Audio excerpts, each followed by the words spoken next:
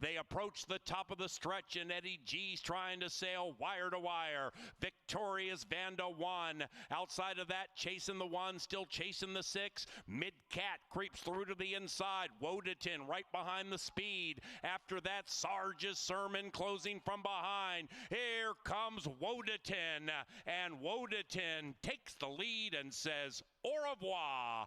Wodeton and Jermaine Bridgemahan at 2.5 to 1. Very well-timed ride.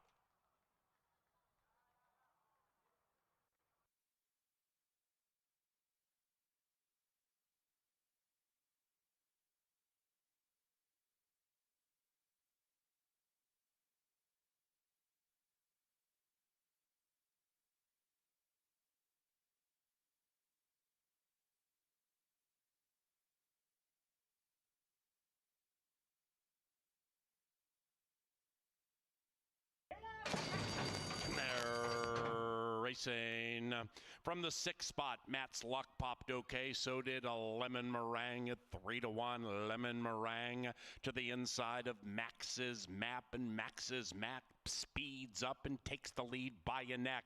As they corner, the pace conspicuously intensifies with Max's Map now running away by 2. After that, Lemon Meringue about 2 clear from Matt's Luck, who is also 2 away from Hidden Profit.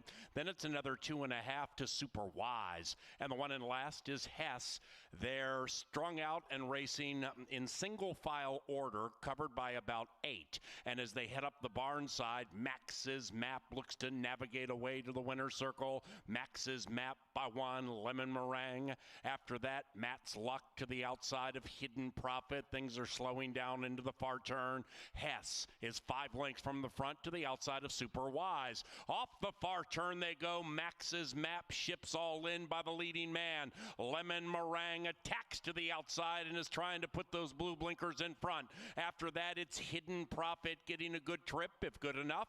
Then it's Hess swinging wide into action. Passing Matt's Luck, the one in last is Super Wise. Meanwhile, Max's Map still not going away. Lemon Meringue leads it by a neck. After that, we have Hidden Profit into the final football field. Lemon Meringue is quite sweet, and Lemon Meringue provides Kelsey Haar a victory on her birthday.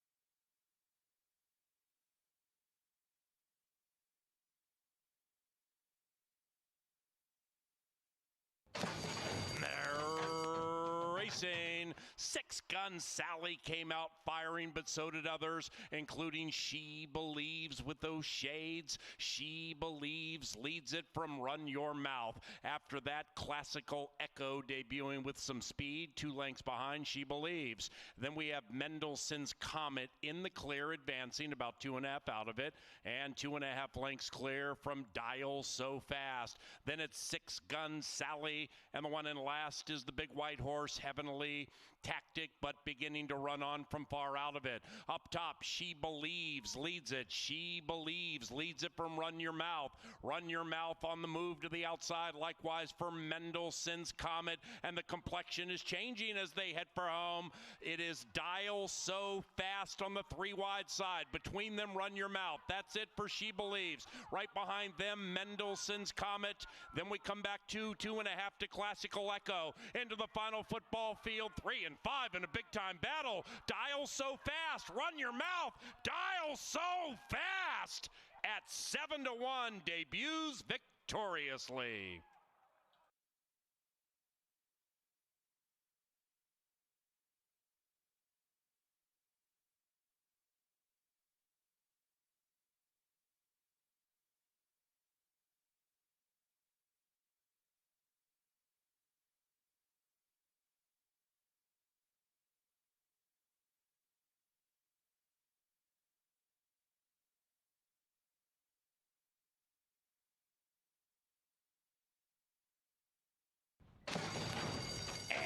And they're off. favorite, Dr. Perry, off in last. For the lead early on, it's Pat's Paddock Pick, joined by Taking It All. Chasing those two is Kid Got Rhythm. Shading that one is the Minnesota bred First Tequila. Then down inside we go to Papa's Nico's Boy. Moral Dilemma's got 4 lengths to make up. Outside of that one is Little Trouble, and a big gap of 8 lengths back to the slow starting Dr. Perry. It's Pat's Paddock Pick off at 7-5 and favored and leading now by an ever-widening 2. Inside, Kid Got Rhythm catches the eye. Papa Nico's Boy is there, and Dr. Perry is unwinding beautifully from last as they charge down that Canterbury stretch, and Pat's Paddock Pick has the race to win or lose. Kid Got Rhythm is chasing. Outside comes Dr. Perry into that final 50 yards they run. Pat's Paddock Pick chased by Kid Got Rhythm. Pat's Paddock Pick.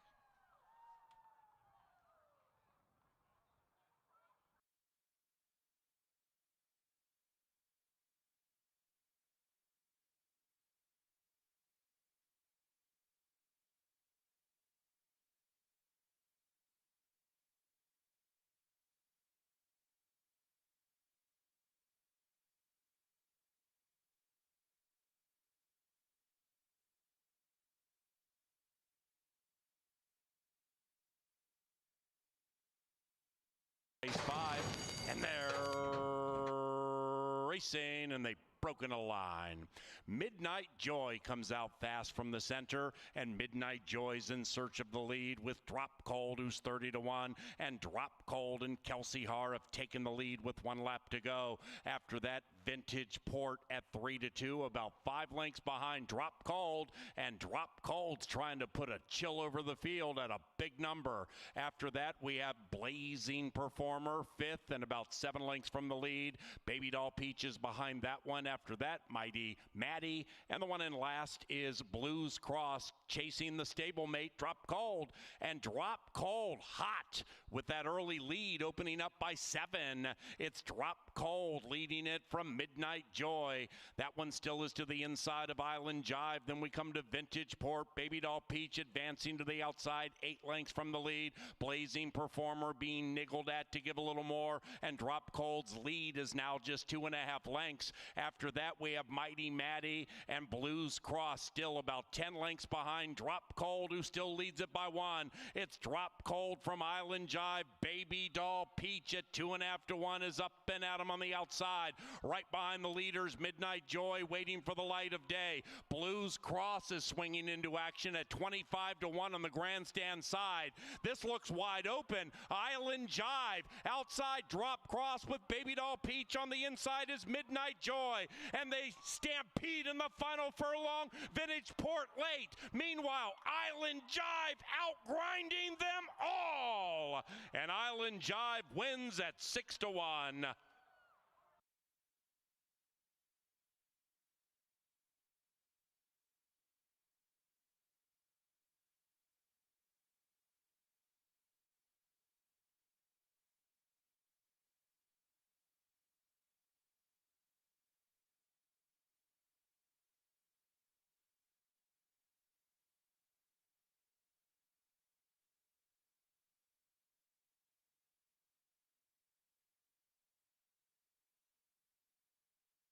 And they're racing.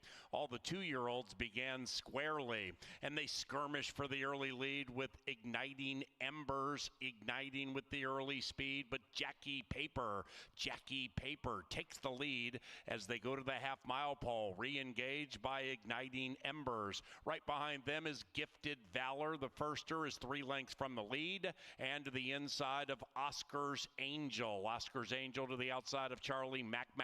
Then we come to Take a Chance Indy. The firster is circumnavigating into action 4 lengths behind the 2-prong speed battle, and Nick's Honor can see them all. They approach the top of the stretch, round about the quarter pole, and Igniting Embers re-emerges with the lead, and in fact has run away by 2. Charlie Mac is surging up on the outside. Then on the far outside is Take a Chance Indy. They're into the final furlong. Igniting Embers to the inside. Charlie Mac right alongside at 9-5.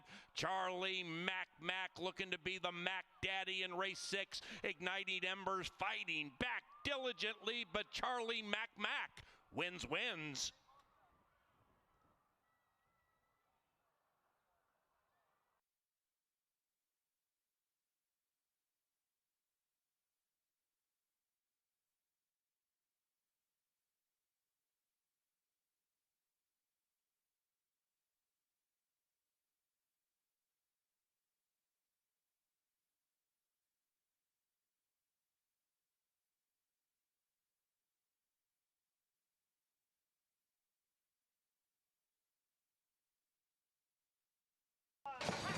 And they're racing. Another wonderful start. Mary B's Legacy pops fast. Mary B's Legacy and Delor Bedios Lopez in search of the lead, and they grab it. But now there's company in the shape of Raquel Blue on the inside. And Raquel Blue and Mary B's Legacy cut together, and they open up about a length on Twin Empire, who's sole alone in third. Behind them, Hey Look Me Over being pushed on in the middle stages, and Hey Look Me Over is joined by Honorable Mischief. The one in last is My Woman, about 15 from the front. They're approaching the top of the stretch. Raquel Blue's looking to win 2 in a row. Raquel Blue with stablemate Mary B's Legacy continuing to badger, and Mary B's Legacy takes the lead, runs away by 2. Behind that is Twin Empire. My Woman is running on fast from behind. They're into the final furlong chasing Mary B. Mary B's Legacy by 3. After that, it is Twin Empire and Honorable Mischief. My Woman continues to close fast on the outside. Mary B's Legacy. It's a photo, tight photo. In fact, Twin Empire at 7-1. Looks like she touched out Mary B.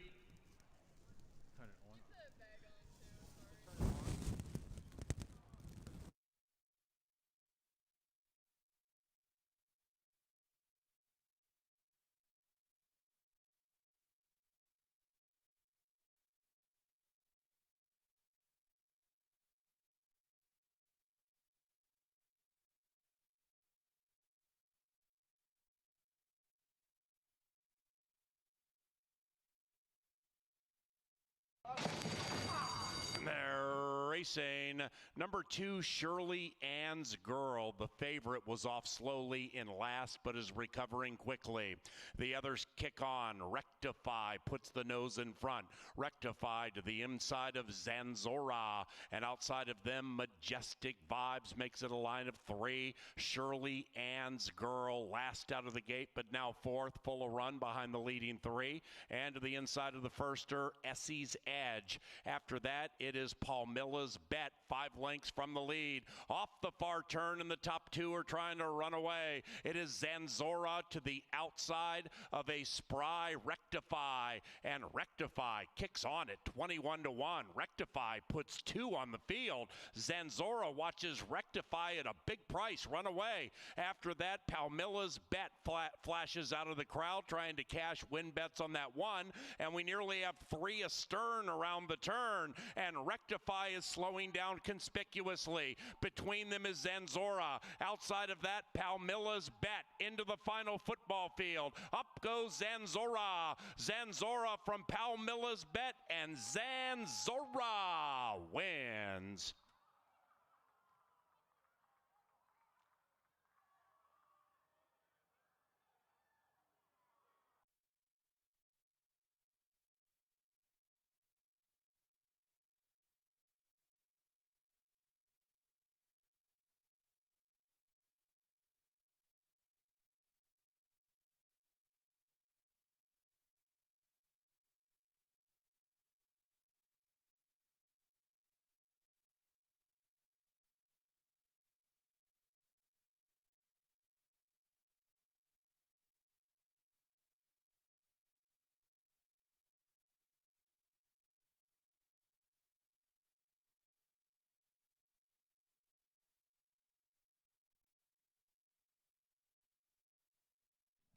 Ladies and gentlemen, please rise if you are able and remove your caps as Mr. Joe Charlie leads us in our national anthem.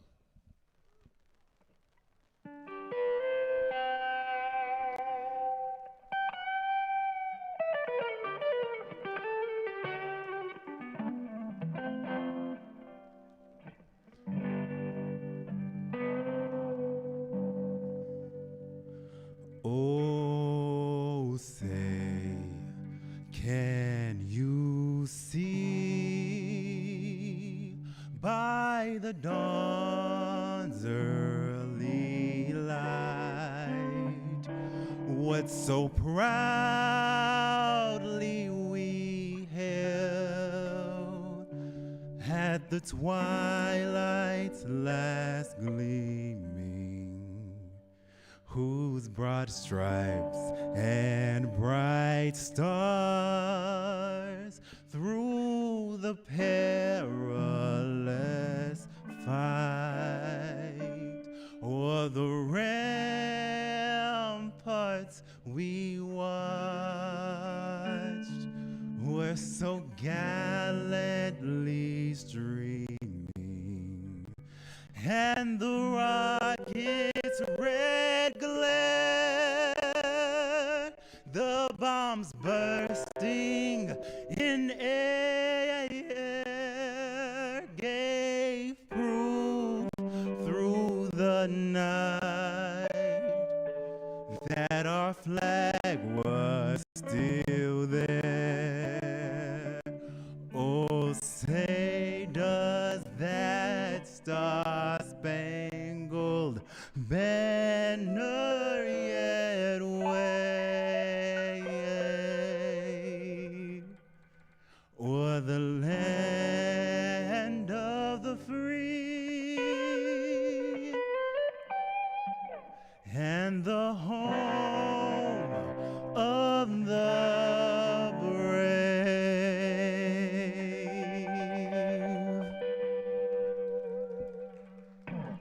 Thank you. Good afternoon and welcome to Festival of Champions Day here at beautiful Canterbury Park. We're under partly cloudy skies. The main track is listed at fast and the turf course is good. Fast and good today. If you'll get your programs ready, let's go over the changes on tonight's 11 race card. Race 1 will start an early pick 4 sequence. Early pick 4 starts in race 1 on that fast main track, and there are no changes in both the first and the second race. There is a pick 4 that starts in race number 3 on that good turf course. Scratch number 3, Scent of Success. With that scratch of the 3 in the third race, there's no show, no trifecta, and no superfecta wagering available in tonight's third event. Race 4 starts the 50-cent pick 5 with that 10% takeout. Scratch number 6, Carson Bay. Race 4, scratch 6. Another pick 4 starts in race number 5. In the fifth race, scratch the 5, It's Bob's Business, and scratch the 7, Got Ghosted. Race 5, take out 5 and 7. In our sixth race tonight, take out the 1, Ben's Lake Echo. Race 6, take out that 1.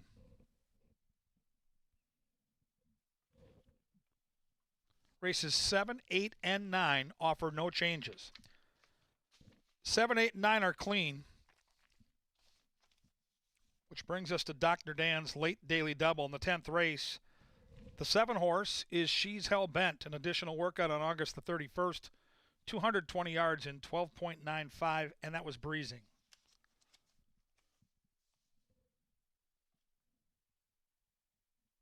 Nine stakes races, including race number 11, the Cash Caravan. Take out number 2, Beep Beep Rev Rev. Race 11, remove that deuce.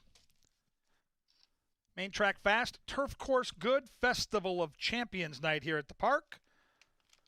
Soon down in the paddock, we'll have touchdown tiles today at the races. Right now, we fluff it up into the studio with Angela Herman and Jeff Madej.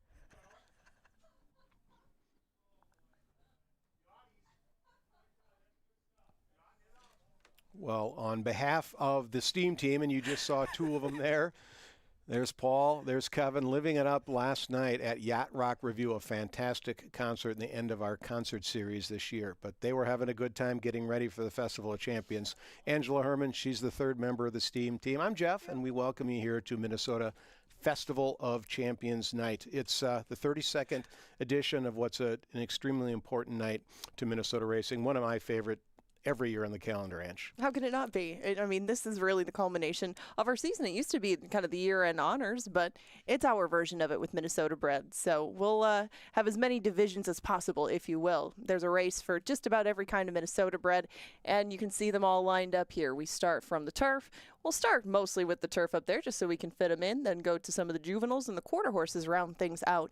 But each and every member of those fields, a Minnesota bred. And, I mean, we'll see some horses come together that took different paths through the season. We see some of the stakes races, some more of the versatile horses try different spots, and now we see who has really been cranked up for the occasion, who's going to fire their best shot today, because that is a goal when you own a Minnesota bred, train a Minnesota bred, any of it. That's right. So we have an appetizer of a couple of maiden races, then 9 consecutive stakes races, beginning with race number 3. If you're new here or haven't been here for a while, let's get you up to speed on the standings. Here are the thoroughbred jockey standings, and Harry Hernandez has what I would call an insurmountable lead. Yes, and it just keeps on growing. You know, he rides for a lot of different barns. He's ridden here before and been our riding champion. And despite a little break in being up here, boy, has he picked up with steam and drawn away from the field. But we talked about the beginning of the season, the competitive room that it is. Just because he is leading the way does not mean you can count out anybody else in that room, because there are a lot of live mounts on here for different barns. He can't ride them all. And sometimes a day like today is when the riders and the trainers that train a lot of the Minnesota breds make hay, because they don't always have so many Minnesota bred races in one card, but today is their day. And you might see some of these names rather than Jose Silva Jr., just for the fact that he has a lot of horses that he gets in Arizona and California, not as many Minnesota breds. And we'll talk a little bit more about the chances of some of those jockeys and trainers after we look through the Loeffler leaderboard. 8 is the margin between Jose Silva Jr. and the rest of them, but I still do think, again, you will hear some noise from a lot of these barns, and that margin will shrink after tonight. Right, every one of these guys here has a live horse tonight. Exactly. Anyone can win, so this is quite a night of racing. How about the quarter horses? Let's take a look at them. Here we are. You can see Jason Olmstead leading the way, but I mean, it's really not as authoritative as it has been in some previous years. And you can see the riders, there are a couple of the riders that he does use pretty close, and they've stayed close throughout. But Fernando Fonseca Soto, you can see these two team up an awful lot, and they win an awful lot. Won't see him tonight, but we still will hear from these barns and definitely mix them in with some others. I think there might be a couple of prices forthcoming in the quarter horse races at the end of the night, but we'll talk more about that later. Absolutely. Now, Ange, it's time for a new game. We call it Over-Under. Yes. I will give you... That time of year. Yeah, it is. This is a big night. Not here, but... Here we have our leading rider. We just talked about him, Harry Hernandez. Mm-hmm. His folks, his entire family, extended family, in town from Puerto Rico tonight to enjoy Festival of Champions. Pressure's on. I think Harry might put on a show. The over-under, 3.5 wins tonight. Over or under? I will take the over on that. I myself have him on 4 horses that I think he has a decent shot at winning. Some of them are going to be really heavily favored. Might get a little bit more of a price on Kingdom City early in the card, but either way, he is going to be a rider, for the most part, that does get bet pretty heavily. If you can beat him, you're probably going to get a decent price. Not always the case, at least with this rider. And 5 races, over or under 1.5. Alonso shows up on big nights. He won 3 races last year on Festival of Champions. I think he's got some live ones tonight, including Out of the Dark, Summer Winter, who may be the favorite in the debutante, and then old Dr. Oscar. I'm going to put him over. How about you? I put him under. I have him in second and third quite a bit tonight, and it's not that he's not on some live mounts. It's that I took some horses maybe that would have been a little bit better price in some cases, but this is a barn, well, the barn that he rides a lot for, Tim Padilla, gets bet, especially when Alonso's in the saddle. He's got some live mounts. Just for my own tally, I have him at 1. All right, let's move on to the trainers. Joel Burnt, he's been known to win festival races. He has there's a scratch of one of them. He's got 6 horses in 6 races, including Street Warrior and Frosty View. Over under 1.5 wins. This is a tough one because he's in. His best horses are in with the other best breeds. Well, and think about where you thought that a few of these horses would have been this time last year. I think I have Frosty Warrior and Frosty View and Street Warrior winning. Not really thinking that they would be in the races that they're in, but I think they both have a big shot. I don't know if he's going to pull any big upsets tonight, but I definitely do have him on at least a couple of winners. All right, and then we can't talk about the Minnesota Festival of Champions without talking about Mac Robertson. He's got 41 wins. He's got more than twice as many as the next trainer on festival night. We haven't talked a lot about Mac this year. Suffered a life-threatening health situation. He's recovering now.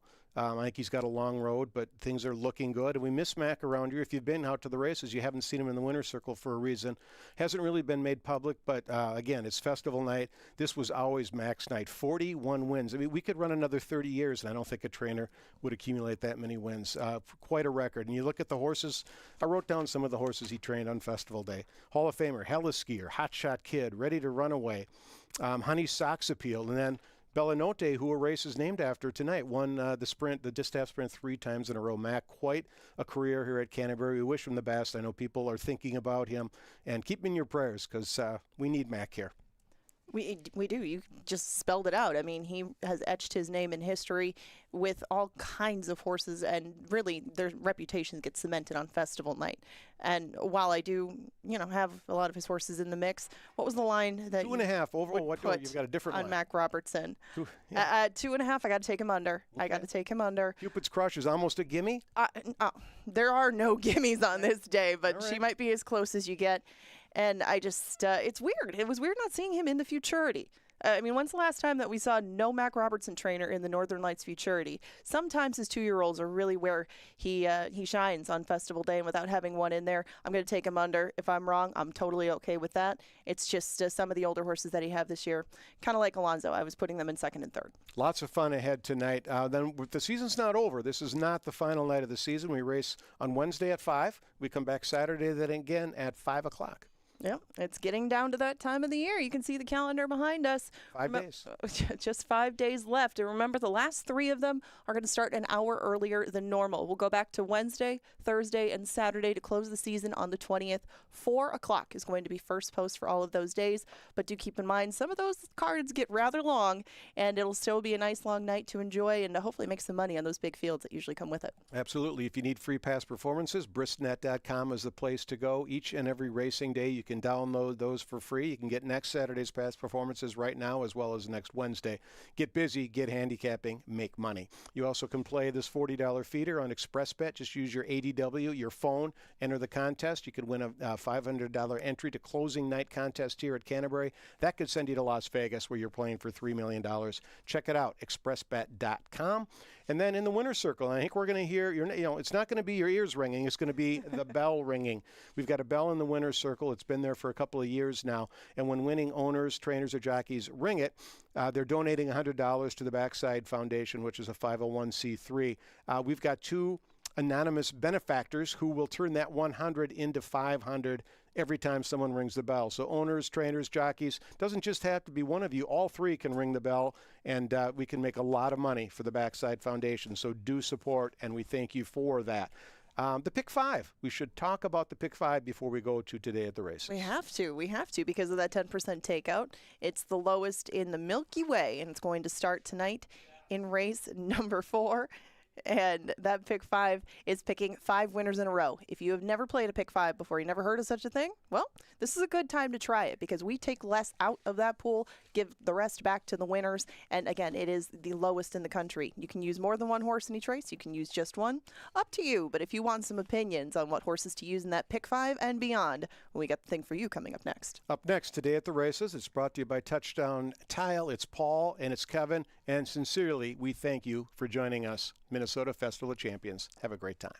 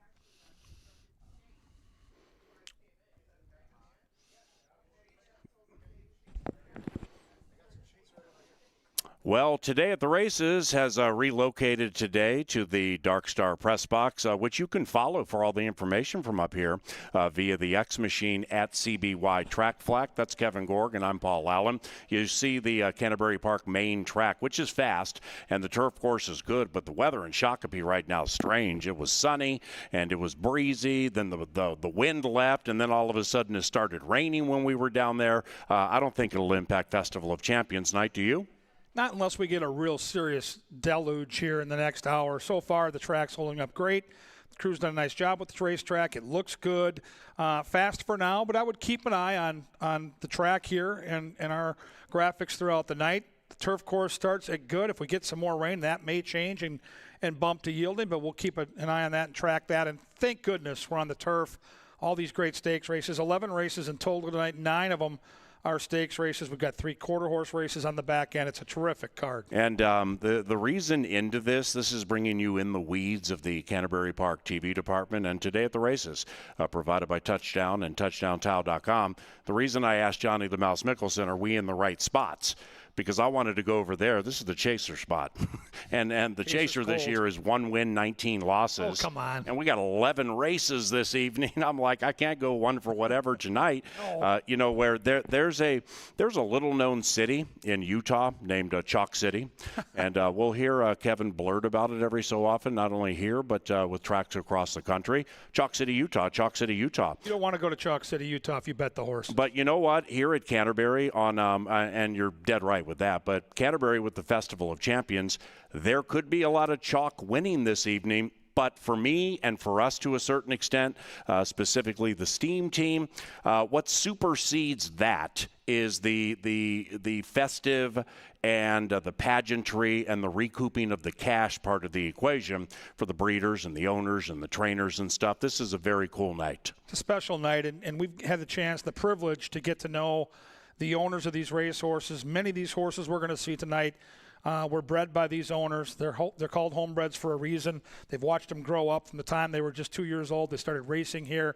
I mean, we've seen these horses run now for a handful of years, and it's exciting to see them come together. This is kind of the state tournament in every category for these racehorses. They've been building all summer to get to this moment, and to be a part of it is just spectacular. And in the fluff with Jeff and Angela, it was a really nice touch that they mentioned the most dominating trainer in the history of Canterbury Downs or Park, Mac Robertson, who has not been around for a while due to a health scare that took place on the East Coast. And, if Mac's watching right now, it truly is strange not having Mac Robertson here on Festival of Champions Day, if only for the fact that not that he would win 2, 3, or 4 races maybe, but it's one of the few days during the year you get to see him in slacks and with like a nice button down and stuff, because he just knows how beautiful a night like this is, man. So if you happen to be watching right now, get well soon. Yeah, we're thinking of you, Mac. Consider you a dear friend. The best I've ever seen at training horses at this racetrack. I've been coming out here for 40 years. Nobody better than Mac Robertson. Got to watch one of his horses for Extreme Racing win today at Delaware Park. Maybe that is a precursor to Mac doing what he always does, winning big races on the nights like tonight on Festival. And you know what? Just to land the plane on that, I think we would be remiss to not mention Nate Quinones and those with the Robertson barn who are running the barn, while Mac is away. So that's those horses running rich races. That's a tall task, and they continue to win some races. So we'll see what happens tonight with Team Robertson. We do begin on a fast main track and with a 50-cent pick 4. No scratches or rider changes in the first. We're going to begin with a maiden, and the favorite will either be Tequila Therapy or Pastor Dave. I ended up taking it 5-3-4. I went outside of the favorites here, putting a Q around race number 1. That Tranquilino gang, this entire season, it's been a common thread. They've won, and they generally pay. So I'm going to take Heavenly Deacon here, 5-3-4. Yeah, I think the 4 eventually goes off favored. Pastor Dave, you've got Joel Burnt, you've got Constantino Roman. It'll be a fun battle in the wagering, but I like Tequila Therapy here. I might single this horse on my early pick 4 ticket. This just looks like a horse sitting on a win for Valerie Lund. A great effort last time at 7 furlongs. Had the lead at the 6 furlong mark. I think this horse gets a great trip with Carlo. I go 3, 4, and 5. Well, race number 2 was on the turf course, and if those of you happen to be here for the first time this season or watching from abroad first time this season, we've said it 100 times, but it has been the most interesting, fascinating, and realistically factual betting common thread at Canterbury all spring and summer. When they get on the turf, they pay. It doesn't matter if it's maidens, allowance, stakes, or whatever. I think the winning average odds are like 8-1, for all these turf races. So we're on the turf here. We have maidens. We have 9 of them. What do you do with it? I think it's a wide open race, and I'm going to fall into Shankopotamus, the 6, who likely will go favored with Kelsey. And the trainer, Stacey Rushton's probably due some luck. 1 for 33 tells you the story, but 6 seconds and 2/3. So I think Shankopotamus is extremely logical and has a great chance to win. I think the 8 might be low in speed. Yeah. I think the 9 is sneaky. I think Dave Miller's 3 has a chance. I looked at this race and thought, this is a race, if I'm playing the pick 4, I want to spread. I'm going to single in race 1. I'm going to probably use 4 or 5 horses in the second race. I go 6, 3, and 9 with no conviction. Yeah, this is an upset-laden race. I take Shankopotamus, like Kevin said, just kind of fell into the horse off the distance and the turf. But, Angela, the other member of the steam team, takes number 8, Kingdom City. And now that I look more closely at that, absolutely, if this wet turf course comes up where it's hard to close from behind, then that one definitely could have a chance. Now, race number 3 begins the Festival Stakes races. We start for $50K. It's the Princess Elaine, scratch number 3. So we begin with a quartet with no show trifecta or superfecta wagering. Cupid's Crush is going to be an absolute handful. What do you do here? I think Cupid's Crush is going to be 1 to 5, 1 to 9, and she's my top pick. She's the most likely winner. But I'm going to tell you right now, Cam Malum and North Star Stables have a really, really nice horse in the 4-horse Northern Angel. And if the 2 doesn't bring her A game, if she brings the B game, Northern Angel's in really good form. And by the way, on 2 different occasions, this turf course has come up wet, and she's run giant races in her last 2 on a good turf and a yielding turf. So, yes, the 2 is logical, but I'm telling you, Northern Angel, the 4, is a real problem. That might be a race where everybody in the pick 4 is going to single the 2, and if you can mix that 4 on your ticket, you might have a chance at some real cash. Yeah, I may have set my picks in wrong, but it's not 5-2-1 here for me. It's 2-4-1. Cupid's Crush, Northern Angel, same thing Kevin just said, 2-4-1 for me in the Princess Elaine. The 4th race is the Bellanote Distaff Sprint Championship, and when we think Bellanote, we think Halloween colors, orange and black of Art and Gretchen Eaton. Yes, we do. And Art, may God rest his soul. Gretchen undoubtedly will be here, probably doing the trophy presentation. Scratch number 6, Pepper and Mint looks to win 4 in a row here. That probably will be the longest shot on the board. Kevin goes with Thunder's Rock and Roll. I'm on Retired Kathy. Why do you like the 2? I don't know if she's ever been better. I look at Thunder's Rock and Roll as a horse that right now is in peak form. And as she's gotten into her veteran years here at age 5, this mare, she's figured out how to relax early in the race, and it's really served her well. So if the 1 Pepper and Mint, who's sharp right now, wants to go to the lead from the inside, which she likely will, this horse can sit and pounce, and I just love the way she's winning. Now, she's been odds on the last couple times out, but she's done it the right way. She's sat off and she's pounced. The 5's the horse to beat. I'll acknowledge that. But I'm bullish. I think the 2 is too good right now. She's too sharp. I go 2, 5, and 4. When Retired Kathy and Thunder's Rock and Roll last met in these circumstances, it was in the Lady Slipper. And Retired Kathy, quite honestly, off a little layoff, never had looked better. But after that, they both continued to make a lot of cash. I really like Retired Kathy at 6 furlongs. I like her at a bunch of distances. She's made almost $250,000 or right around there. So she's a very, very nice filly. I'm going to take her first to sit a little bit off the pace and come get them. We'll make it 5-2-1 in the Bellanote.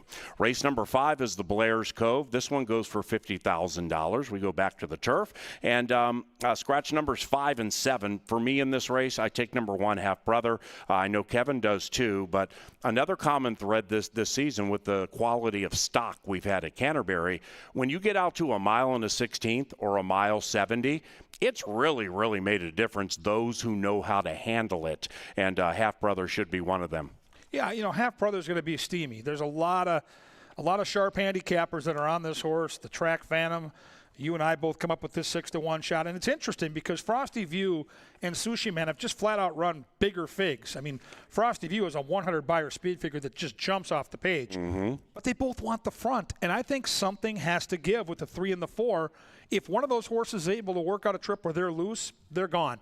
But if they go eyeball to eyeball, I don't think either one of these horses really wants a mile and a 16th. Right. And I think Half Brother, who won this race last year, can sit off the pace, scrape that paint with Erica Murray, and pounce at a price. Now, we're not going to get 6-1 with the Sharps jumping on the bandwagon, but we might get 7-2 or 4-1. I've got the race 1, 3, and 4. Yeah, I have it 1, 3, 2. And when I went back and watched Half Brothers' victory last time, it was just visually so beautiful, and the turn of foot, and just when Erica moved on Half Brother was a perfect time of the race. And this Half Brother looks to be a horse getting better start by start. And like Kevin said, with this distance, Frosty View is super, super gifted, and so is Sushi Man. But this really is a distance and a sharpness play, where Sushi Man and Frosty View are sharp, don't get me wrong. But Half Brother sharp and distance tested. So 1, 3, 2. I'll make a win bet on this horse if I can get 3-1 or higher. Race number 6, the Northern Lights Futurity. 2-year-olds going for 75 dimes, scratch number 1. The 5, That Type of a Deal, is debuting, the only debuting horse in the $75,000 race. 257 for me. How about that, Kurt? Ran great last time. Yeah, I'll just say this. Trainer Joel Burns, one of the best in the history of this racetrack, and if he trains a horse up to a race like this for Suzanne Stables, a group with whom he wins a lot, just give it a long look in the paddock, and with the wagering, see if it debuts with blinkers, things like that. But the 2 was so good last time, 257. Yeah, I'm with you. I think the 2 is going to be really hard to beat here. How about that? Kurt is talented. Run 2 bang-up races here this summer. Has the speed to control the race, at least on paper. I'm with you. The 5 is super sneaky, and I'm not going to sleep on Karen Offren's 3, Navarre. This horse is talented. This horse hasn't yet figured things out, but improving sharply with each start. And Troy Bethke has seen his horses jump up on Festival Day and run big races. I'm going to go 2, 3, and 5. Now, the next one, the 2-year-old race for the fillies, the Northern Lights debutante for $75,000. We have a big field here, and traditionally on Festival of Champions Day, when you get upsets, just think back to the Gerald Smalley bits and the Knicks horses and all that. They would be in these 2-year-old races that had big fields. Now, Kevin, Angela, and I are all on number 10 Summer Winner. That's a steam team trifecta.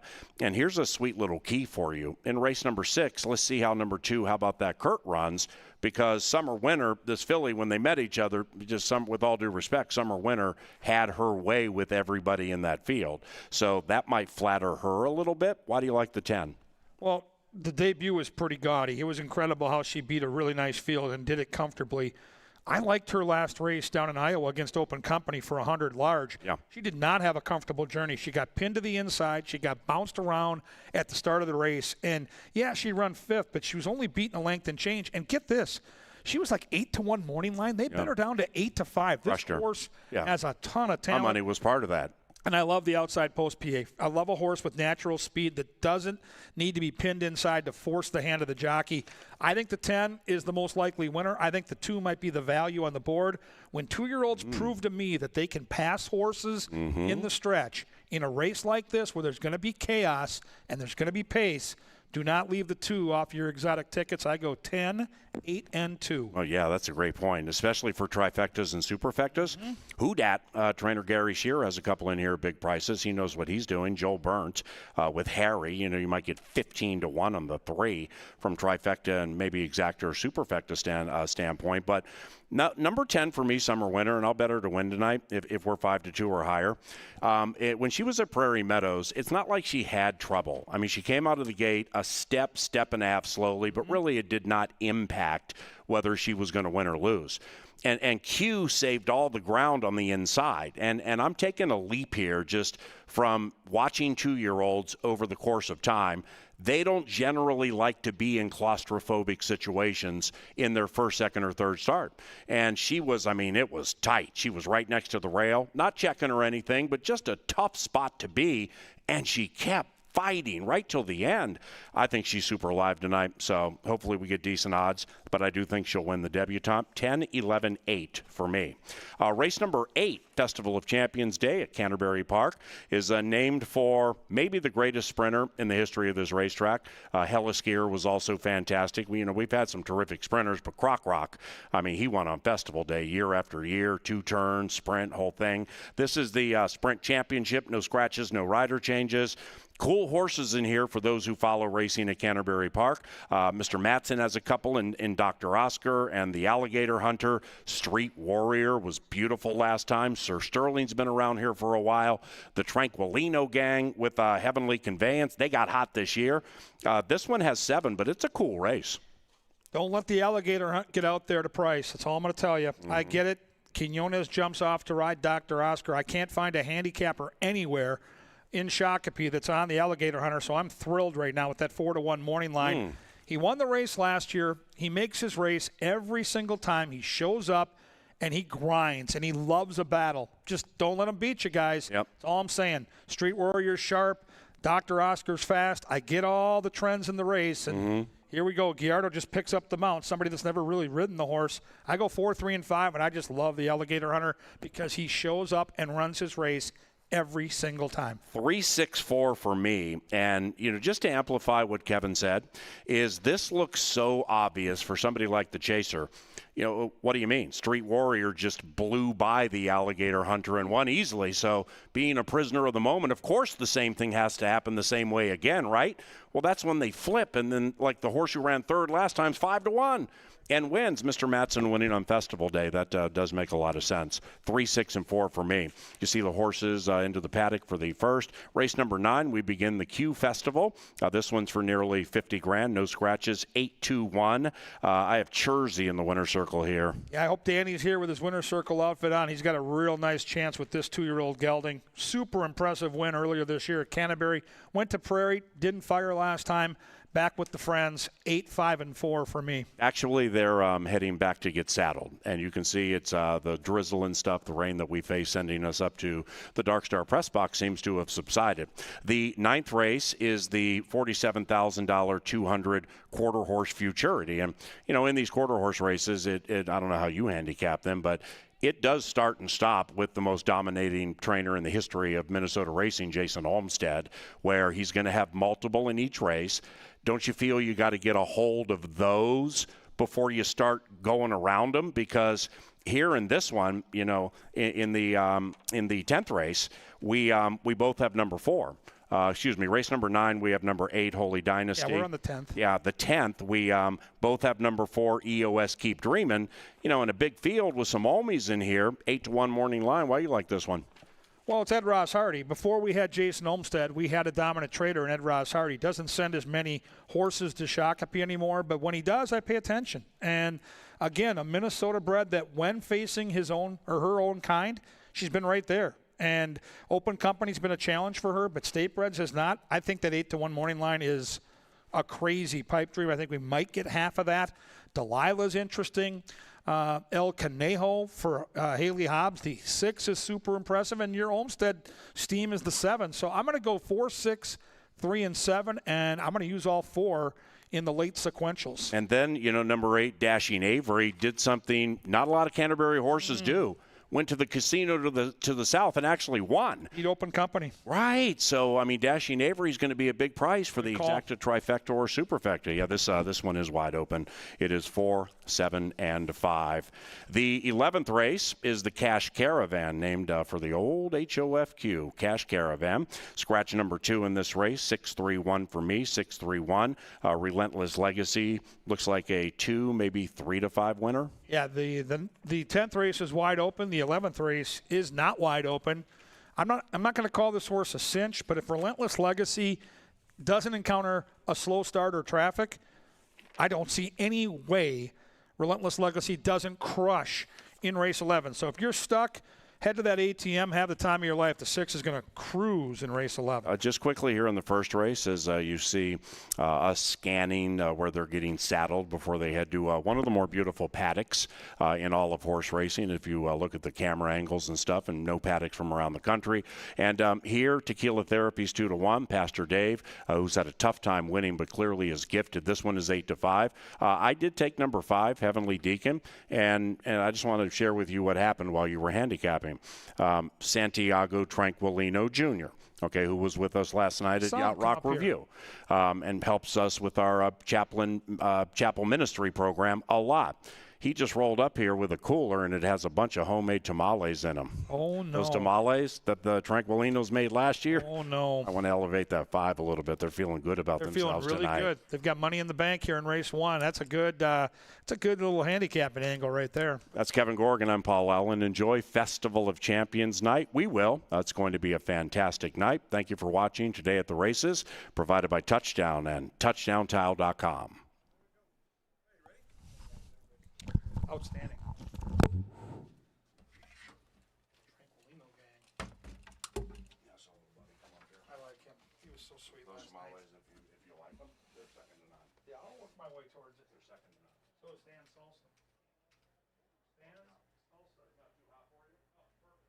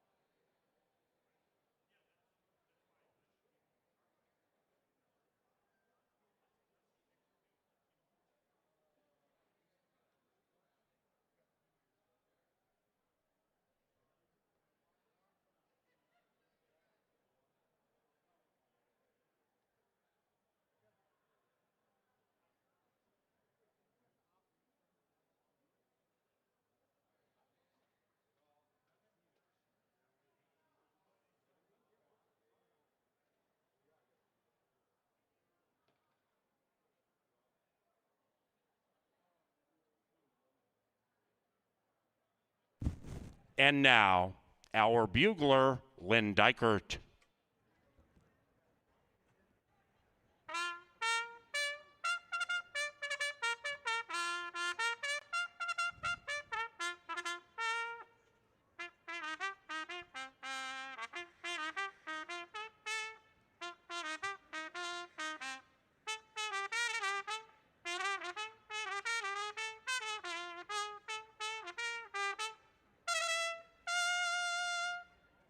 Thank you, Lynn. Sir Leonard Dykert, ladies and gentlemen, and happy Festival of Champions Day. Fast main track for the first pick 4. It's only 50 cents. And we have no scratches. Turf course is good, rails all the way in. Enjoy.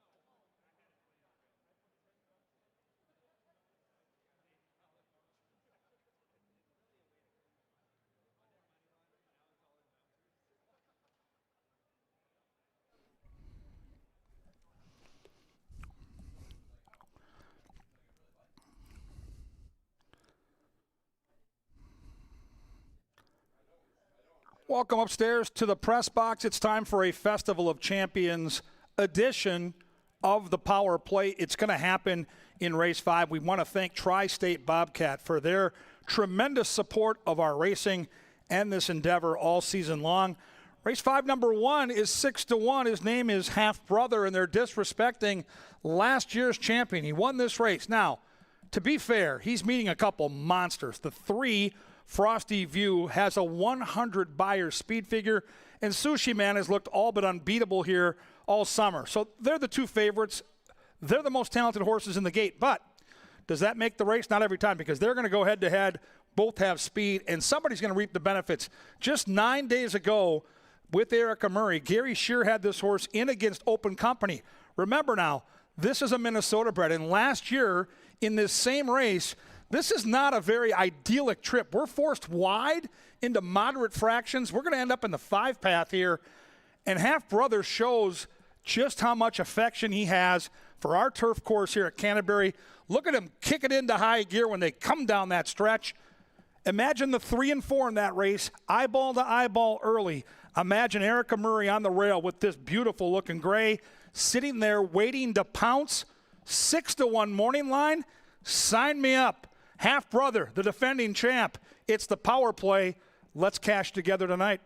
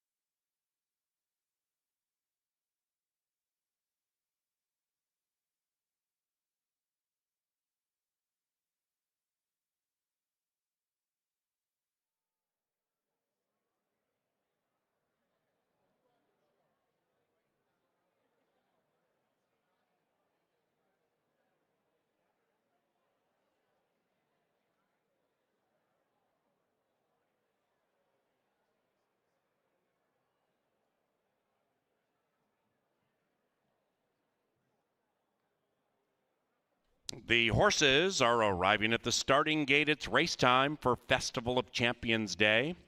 Racing is courtesy of Apple Autos, Loeffler, Banker's Mark, John Deere, Continental Diamond, Kim Crawford Wines, Quick Trip, Pepsi, Michelob Ultra, Minnesota Lottery, and we thank our featured group, Citizens Alliance Bank.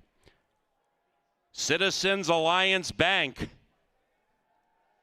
Chris Werner's 65th birthday party. Fridley Fire Chiefs Derby. Marty's 40th birthday. Cisco Asian Foods. The Peterson Scadam Realty Group. And the Heron Lake Okabena class of 1980. Enjoy Festival of Champions Day. We begin with a group in search of victory number 1. Special Agent Man is the last in line.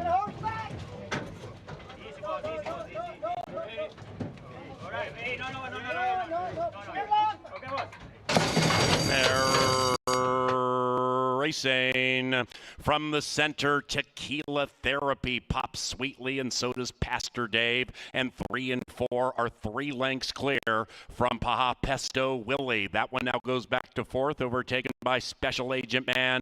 And between them, Heavenly Deacon emerges to take 3rd, 8 lengths behind. The two-headed pace battle into the far turn. More Tiger Paws watching it from 15 in arrears. Off the far turn they go with 3/8 to travel, and they're chasing the 3. It is Tequila Therapy pulling away by 1 on Pastor Dave. Tequila Therapy, Pastor Dave. Heavenly Deacon continues to stride in. Interestingly, 6 out of it. Then we come back to Special Agent Man, and they have a quarter of a mile to go. Tequila Therapy and Carlo Lopez still show the way. Tequila Therapy jumping around, but doing so with a 2-length lead. Pastor Dave re-engaging. White face outside. Heavenly Deacon to the inside. Tequila Therapy. Pastor Dave. Heavenly Deacon. Pastor Dave. Heavenly Deacon on the inside. Tequila Therapy. Heavenly Deacon at 3-1 wins the first.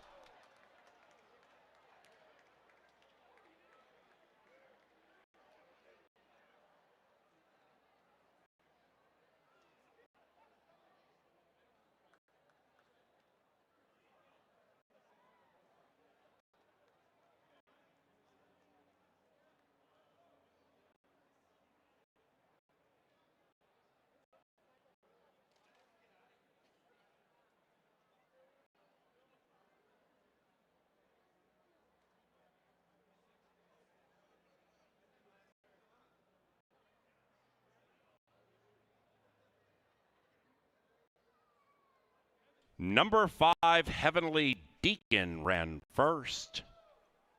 5-4-3-1 in the first, unofficially.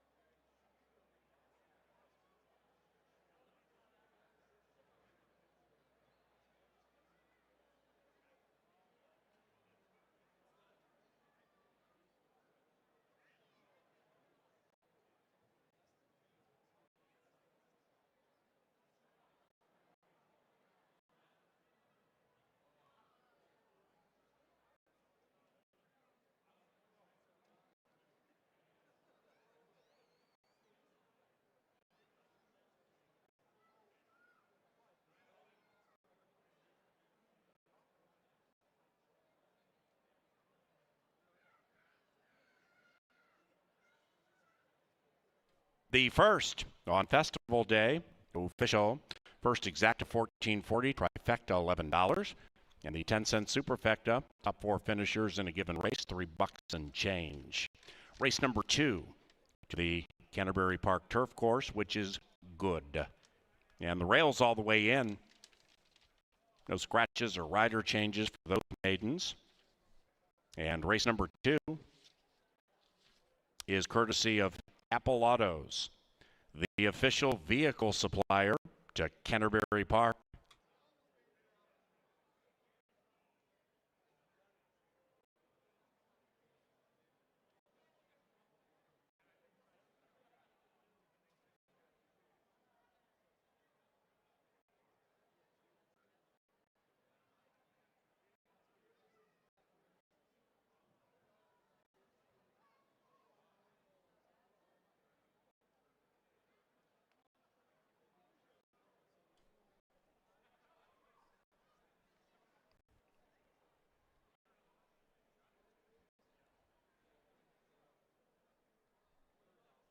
A joyous Canterbury Park chapel-centric winner circle welcomes Heavenly Deacon and Alonzo Quinones.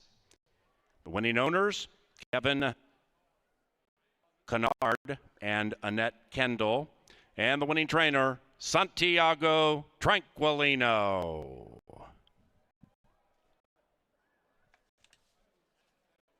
The maiden-breaking Heavenly Deacon is a 4-year-old brown son of Midnight Storm out of Church Time, bred in Minnesota by Heaven on Earth Farm.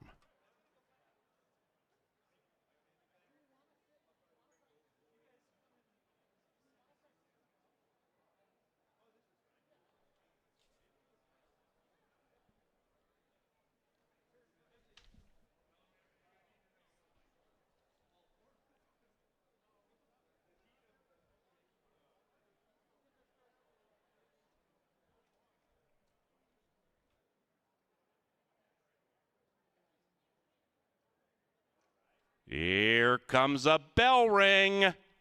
Ring it, Santiago. Bam. At least 100 to the Canterbury Park Ministry and Backside Foundation. In fact, we have an anonymous donor adding 400 to that, so thank you.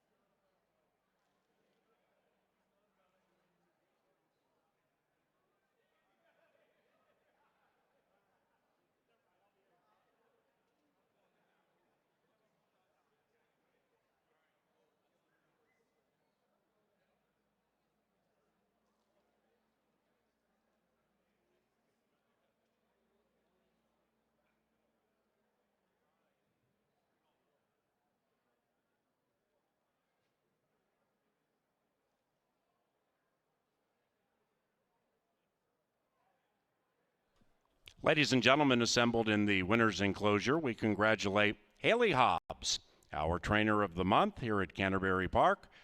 And we thank the Minnesota Quarter Horse Racing Association and Muddy Cow.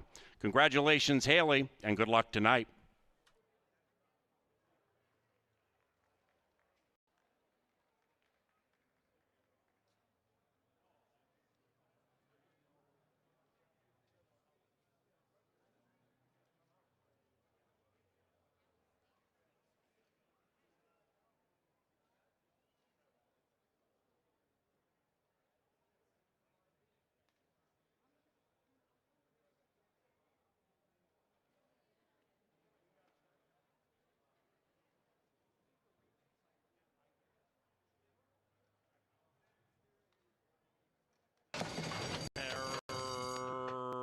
Racing from the center, Tequila Therapy pops sweetly, and so does Pastor Dave. And 3 and 4 are 3 lengths clear from Paha Pesto Willie. That one now goes back to 4th, overtaken by Special Agent Man. And between them, Heavenly Deacon emerges to take 3rd, 8 lengths behind the two-headed pace battle into the far turn.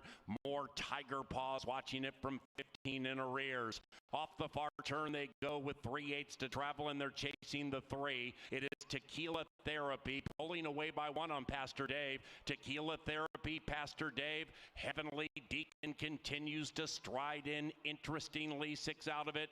Then we come back to Special Agent Man, and they have a quarter of a mile to go. Tequila Therapy and Carlo Lopez still show the way. Tequila Therapy jumping around, but doing so with a 2-length lead. Pastor Dave re-engaging. White face outside. Heavenly Deacon to the inside. Tequila Therapy. Pastor Dave. Heavenly Deacon. Pastor Dave. Heavenly Deacon on the inside. Tequila Therapy. Heavenly Deacon at 3-1 wins the first.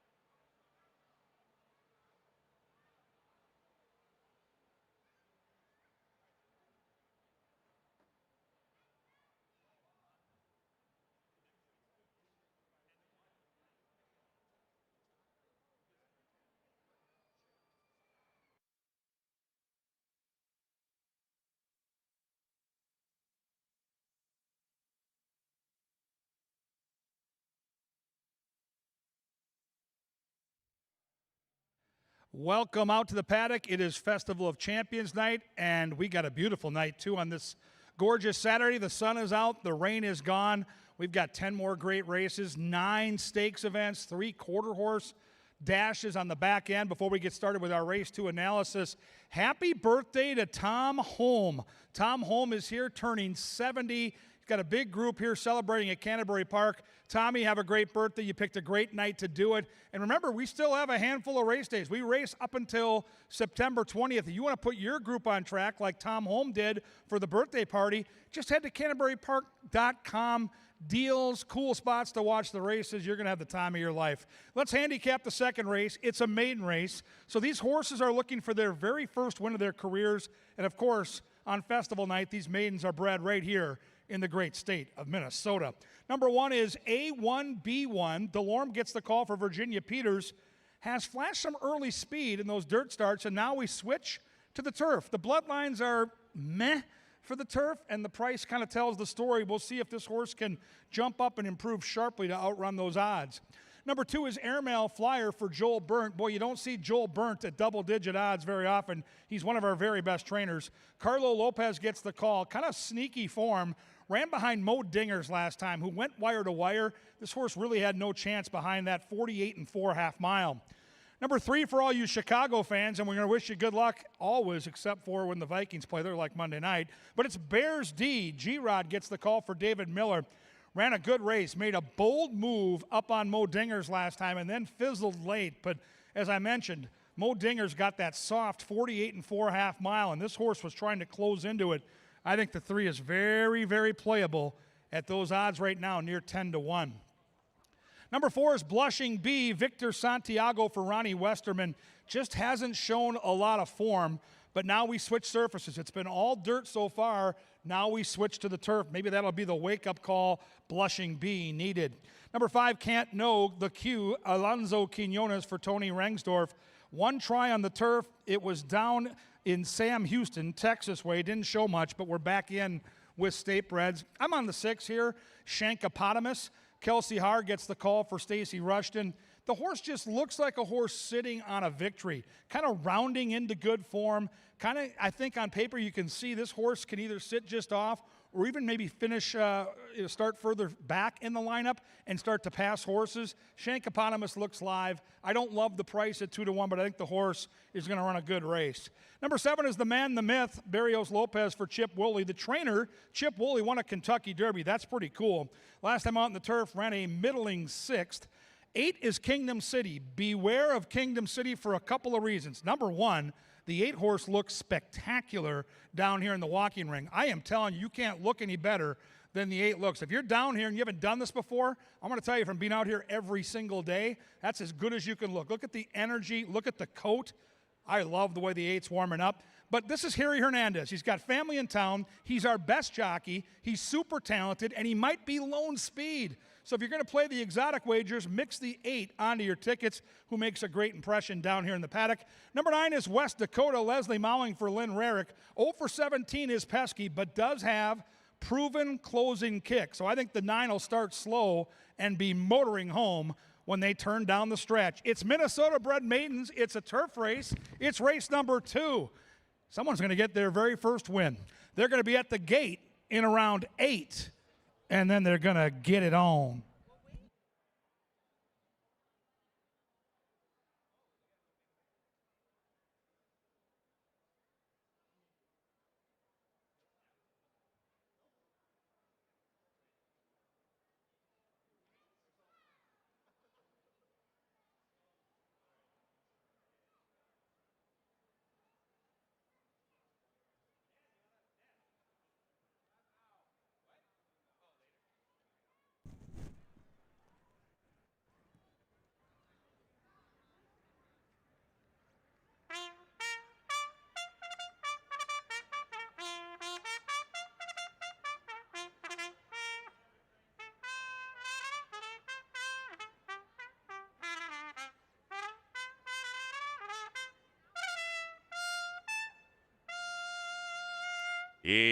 They come to a turf course listed as good. The rail's all the way in, and we have no scratches. They'll be to the gate 5 minutes from now.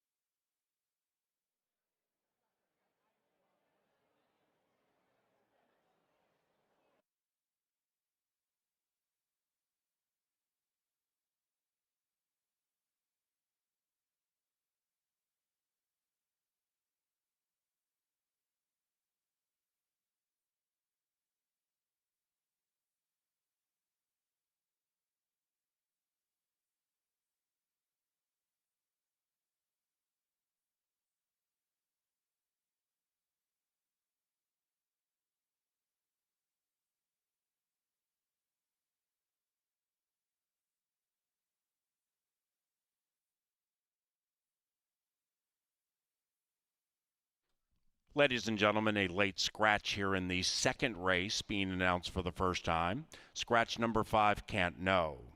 Race 2, scratch number 5, Can't Know. Now, refunds are available right now for Win Play Show, Exacta, Trifecta, and Superfecta wagers involving number 5, Can't Know. Likewise for doubles from race 2 to 3. If you had Heavenly Deacon, the winner of race 1, and a double to number 5, Can't Know, you will receive a consolation payoff. Pick 3 and 4 wagers will shift to the starting favorite. Number 5, Can't Know, a late scratch.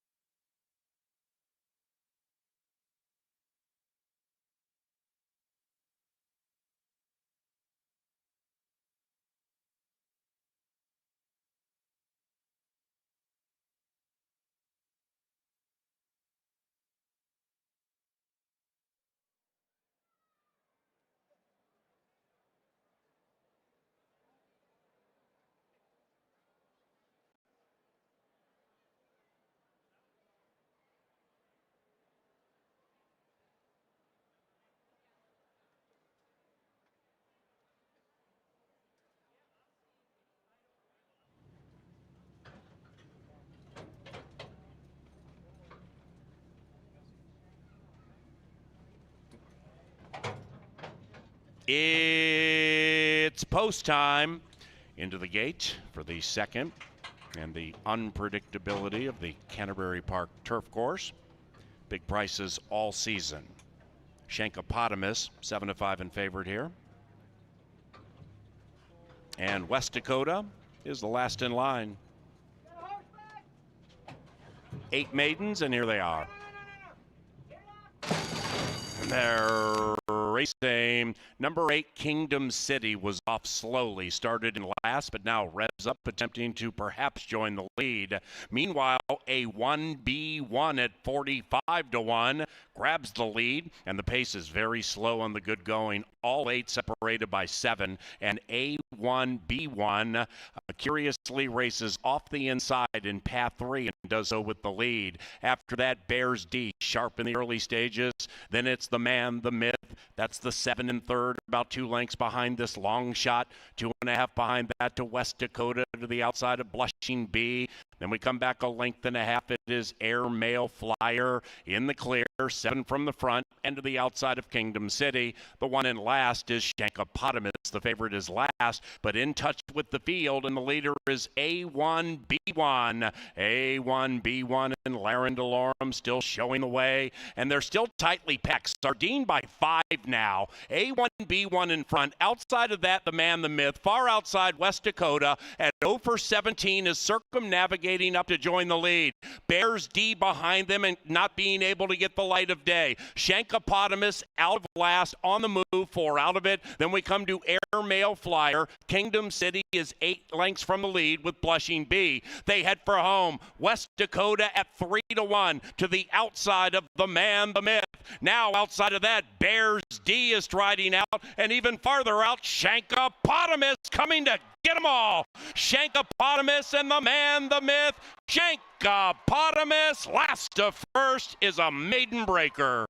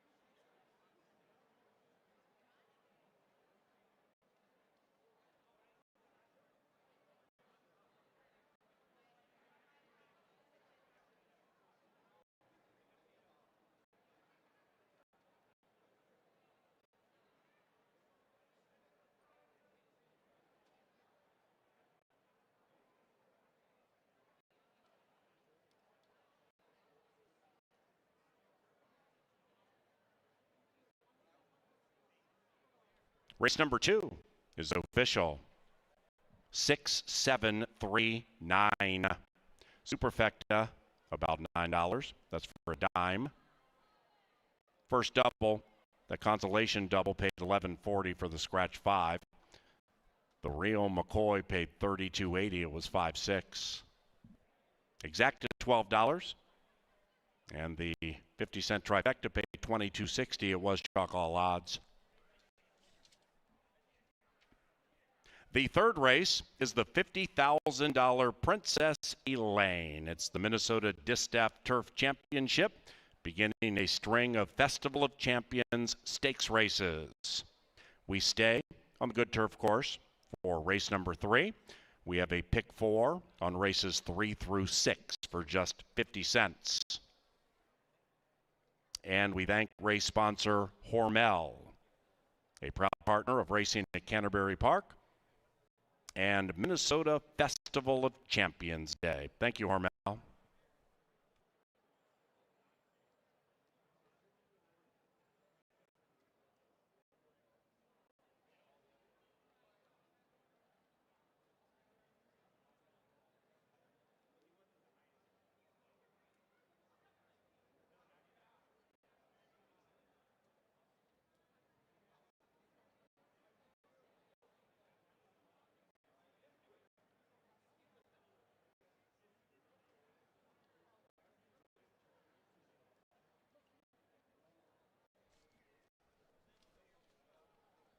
Into the winner's enclosure, Shankopotamus and Kelsey Haar. The winning owners, MB and VM LLC. That's Mike Bailey and Eric Wilson. And the winning trainer, Stacy Rushton. Shankopotamus is a 3-year-old brown son of Temple City out of Stella Brini. Bred in Minnesota by the winning owners. The Princess Elaine and a pick 4 anew, just 20 minutes from now.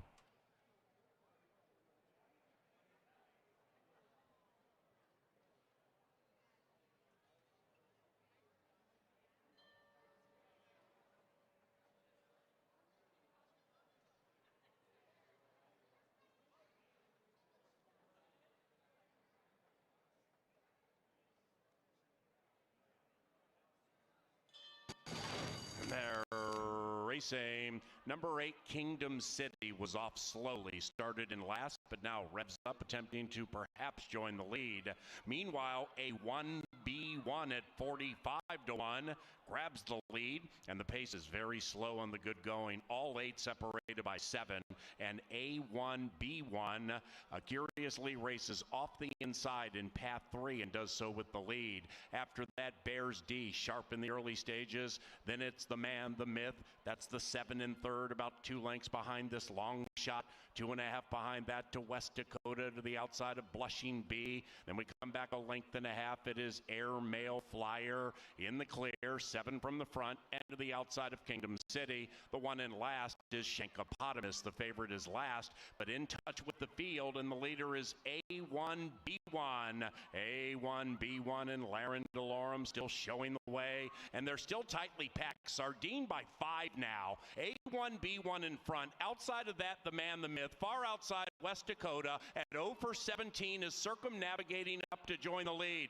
Bears D behind them and not being able to get the light of day. Shankopotamus out of last, on the move or out of it. Then we come to Air Mail Flyer. Kingdom City is 8 lengths from the lead with Blushing B. They head for home. West Dakota at 3 to 1 to the outside of the man, the myth. Now outside of that, Bears D is striding out, and even farther out, Shankopotamus coming to get them all. Shankopotamus and the man, the myth. Shankopotamus last to first is a maiden breaker.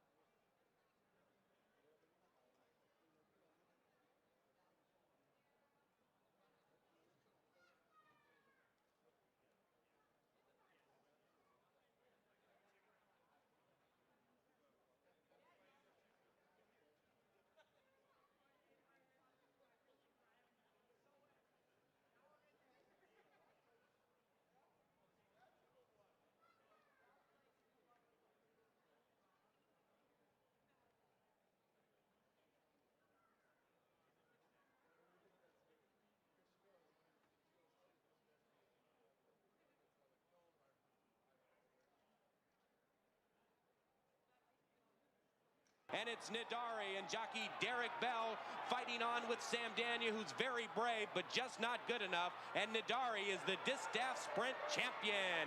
Nidari, the daughter of Northern No Trump, wins it from Sam Dania. And it's Croc Rock on the wrong lead, but he's on the lead. And it's Croc Rock from King of Knights, who's flying late. King of Knights jumping out of the ground, but it's too late. And Croc Rock is the sprint champion. Blitzjoy gets erratic. She cut off Lady Tapestry. Then it's Shiza Shiza. 1 and 8 to the line together. Lady Tapestry and Shiza Shiza. The lady wins. Lady Tapestry beats Shiza Shiza. What an impressive son of Victoria. Blue Victoria it is. He and his pretty white face draw away, and they win the Classic Championship easily. It's Blue Victoria to score. It's truly obvious in a photo for second with a Shar.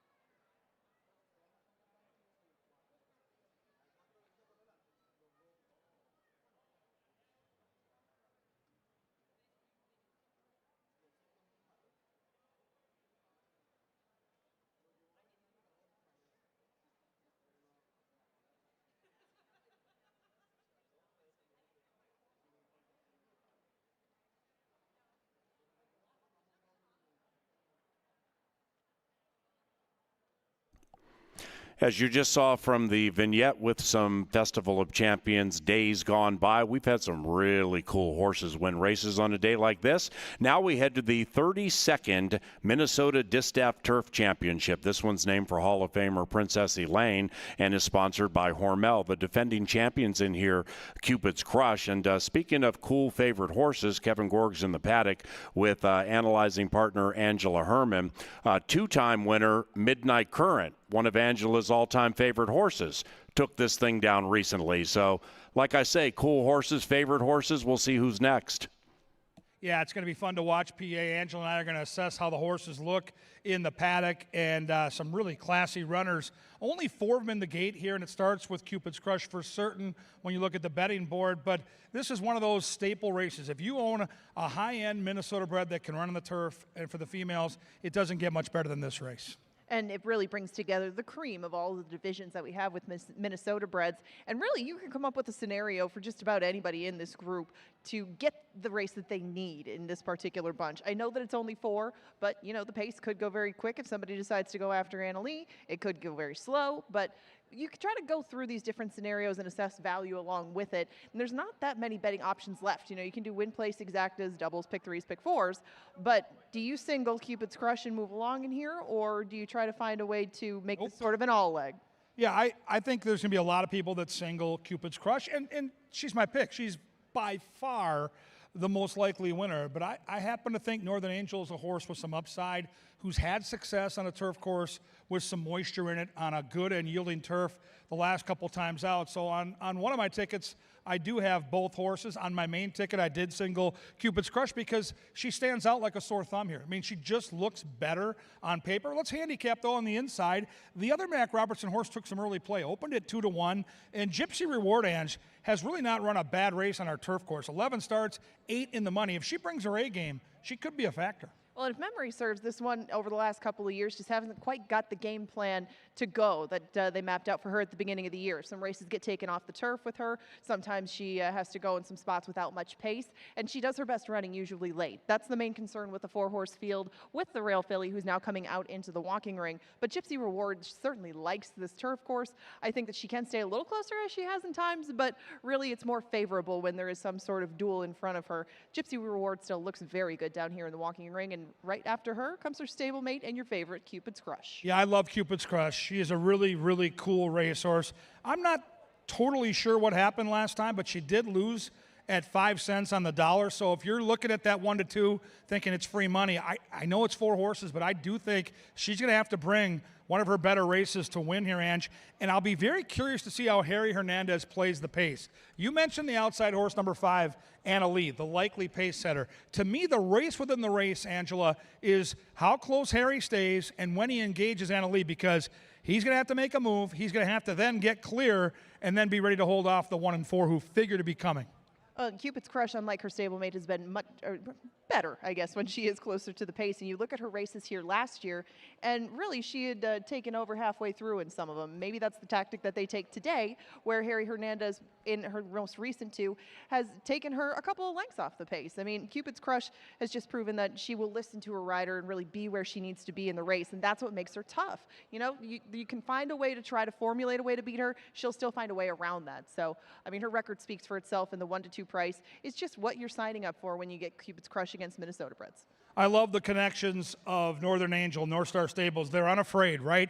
Like, this is a horse that certainly is trending in the right direction. These are, without a doubt, the deepest waters she's ever seen, but she's sharp right now. And if you have a Minnesota bred, why not, right? $50,000, you get lucky, it's only a 4-horse field. I think Northern Angel has a ton of upside, and I would not be shocked if she runs the type of race that at least puts a scare into the favorite here today, Ange. Well, the races that she's put together this year, I suppose you would call her the now horse when it comes to this turf course. She's won 2 of her last 3. She just came up short to Anna Lee. So if you see Anna Lee in this spot and you could predict she would go, I mean, you got to go with her. They were only a head apart, and Northern Angel could get herself, in those stakes placing. She's 4 to 1. 8 to 1 is the price on Anna Lee. I wouldn't be surprised if those two come much closer together by post time. Yeah, I think Victor Santiago's got the race in his hands. I think she gets the lead. I think she's quick. How she deals with the favorite when the favorite puts some heat on her will tell you the story, but if she is able to get out there and get loose, she could be a problem here. And Anna Lee has done it time and again over this turf course. 4 of her 6 wins have come here. They've come in wire-to-wire fashion. She's tough because you know what she's going to do. You just got to try to find the right horse or horses to keep her honest up front.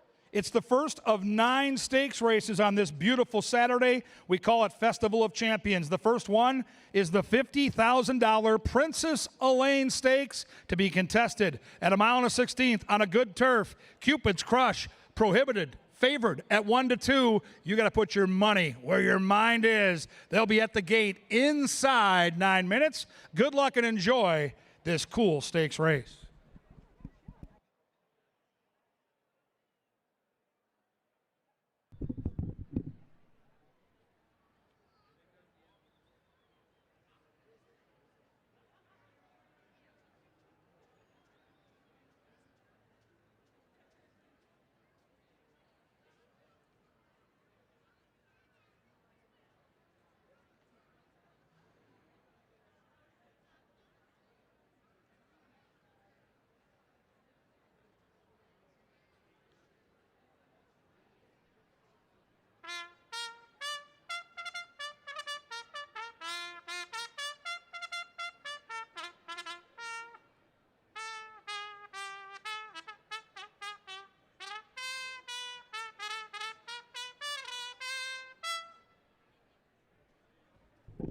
The call to the post for the 32nd running of the Minnesota Distaff Turf Championship, named for Hall of Famer Princess Elaine and sponsored by Hormel.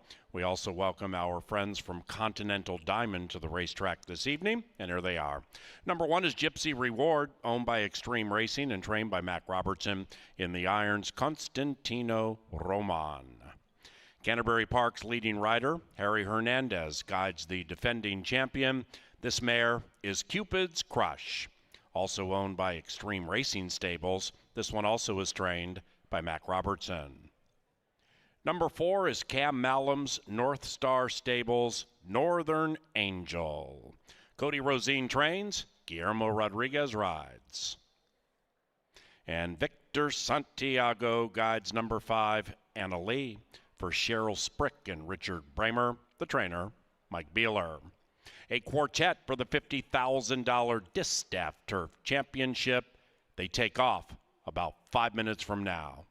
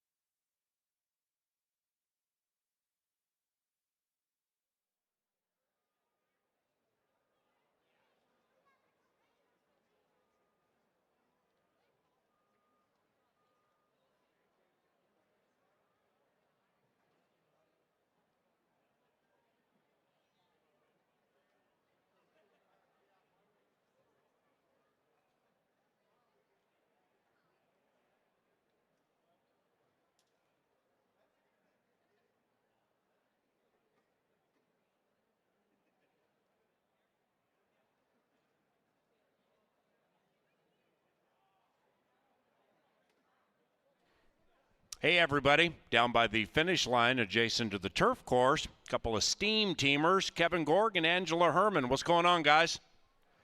Well, it's a great place to watch the race. We're right here where the money will be decided in this $50,000 stakes race. First thing I want to do, Ange, is walk the turf course and get a feel for how much moisture we've taken. It's sprinkling right now, as you can clearly see on my bald head.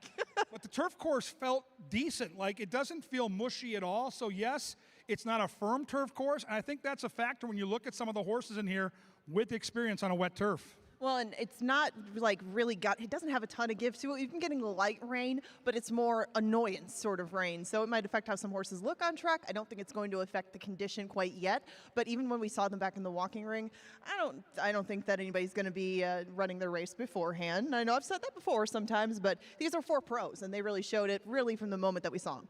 Small field, so post position doesn't matter, but they are going to come out of that chute. And I always like to see how jockeys try to get into position as they warm up.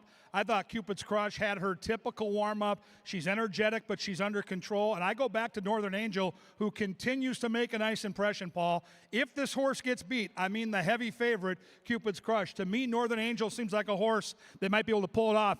It's going to be awesome. Can't wait to hear your call. 9 straight stakes races. This is why we love Festival of Champions. KG, Angela, thank you very much. Northern Angel has profited made nearly $40,000 this year from just 5 starts. Annalise 7-1. Cupid's Crush is trying to become the 4th in the history of the Minnesota Turf Distaff Championship to win it 2 times. Planadance did it in 97 and 98 for Marlene and Bun Colvin. Chad Anderson was the rider aboard Planadance those years. Then we go to 2017, 2018. Some Say So for Mark Kahn and the Rosines. Most recently, Midnight Current for the late Bob Lothenbach. Harry Hernandez was the rider 2022, 2023. Midnight Current, of course, trained by Joel Burnt. Cupid's Crush is 2-5. She won this race last year in 142.22 with Serafin Carmona. Northbound Pride was the first Minnesota Turf Distaff Championship champion, winning it in the Canterbury Downs days back in 92 with HOF Scott Stevens for Northbound Pride partners and trainer Burl McBride. The quartet for the first of 9 consecutive stakes races. Moving in line, Gypsy Reward shares a home with Cupid's Crush. Northern Angel, Anna Lee. As you can see behind the gate, the rain is coming in from the southeast here in Shakopee. Turf course good.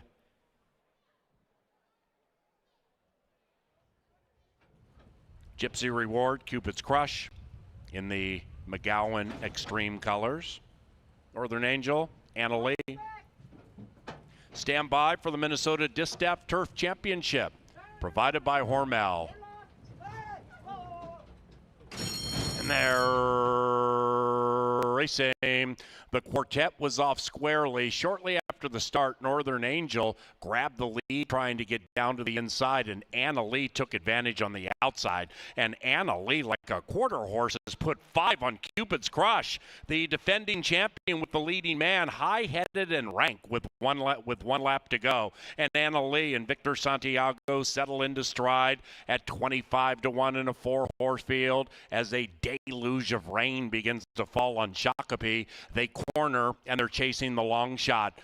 Cupid's Crush, the defending champion in this race, 3 lengths behind the leader in second, and about 2.5 clear from stablemate Gypsy Reward. Northern Angel just 5 lengths behind that 5, Anna Lee. And Anna Lee sails along with a 2.5 length lead. Cupid's Crush biding her time in second. Gypsy Reward to the outside of Northern Angel. And 3 of them are creeping up on Anna Lee. Anna Lee, the 25-1 shot, needs to keep going. And in fact, she is. Anna Lee still handheld by Santiago. Cupid's Crush right alongside. So you have the hot favorite to the outside of this bomb. And Cupid's Crush is going to sail right by. Cupid's Crush, Anna Lee, then it's Gypsy Gypsy Reward, and Northern Angel is spinning her wheels, and they all have been left in the wake of a keen turn of speed by this spectacular filly, Cupid's Crush, who's going to go back-to-back in the Minnesota Distaff Turf Championship. She's showing off now as the Princess Elaine champion. Cupid's Crush, maybe by 8. Long shot second, that's Anna Lee, and a photo for third.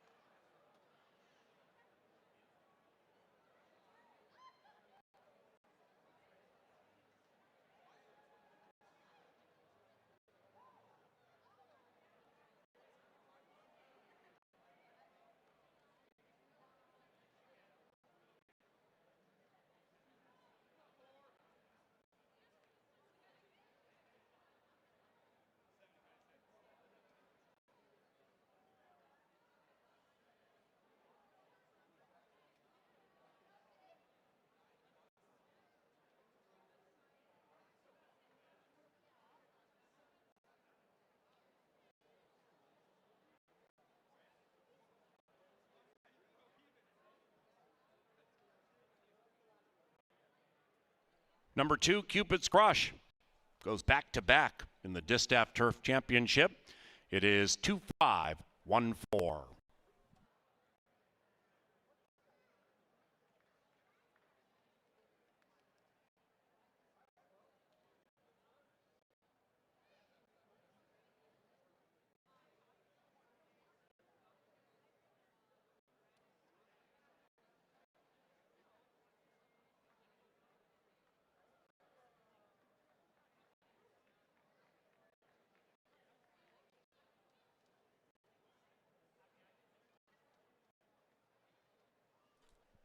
This is the third win in this race from the last 4 years for jockey Harry Hernandez, and the 9th time Mac Robertson and his team have taken down the Turf Distaff Championship.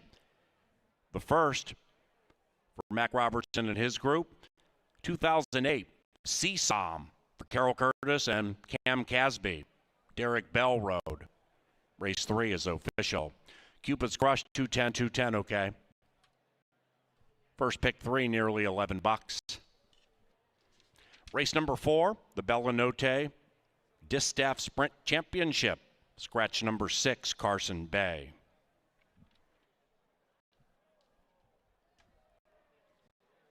Ladies and gentlemen, Canterbury Park welcomes to the winner's circle for the trophy presentation. To the winning connections of the Minnesota Distaff Turf Championship, sponsored by Hormel, we welcome Emery and Evie Sales with Hormel Foods, and Naomi Furman with Continental Diamond.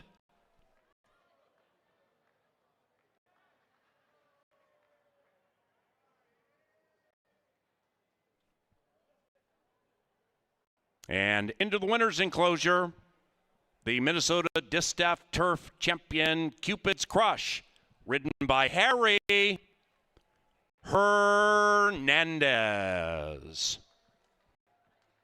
Vicky McGowan's Extreme Racing Stables owns this fast mare, and the winning trainer, Mac Robertson. Cupid's Crush is a 5-year-old bay daughter of Cupid out of Dazzling Sweetheart, bred in Minnesota by Barry Butzo and Mary and Eric Von Segern.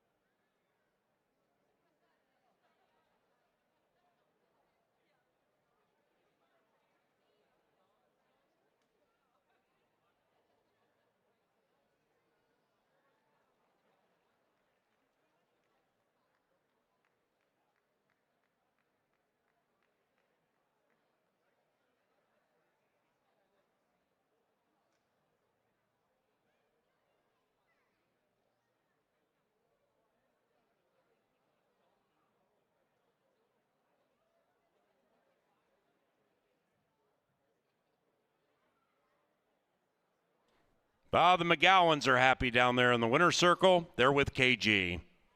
All right, always fun to catch up with these two people, some of the nicest folks in the game. Vicky, I'll start with you, the defending champ, heavily favored. Do you get nervous when you're in the paddock, or you just kind of celebrate the day? You know what? Today, I just celebrated the day. I wasn't nervous, which might have been a good thing. Right, because you normally are very nervous. Yes. Yes. And Mike, obviously, this is a super talented racehorse, defending champion.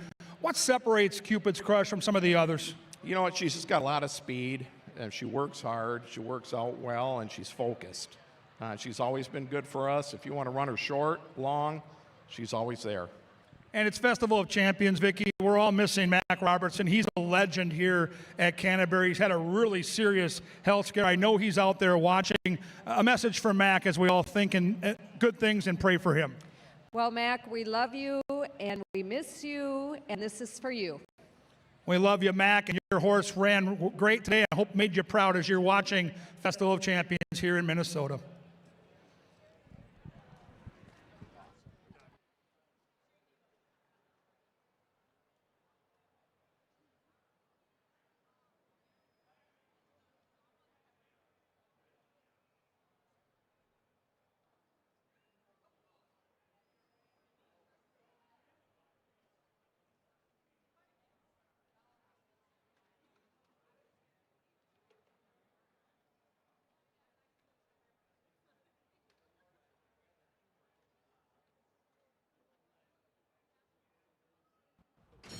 And they're racing. The quartet was off squarely. Shortly after the start, Northern Angel grabbed the lead, trying to get down to the inside, and Anna Lee took advantage on the outside. And Anna Lee, like a quarter horse, has put 5 on Cupid's Crush. The defending champion with the leading man, high-headed and rank with one lap to go. And Anna Lee and Victor Santiago settle into stride at 25-1 in a 4-horse field as a deluge of rain begins to fall on Shakopee. They corner, and they're chasing the long shot. Cupid's Crush, the defending champion in this race, 3 lengths behind the leader in second, and about 2.5 clear from stablemate Gypsy Reward. Northern Angel just 5 lengths behind that 5, Anna Lee. And Anna Lee sails along with a 2.5 length lead. Cupid's Crush biding her time in second. Gypsy Reward to the outside of Northern Angel. And 3 of them are creeping up on Anna Lee. Anna Lee, the 25-1 shot, needs to keep going, and in fact she is.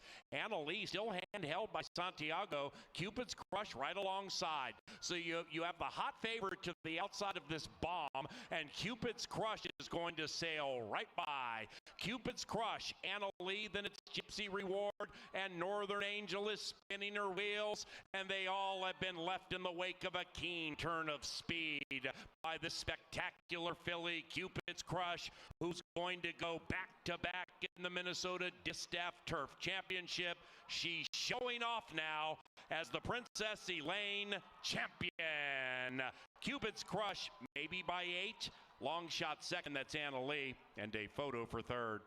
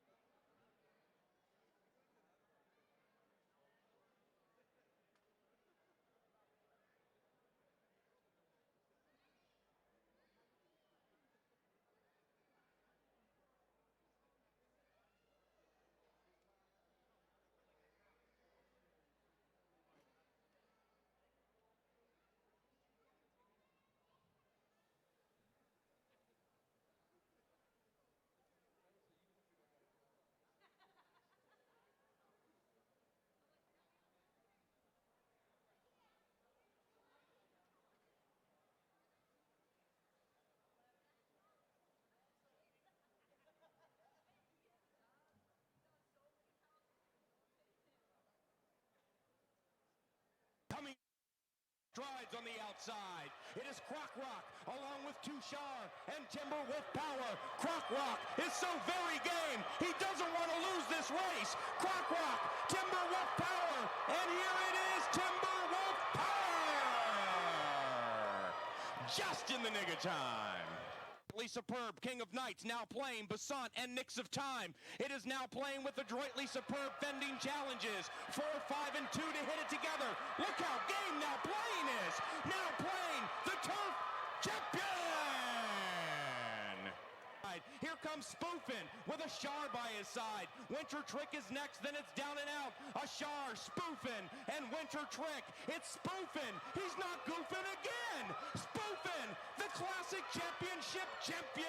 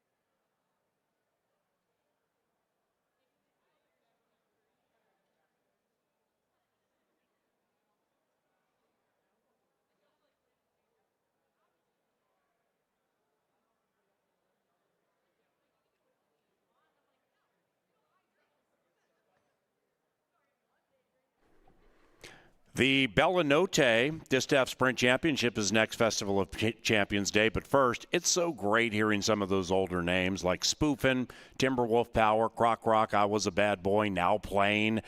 The Festival of Champions is immortality at Canterbury, and we'll see who's next to join the club. Let's go down to Kevin and Angela and cap it up. Well, you know, the beauty of nights like this, Angela, we're both fans of the game. We love horse racing, and we love Minnesota breds. And to see Cupid's Crush up close and personal do her thing, I get it. The horse was 1-9. Nobody's going to get rich on a race like that. But to see that horse do her thing, she's extraordinary. And that's what this night brings out. It brings out the best. It brings out the champions. Right, and it tests those champions and gives some horses who might have been in some different races claiming, work their way up to allowance to take a shot at those horses. Right. Maybe if they haven't met up with that kind of company before. That's what this day, like you said, is about. Take the very best Minnesota breds, put them all together, and see what happens. Now, Cupid's Crush has been quite reliable against Minnesota breds in the past. Now we're going to go to the Minnesota Distaff Sprint, the Bellanote Minnesota Distaff Sprint at that. This is a nice deep group again. We got 5 of them in here.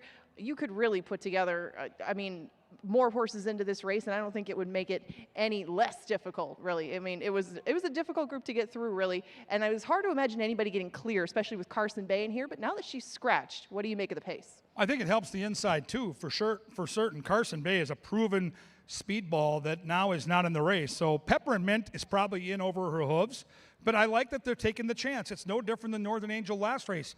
You're here, your horse is sharp right now, and you're racing for a big purse. Give your horse the opportunity to do something special. So on paper, Pepper and Mint, the one, she's outclassed, no question about it. But with her sharpness, with the scratch of the 6, maybe she gets out there quick and does something extraordinary. We've seen it happen on this day before. They don't run them on paper. They run them on the track for a reason. Well, and if somebody can get loose on the front end, especially when you put some moisture in the track like there is today, that can be a lethal combo. And she does have speed, and she's going for 4 in a row. Why not put her in the spot? Like you said, where else are you going to go? Because, Pepper and Mint has been running so well on the front end. You would anticipate that maybe this race wouldn't draw 12 horses. So if you got a horse that's got some speed and can be put into the mix, she's just as dangerous as anyone to shake loose on the front end. Will not be easy with Thunder's Rock and Roll next door, but you never know if a horse breaks slow. If one of them can shake loose from the other, she is going to be a decent price right now. She is 5-1. Yeah, and she looks good as the horses come out of the saddling area. That's Pepper and Mint on your television screens.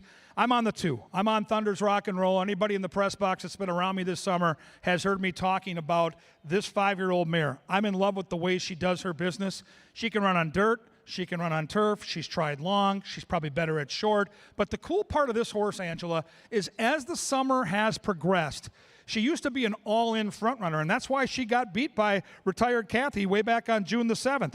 She crackled in 21-3 and was stuck in a pace battle. As the summer's gone on, she's learned to relax and maybe sit off the pace. So if Pepper and Mint gets out there in front of her, I don't think jockey Harry Hernandez will panic. I love the form she's in right now, and I love the fact that she shows up and runs her race every single time. At least the way she drew in comparison to Pepper and Mint without Carson Bay. I mean, you'd think he'd be just breathing right down her neck through the early stages of the race, take over when ready, and that has worked out very well for Thunder's Rock and Roll in her most recent 2 starts. They've been 5 on the turf, but the last time that we did see her on the main track, she was only a length behind retired Kathy, and that was her first start of the year. So we probably have a much fitter, better horse than we saw that day, and what better time for her to take another shot at retired Kathy. Where's Maryland's going to be a long shot, and it's Festival Day, and we've seen this movie before. Go back to last year's Festival of Champions Day. She won at 17-1. She's going turf to dirt, and she figures to be a late threat.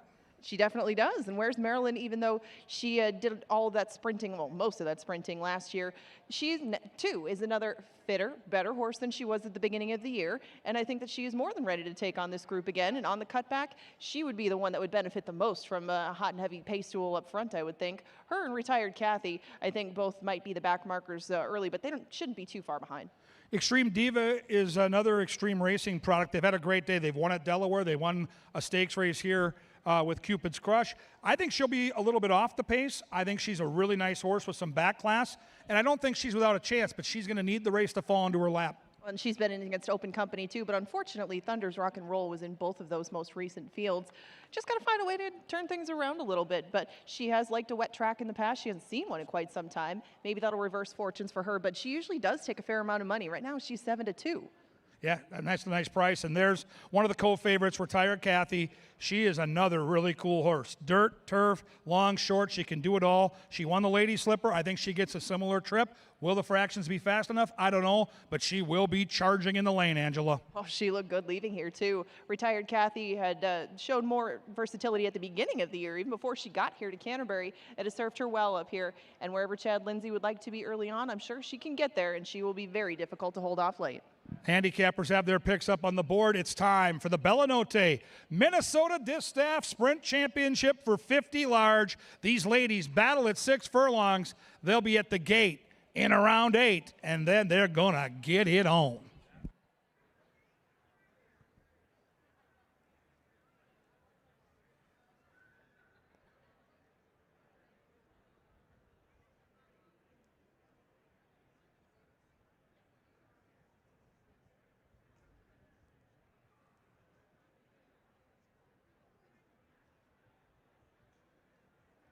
SLD.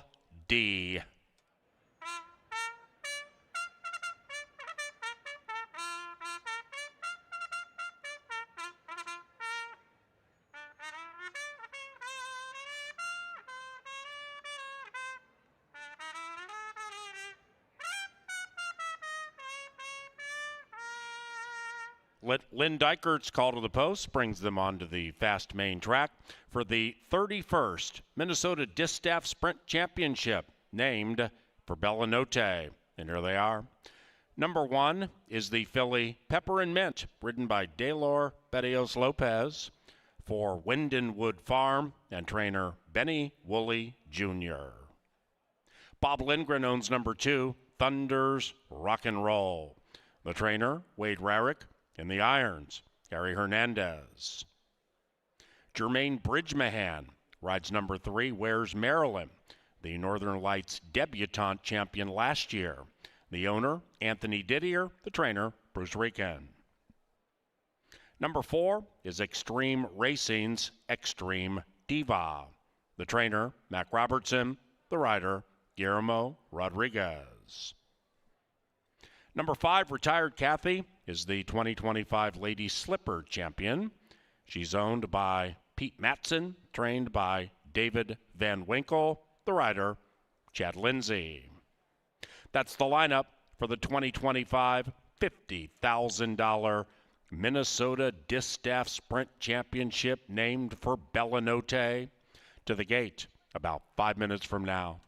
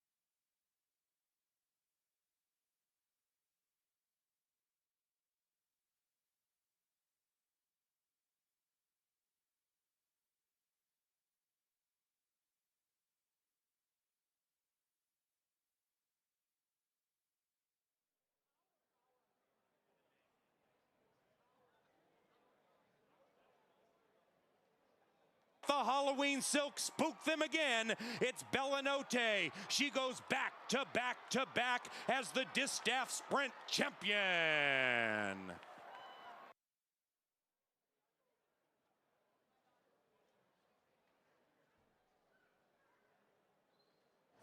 Fond memories of festivals past, and one of those names that you saw on screen was Gretchen Eaton, and Art and Gretchen Eaton have been a fixture in Minnesota racing. Now, that was one particular festival memory, but of all the festivals that you've been a part of, is there one that stands out to you? I have to say, when I turned 60, a number of years ago, we had a party here because my birthday is the day after Christmas. So I never got to celebrate. So we had a party on festival day, and Bella won, and Suddenly Silver won. So both of them won festival races on that day. And, It's Truly Obvious won, not that day, but over the years, Now Playing won 25 years ago, won the Northern Lights. He won the Minnesota Derby a year later. They're just rookie's turn. It's Truly Obvious.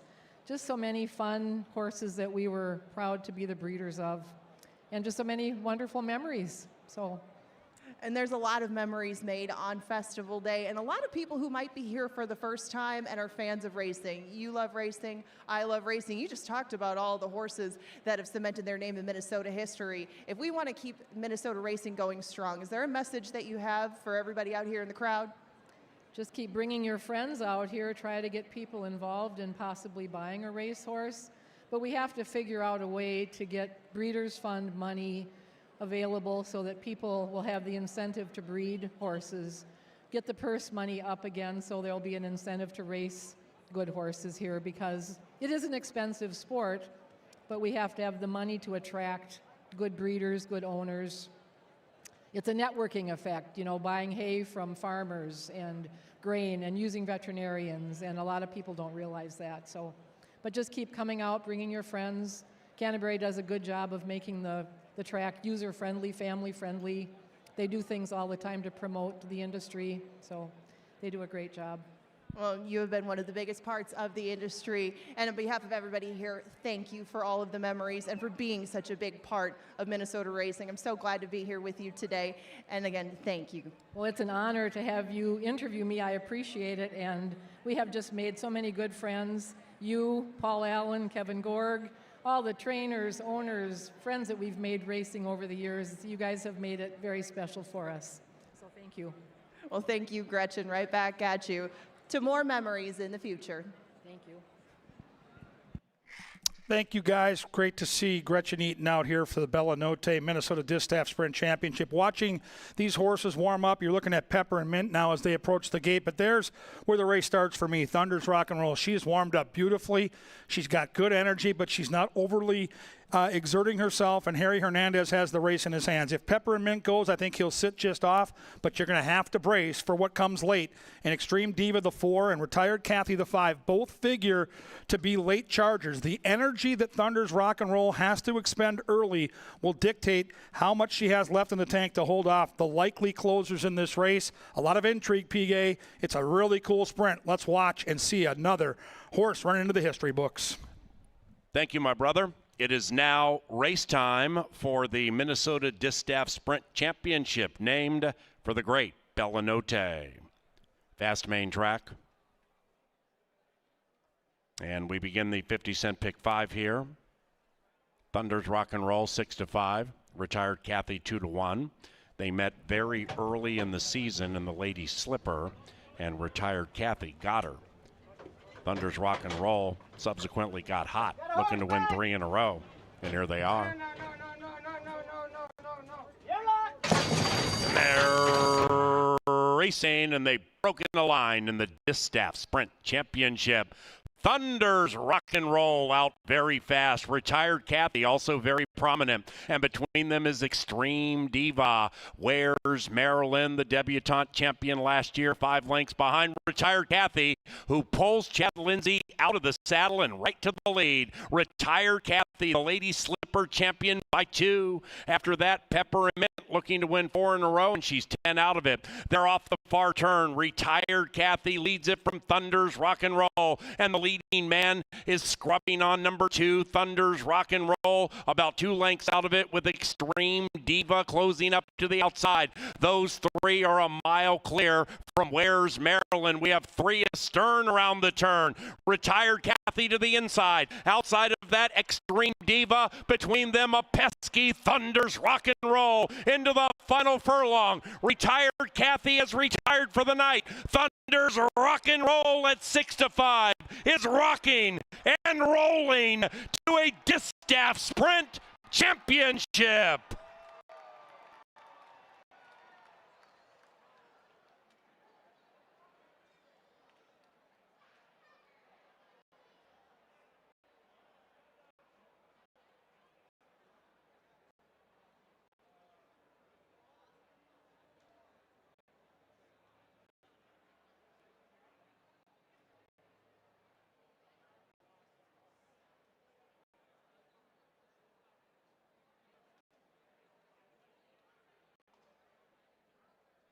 Number 2, Thunder's Rock and Roll has won 3 in a row.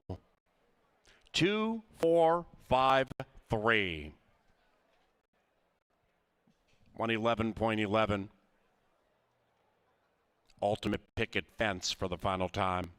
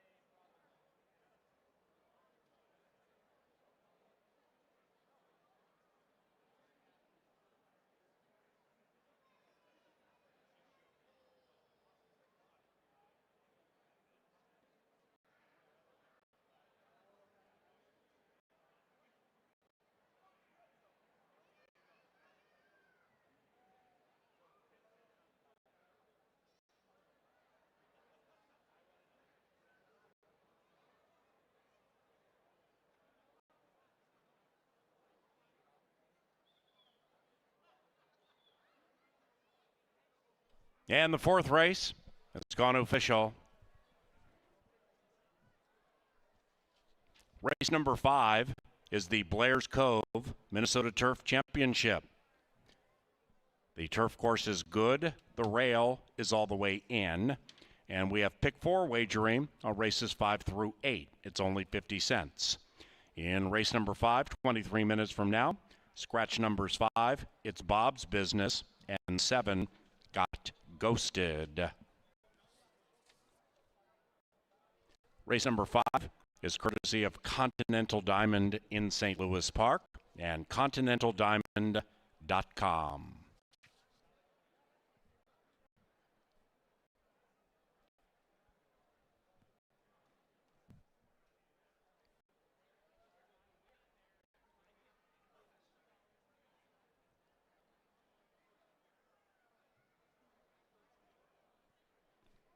We welcome to the winner's enclosure Gretchen Eaton, Hall of Fame owner of Bella Notte and others. Gretchen is making the trophy presentation to the winning connections of the Bella Notte.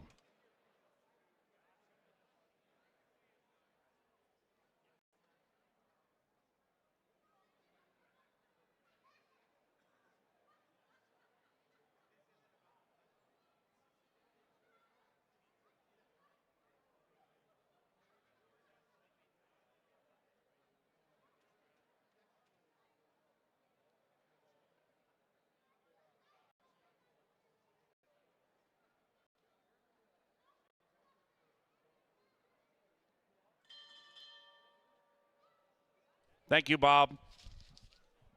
Bell ring from the winner's circle, at least 100 to the Canterbury Park Chapel Ministry and Backside Foundation, benefiting those who live and work on the backside and helping them on many fronts.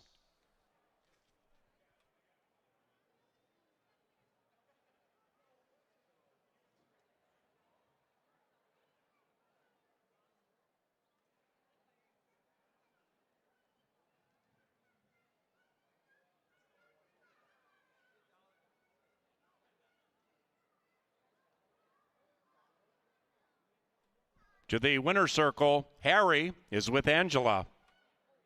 I am with leading rider Harry Hernandez. You have a lot of family in town for Festival of Champions Day, and you win the first 2 stakes of Festival Day. How are you feeling? Great, amazing. Every time I pass a wire, I think about my family being here. And for myself and them, that doesn't happen every day. Since I live over here and they're in Puerto Rico, but it's nothing better than being in the job that I love with my family, my kids, and just enjoying a great day so far.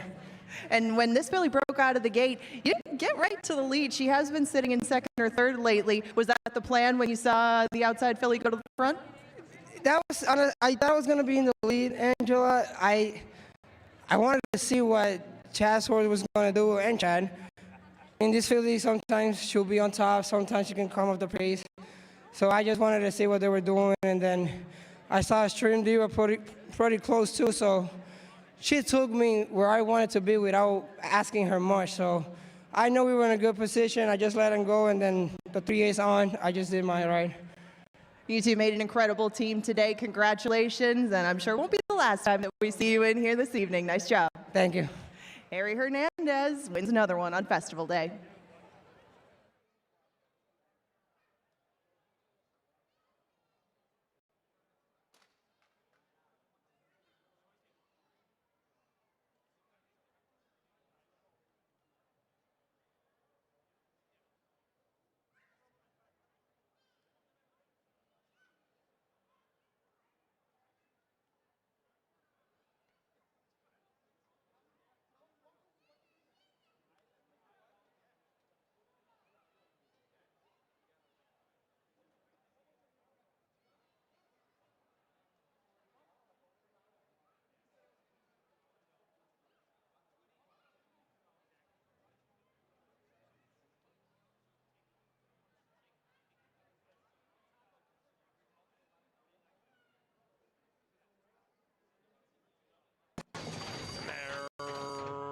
Racing, and they've broken a line in the Distaff Sprint Championship.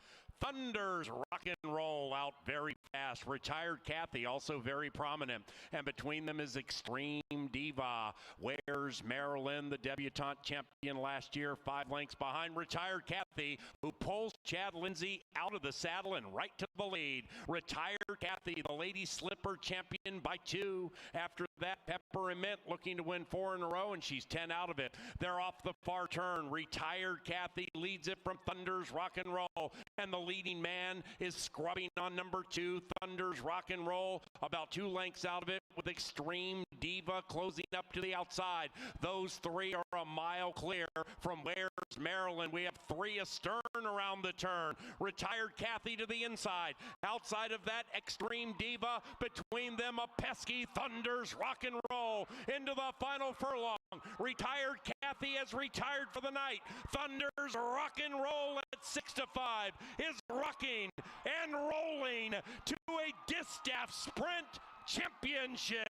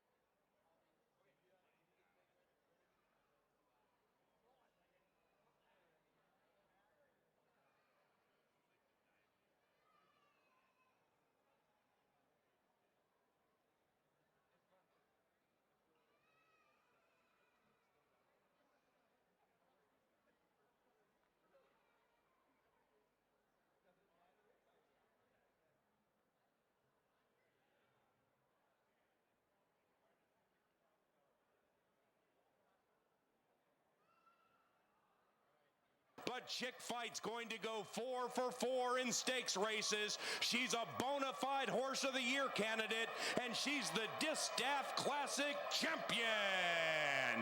Because her Sweet Saint and Rye Eccleberry are the Northern Lights debutante champions. Pay the 3 to 1.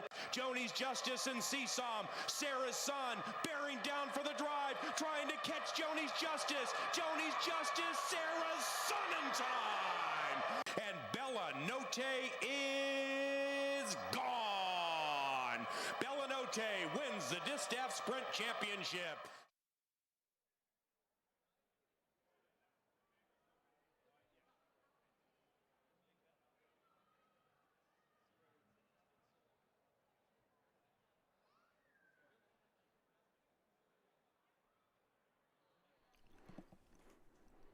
Well, more cool names from days gone by, Festival of Championship style here at Canterbury Park. I have another one for you. How about Wally's Choice, who won this race 2005 and 2006? We bring it up because Canterbury President and CEO Randy Sampson was part of the ownership group of Wally's Choice, along with Wally McNeil, Wally the Beer Man. And Randy will be making the trophy presentation to the winning connections of this year's Blair's Cove Minnesota Turf Championship. The question is, who's going to win it? Let's cap it down in the paddock. Thank you, PA, Angela Herman, and myself, ready to rock and roll here right now on the heels of Thunder's rock and roll off the pace. That was one of those races that unfolded completely different than we thought on paper, but you're seeing high-level horse racing here. Now we rotate back to that turf course listed at good. Ange, when you handicap a race like this today, you know, a couple weeks ago when we started looking at these races, we were looking at a firm turf course. Now there's some moisture there. Does it affect who you like in a race like this, or do you just stick with what you originally thought? Well, I just don't think that we have enough really established form with the horse that would want off turf or not want off turf. So without much experience to them necessarily, I guess that I would stick with what I've already been working with. And it's not that soft or yielding or anything out there. You and I just walked the turf course a little while ago. It's taken some moisture, but it's taken it well. I don't think that it's going to be any sort of I don't know, too mushy course. Well, there is some. I mean, there is definitely some cut to it, but I don't think that anybody is too big a fan or not a fan of such a surface yet. We've talked a lot about this race. It's one of the marquee races at our racetrack. It's the Blair's Cove. And listen, anyone who looks at the racing form can look and tell you that Frosty View and Sushi Man have the fastest figures and are the two best horses in this race. I took a little different approach here, Ange. I thought Half Brother was going to trip out. And my favorite trip in the game when I handicap and I envision how the race plays out is two classy speedballs, eyeball to eyeball, trading punches on the front, and my horse sitting in the garden spot inside, saving ground with a jockey I trust like Erica Murray. I think Half Brother gets the trip. Now, I don't know if he's good enough to beat a field like this, but I think this horse gets a wonderful trip. Your thoughts? I think if it goes the way that it did last time, absolutely. And Half Brother looked pretty loaded, didn't he? I mean, once she got some room for him, Half Brother drew away from that field. Obviously, they get along, and Half Brother seems to be one of those versatile sorts. Doesn't really care what kind of surface he runs over. Maybe that would have been the better answer to off turf. I just want a horse that hasn't really cared thus far what kind of surface that they want to run on. Half Brother falls into that category. Now, he does have some speed to him, too, if things get too pokey up front. But I would imagine that Half Brother and probably the horse right next to him, Out of the Dark, might get similar trips. Out of the Dark has been falling a little further off the pace lately, but usually Alonso Quinones has kept him within striking range, not necessarily on the lead like they used to be, but really within a good couple of lengths of the lead. And as long as they're not going too quick, I wouldn't anticipate too different a trip today. No, I agree. Pete Matson's here. He's got his winner's circle outfit on. And Superstats Dave, who's been red hot handicapping up in the press box. He's your tip sheet guy. He has this horse on top. I respect the heck out of the way he's seeing the game right now. I also respect your point of view. And you come up with Frosty View against Sushi Man. I'm super intrigued by who wins that battle. Likely the most favorable trip is if either one of these horses can get loose. What would be the ideal trip in your eyes for Frosty View, your top pick? Well, I would like him to get loose of Sushi Man and discourage Sushi Man, and that's not going to be an easy thing to do. They are both very quick horses, but I would wonder maybe if, I mean, he's 3 years old. This is start number 8. If they don't ask Sushi Man if he's just fine with sitting off Frosty View until they think he tires. Now, if he tires or not, I'm going to say no, but if they think that he will, then they would, of course, like to be the ones that are first up to pass him up. Sushi Man certainly is full of himself down in the paddock, makes a really good impression physically. Still, Frosty View, the one right in front of him, is the one that I think will get a trip that he's looking for. I think he can get clear, and that might put Sushi Man in a spot that he just hasn't been in much recently.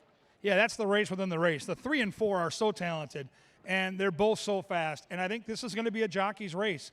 Who makes the move at the right time? Who gets clear? Who's able to save just enough energy? Turf racing normally comes down to the final 50 yards. I think Sushi Man has the best chance to sit just off because he drew outside, and I think that matters. And I'll see what Eddie G pulls out of his bag of tricks. But the horse looks, to your point, Ange, the 4-horse looks incredibly ready to go down here. Arched neck on the muscle. I mean, that is a really good-looking racehorse. Yeah, and he's showing you that he's a horse that probably hasn't had too much taken out of him with those recent efforts, and they have been strong efforts. Worth noting, too, that Sushi Man has been ridden by Harry Hernandez recently, who is aboard Frosty View. Good to know your competition, especially if they want a similar trip to you. Sushi Man, if he goes by his appearance, is going to be a handful for anybody on the front end. Now, the outside horse, De Ghost, probably will be the field's trailer early, you'd think, but De Ghost is another one that handles all kinds of surfaces thrown at him. Not yet victorious on turf, but not too much running on off turf.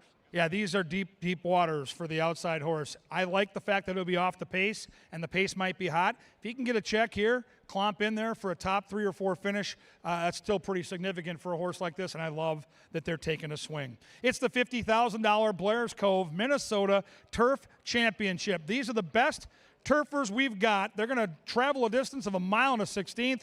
It's a sunny night. It's a beautiful Saturday. We're here in Shakopee at Canterbury Park on Festival of Champions night. Good luck and enjoy another historic race right out here at the park.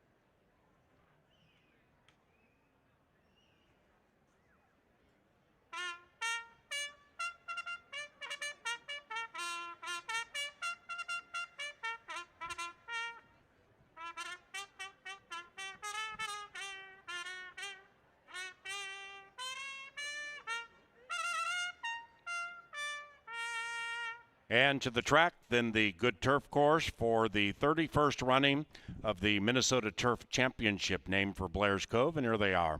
The defending champion is number 1, Half Brother, owned by Sugarland Thoroughbreds and trained by Gary Shear. The jockey, Erica Murray. Alonzo Quinones rides number 2, Out of the Dark, for Pete Matson and Tim Padilla. Tim Padilla trains Out of the Dark. Number 3, and the current favorite, Frosty View, and jockey Harry Hernandez, for owner Charlene Gabler and trainer Joe Burnt. Number 4 is Sushi Man, owned by One Bid Stable and trained by Cody Rosine. Eduardo Gallardo rides Sushi Man. And number 6 is Wayne Scanlon's De Ghost. De Ghost is trained by Martin Escobar in the irons. Victor Santiago. 50 grand is the purse. It's the Blair's Cove Minnesota Turf Championship. 5 minutes from now.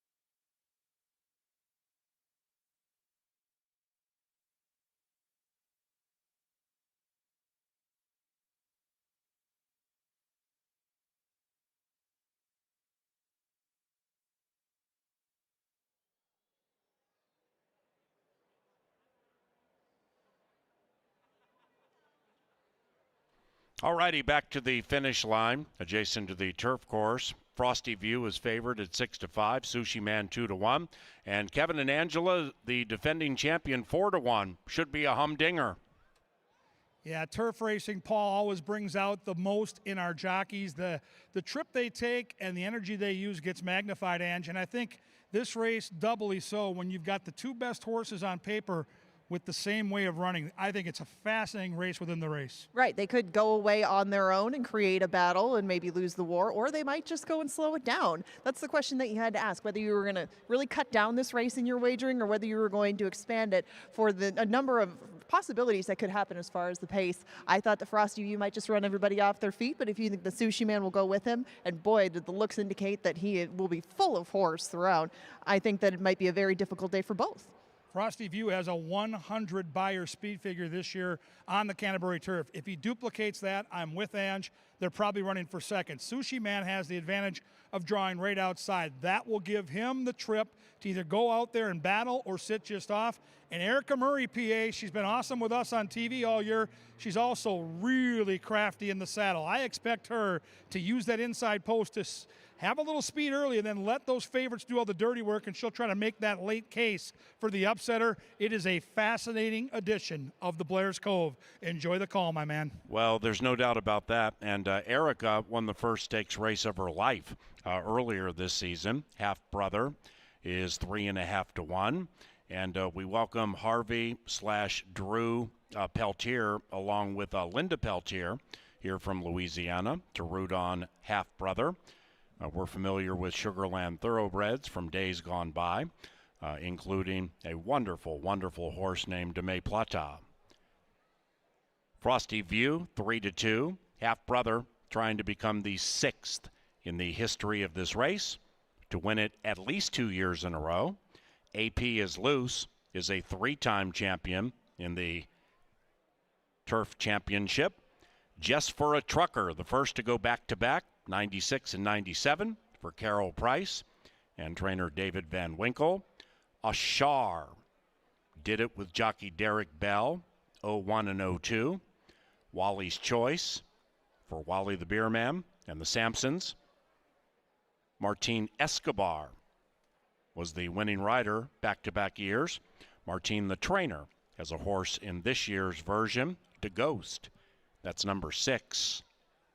Tubby Time won it in 2011 and 2012. And Half Brother, last year ridden by Alonso Quinones, tries to take down the prize in back-to-back fashion. This year ridden by Erica Murray. Frosty View is 8-5. Sushi Man is 9-5. The defending champ, 3-1. And it's post time for the $50,000 Minnesota Turf Championship, named for the great Blair's Cove.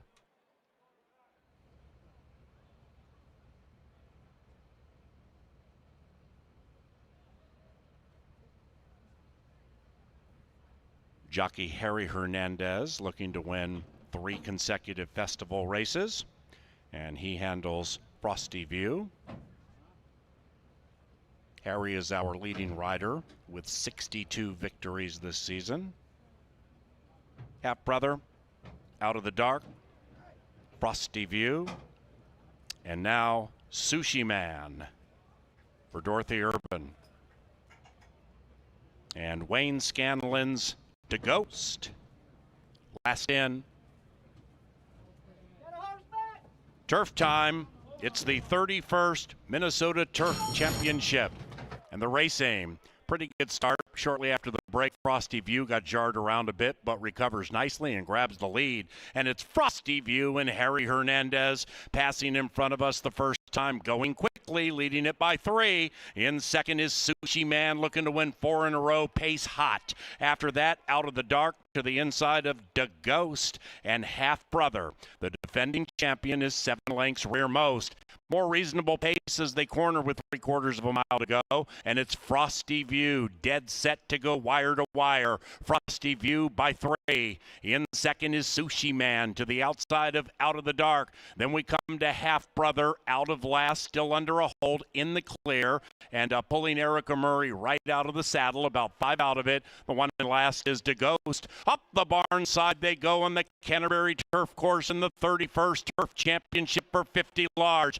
And it's Frosty View, still giving them a view of at least 2 lengths with that lead. Frosty View from Sushi Man. Half Brother, once in last, now in third, still not asked for run, about 4 out of it. That's it for Out of the Dark, losing ground, and To Go still is last. Sushi Man's attempting to take a run at Frosty View. After that, the defending champion Half Brother needs to go. Half Brother 7 lengths behind Frosty View, and Frosty View may have given them the slip. Frosty View with the hot jock by 4, and it's ever widening. Sushi Man is next. Then we come to Half Brother. It is Frosty View drifting out to the middle of the track to give everybody a full display of the Minnesota Turf Champion. That's 3 in a row for Harry.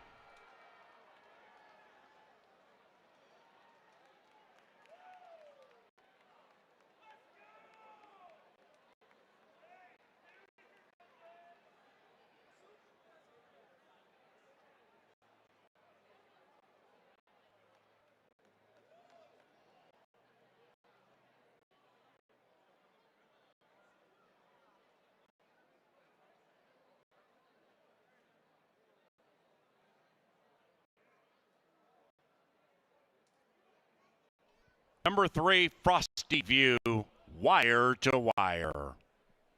3, 4, 1, 2 in race 5.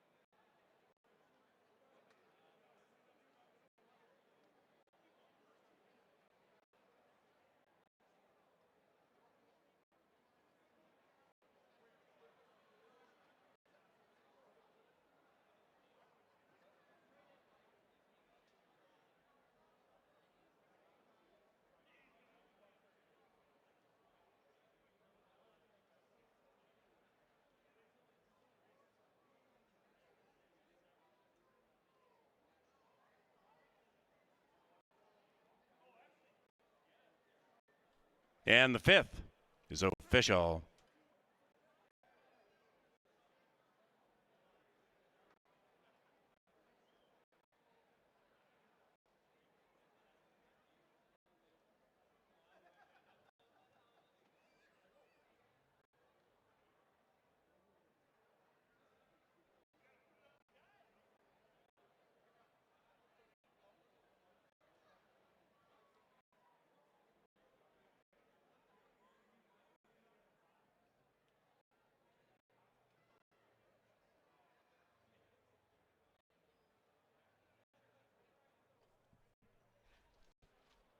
Race number 6 is 22 minutes from now. The 2-year-olds get center stage. It's the Northern Lights Futurity. That's a $75,000 co-feature. Scratch number 1, Ben's Lake Echo.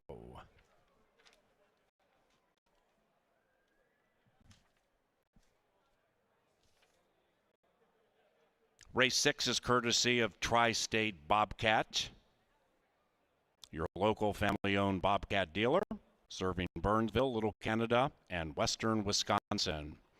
Thank you, Tri-State Bobcat. And they sponsor the Northern Lights Futurity, which is now 20 minutes away.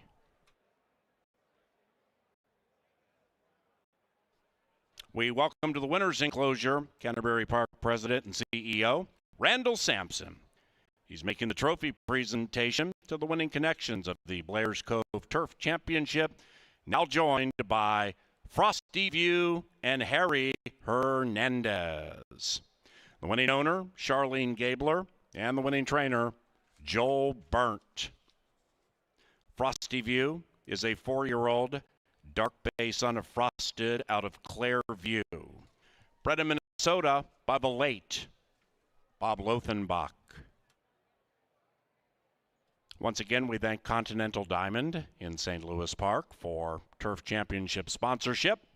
Go say hello to Revy or Andy or any of the second to none staff and save money on jewelry from the best. ContinentalDiamond.com.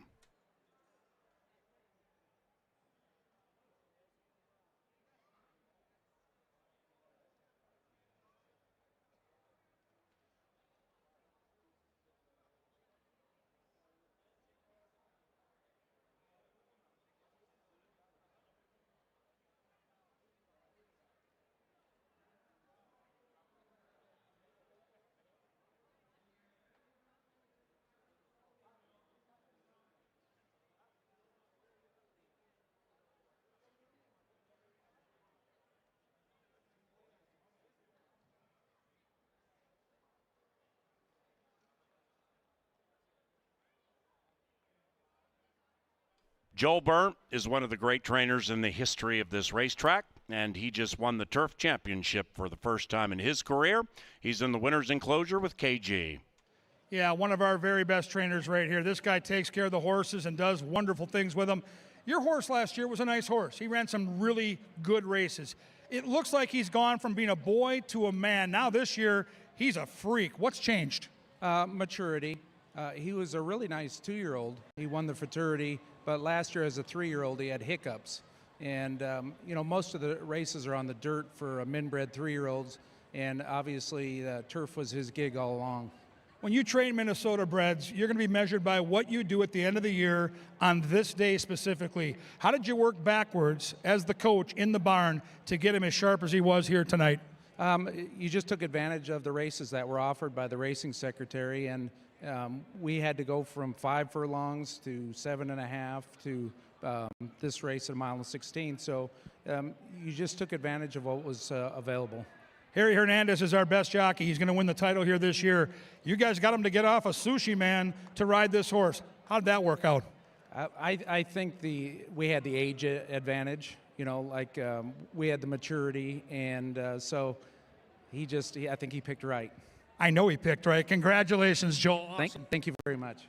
Joel Burnt, phenomenal at his craft. And by the way, Frosty View, pretty nice horse, too. Thanks, Gary. Appreciate it.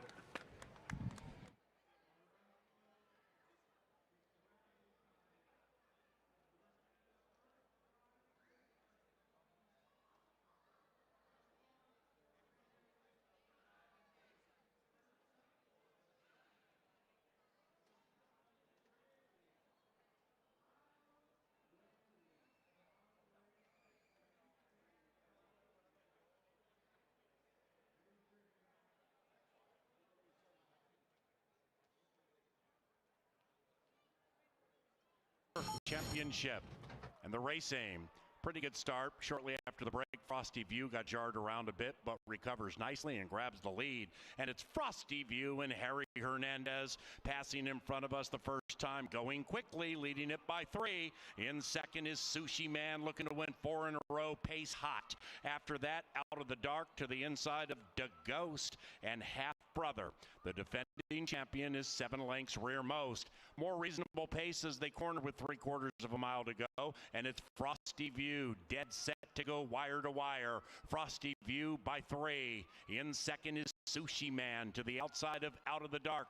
Then we come to Half Brother out of last, still under a hold in the clear, and pulling Erica Murray right out of the saddle, about 5 out of it. The one in last is Da Ghost. Up the barn side they go on the Canterbury Turf Course in the 31st Turf Championship for 50 large, and it's Frosty View, still giving them a view of at least 2 lengths with that lead.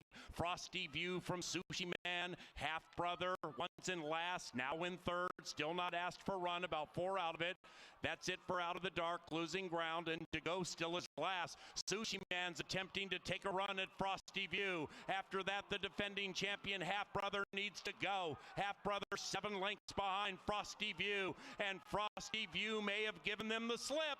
Frosty View with the hot jock by 4, and it's ever widening. Sushi Man is next. Then we come to Half Brother. It is Frosty View drifting out to the middle of the track to give everybody a full display of the Minnesota Turf Champion. That's 3 in a row for Harry.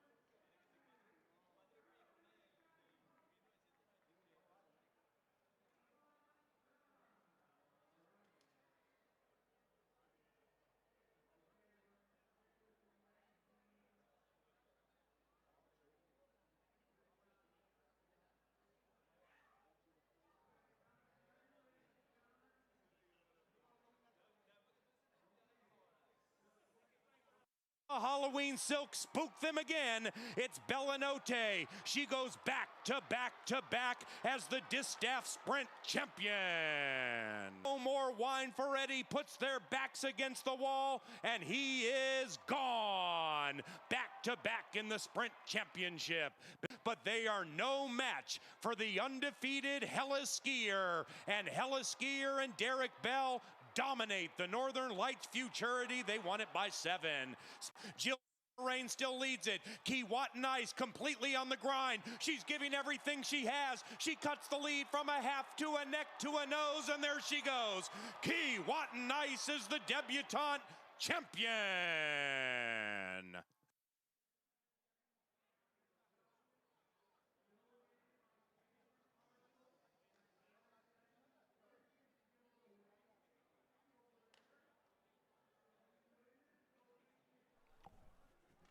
And now on Festival Day, we head to the $75,000 Northern Lights Futurity. This one's for 2-year-olds. And number 2, how about that, Kurt? Ridden by the hottest jockey at the track, Harry Hernandez, trying to win 4 in a row. What's interesting here is how about that Kurt is trained by Tony Rengstorff. And Tony last won this race in 2012 with a horse named Sugar Business, owned by the late Kurt Sampson, after whom number 2 is named. This one's going to be tough. Kevin, Angela? Yeah, it's nice to have the best horse on paper. It's nice to have a horse that has shown a bunch of talent and still has upside. And it's also nice right now, Angela, if you're a horse and you're ridden by Harry Hernandez. It has worked out thus far very, very well. And how about that? Kurt is going to have Harry Hernandez aboard. He has been riding him for his first 2 starts, too. Very familiar with a 2-year-old, and that is a big advantage to have. I mean, they're just developing into the race horses they're going to be, and to have a rider that knows some of their quirks and such, well, that's why a lot of money is going this way. He is your 1-2 favorite, looking to win his second race and start number 3. And this will also be a good yardstick maybe for a little bit later, because the horse that beat him first out, Summer Winner, is going to show up in the very next race. Yeah, no question. If you're a trip handicapper and you like to factor in how other horses are running, use this as a measuring stick. And I think the opening pop of the gate and the opening 3 or 4 seconds of the race will tell you everything you need to know about our favorite. How about that, Kurt? This is a horse with speed, with the scratch of the 1. The inside is real simple. If you get out of the gate, it's wonderful. If you get out of the gate a little slow and you get trapped behind other horses, it's a problem, and we'll see if this horse can break sharp. But Harry Hernandez is making all the right moves, and the price is 3-5, so it's no secret. And the 3 is Navarre for Karen Offerman. Troy Bethke has popped up on Festival Day at a big price before. On paper, looks overmatched, but on the track out here in the paddock, looks terrific. Well, he's a nice horse. I mean, you can see him coming right behind us right now. And, I mean, he's a big horse. He might need some time to grow into himself, and maybe even he'll be an even better 3-year-old. But still, he improved a lot from start 1 to start 2. And Troy won this race in 2007 and 2009, like you mentioned. And he is one of a few from his barn that was entered. One of them did scratch. But the 2 starts that he has and how close he got in that last one really do make him a good contender at a price at 11-1. You get another nice price on the horse right next door, Crosstown Highway. Yeah, the blinkers go on. I think this horse probably still figuring things out. So when you see a trainer like Troy Bethke put the blinkers on, that can sometimes signal there could be some quick improvement. To me, the X factor, the mystery horse, is on screen right now. Debuting with blinkers for a guy like Joel Burnt, who is such a great horseman. If he's been working towards this goal, a $75,000 stakes race, and he's debuting, I think he thinks he's got a really nice horse. And I'm telling you right now, at 12-1, that might be the value on the board. Well, and he won this race 4 times straight from 2020 to 2023. This mare, Puffle Feathers, did drop a first out winner named Start Singing. Now, she did need a little bit more ground to be at her best. You see blinkers on for the first start, and I just think that maybe a touch more ground and a race behind him will help. But the quality must be showing in the morning, or he would not be in this spot. Completely agree. You've got the 6, chances are second. Tell us more. Chances are comes from a race that involved a few of these entrants, and he ended up in the middle, but he was doing all of the work early on the front end, and they were not going slow. Chances are did make a good debut. He came up a neck short to the horse just to his outside, but he had to fight for it every step of the way. That can teach a horse a lot in start 1. 7 looked good down here in the paddock, and I'm telling you, trainer Nick Goodwin has been one of the real stories of our meet. Went into the Hall of Fame as a rider. This guy's got real talent training horses, and he's got his go-to girl, Betty Joe, in the saddle. They're outside, and they're taking money at 7-2. It's the $75,000 Northern Lights Futurity. It's going to be a young horse with a big future. You can watch and wager, truly be a part of history. They're at the gate in around 8, and you know what? They're going to get it on.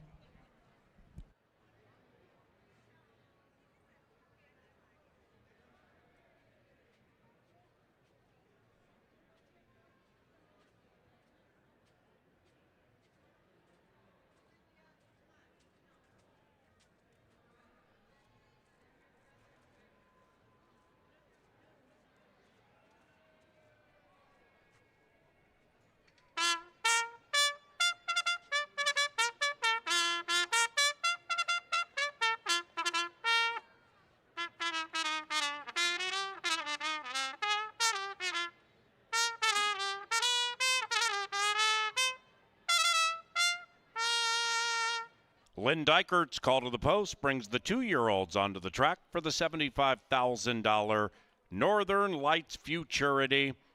It's the 41st running.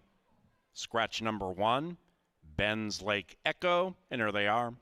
Number 2 is Sampson Racing's. How about that, Kurt? Tony Rengstorff trains, Harry Hernandez rides.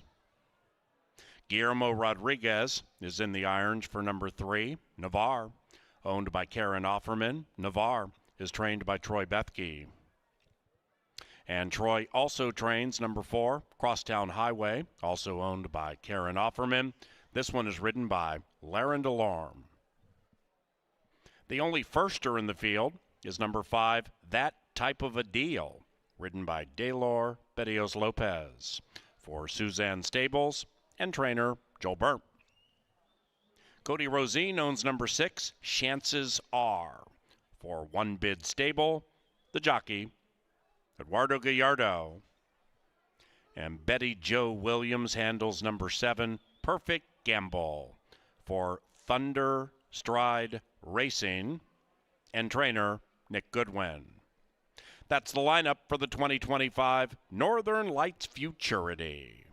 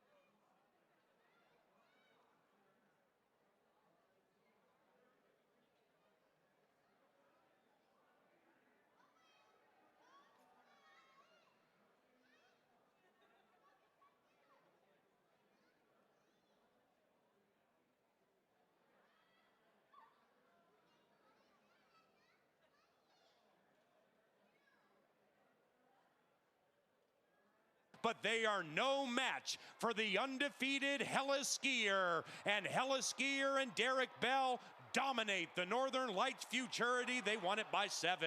And Mr. Jägermeister is gone. He left them punch drunk in the Northern Lights Futurity. This is a superstar on the rise. It's Love the Nest, the Northern Lights Futurity champion. Yeah, we've seen some really talented horses. Love the Nest was so cool. Trained by Joel Burnt, who already has a win on this great card.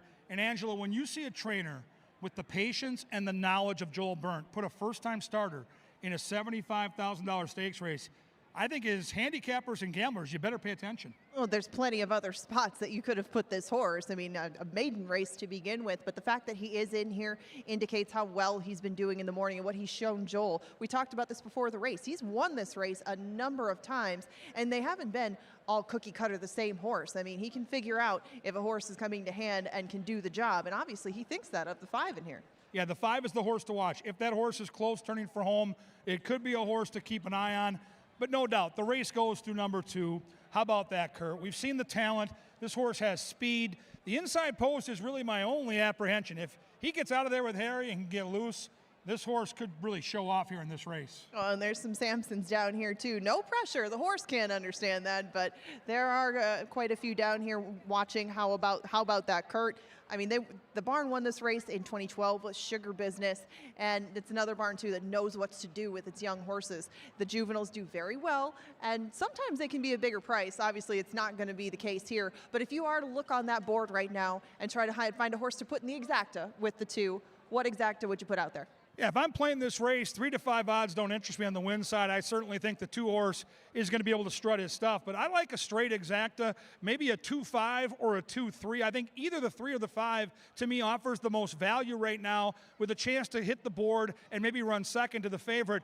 But this night so far has been all about the guy that just came by our screen, Harry Hernandez. And Angela, you got to interview Double H. He's got family here to watch him. That's got to be extra special. And that's one of the best parts about Festival is that it brings out a lot of families and a lot of connections that are all tied to these Minnesota breds, whether they bred them, whether they own them, whether they're friends, whether they're family. That is what this night is all about. I'm glad that they all get to celebrate right alongside them. PA, you've been calling races up here for 3 decades plus. This is some of our favorite races because these are the 2-year-olds. These are the future superstars on the Minnesota bred side. Have an awesome time, maybe crowning another great champion and a horse to watch for many years. Well, there's no doubt. And race number 7, the debutante, has 11 2-year-old fillies. So the future is bright with the next 2 races. How about that, Kurtz? 3 to 5. And they reach the starting gate for the 41st Northern Lights Futurity. This one first was won at Canterbury Downs. First year of this racetrack, 1985. Cherokee Prince. Penny Lewis was the trainer for old Max McGee. First year of Canterbury Park, 1995. Wilson Brown with HOF Scott Stevens. Won it with Town Clown. Darwin Olson was the owner.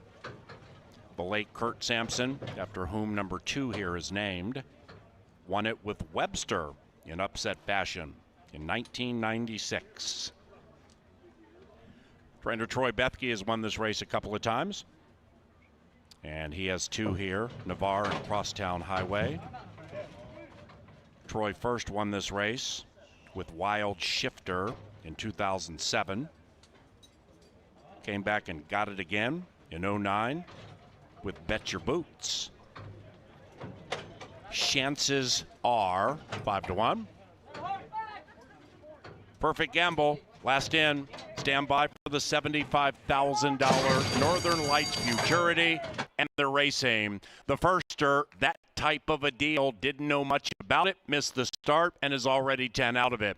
Meanwhile, great start for Chances Are. Chances Are gets down to the inside coyly. How about that, Kurt? The hot favorite with the hot jockey, though, will still secure the inside about a length from the lead. That's the 2, and the leader still is Chances Are as they approach the far turn. Behind them is Crosstown Highway to the inside of stablemate Navarre, and moving up outside of them, Perfect Gamble. Now, that type of a deal is out of last after the bad start and swinging wide, about 4 wide, 4 out of it. And they approach the top of the stretch in the 41st Northern Lights Futurity, and they're all clumped together. How about that? Kurt comes sneaking through to the inside, and the 1 to 5 favorite is taking aim at the lead. After that, Chances Are, and on the far outside is Perfect Gamble, and they're far clear from Navarre. How about that, Kurt? And a very game Chances Are, but how about that, Kurt? That's 4 in a row for Harry Hernandez. This is Festival to Harry. And how about that, Kurt is the Northern Lights Futurity champion.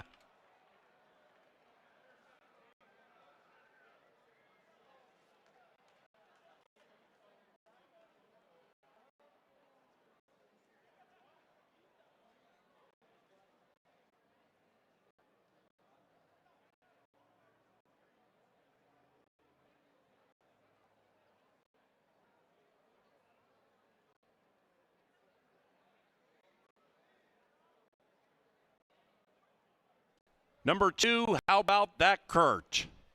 First. 2.673. In 112.03.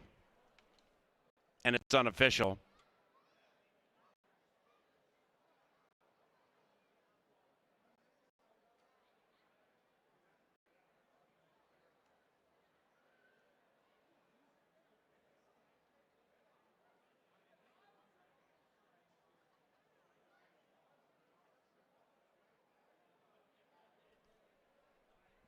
Once again, ladies and gentlemen, we thank Tri-State Bobcat for its 2025 sponsorship. As we mentioned all season, excellent equipment, tools, rentals, and service needed to get any job done. Carrying top brands like Bobcat, Toro, and Steel. Thank you very much, Tri-State Bobcat. The Northern Lights Futurity is official. How about that, Kurt? 240, 210, 210, okay.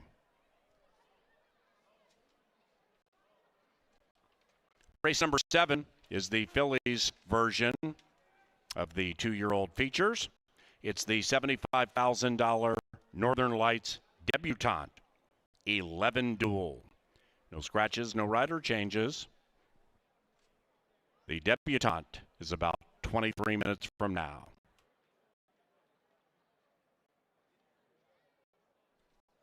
Canterbury Park welcomes to the winner's enclosure John Quirk with Tri-State Bobcat, making the trophy presentation to the winning connections of How About That, Kurt?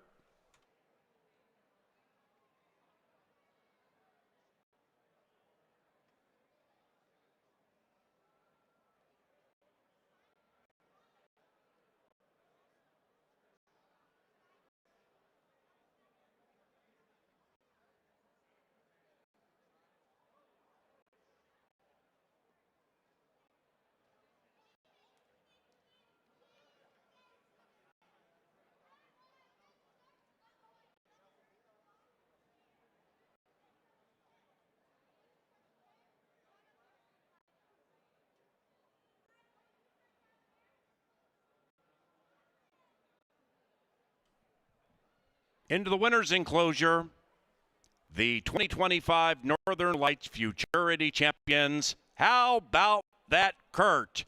And that's 4 in a row for Harry Hernandez.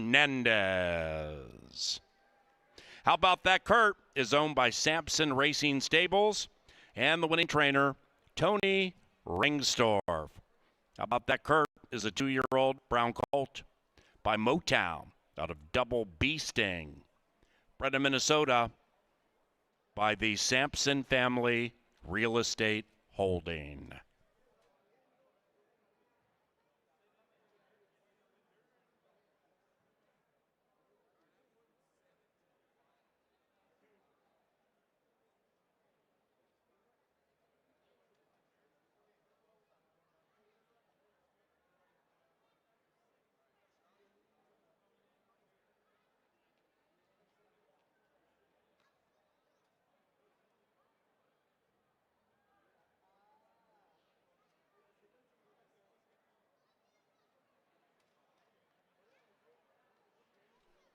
Northern Lights Debutante in 22 minutes.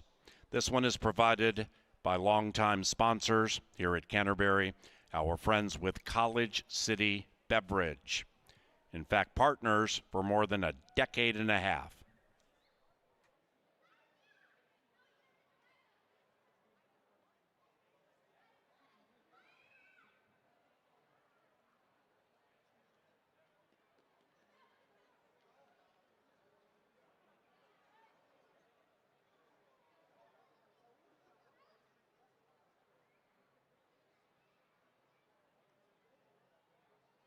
Wheel, head to the winner's circle, and here's Angela. I've got him down here. Hard man to pin down in interview, but here you are. Now, we have How About That Kurt, the winner of the Northern Lights Futurity, but if anybody doesn't know the story of how this horse got his name, tell us a little bit more. Well, my dad had a favorite expression, and so did my grandma, but people have said that they thought it was because he wasn't paying attention to what they're saying, but I think it was just more of not knowing what to reply sometime. So that was their favorite saying, how about that? And we couldn't get that name, so we had to put, how about that, Kurt? That really wasn't the first choice, but it was a good way to celebrate his life.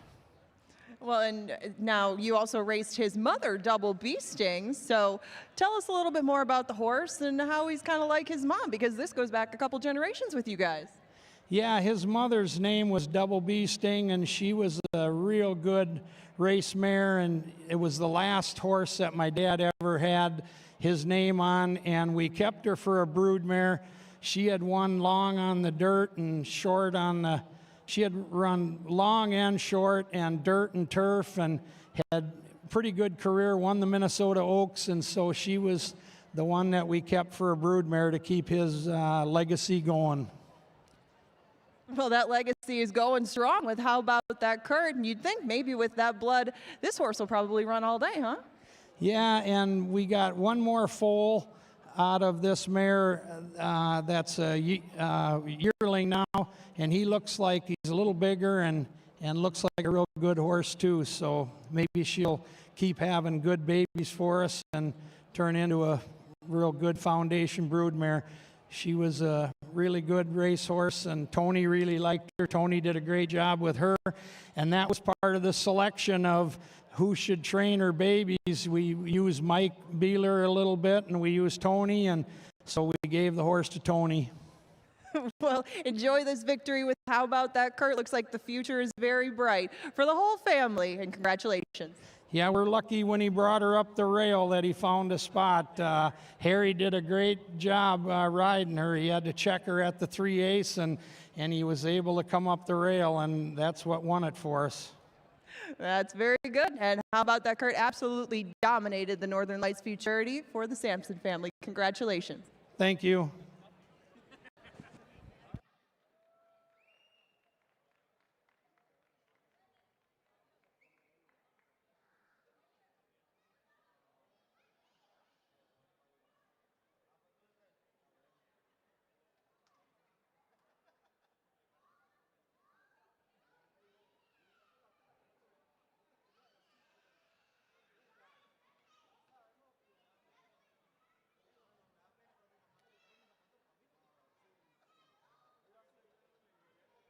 Northern Lights Futurity and the race aim. The firster, that type of a deal, didn't know much about it, missed the start, and is already 10 out of it.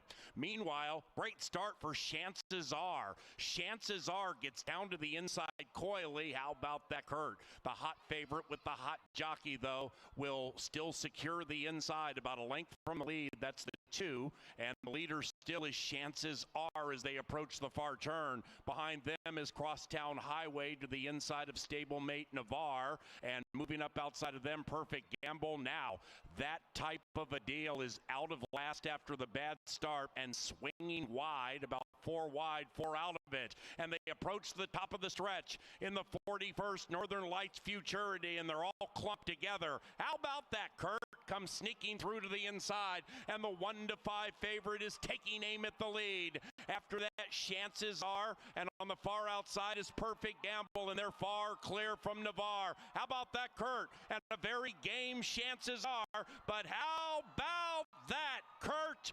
That's 4 in a row for Harry Hernandez. This is Festival to Harry. And how about that Kurt is the Northern Lights Futurity champion.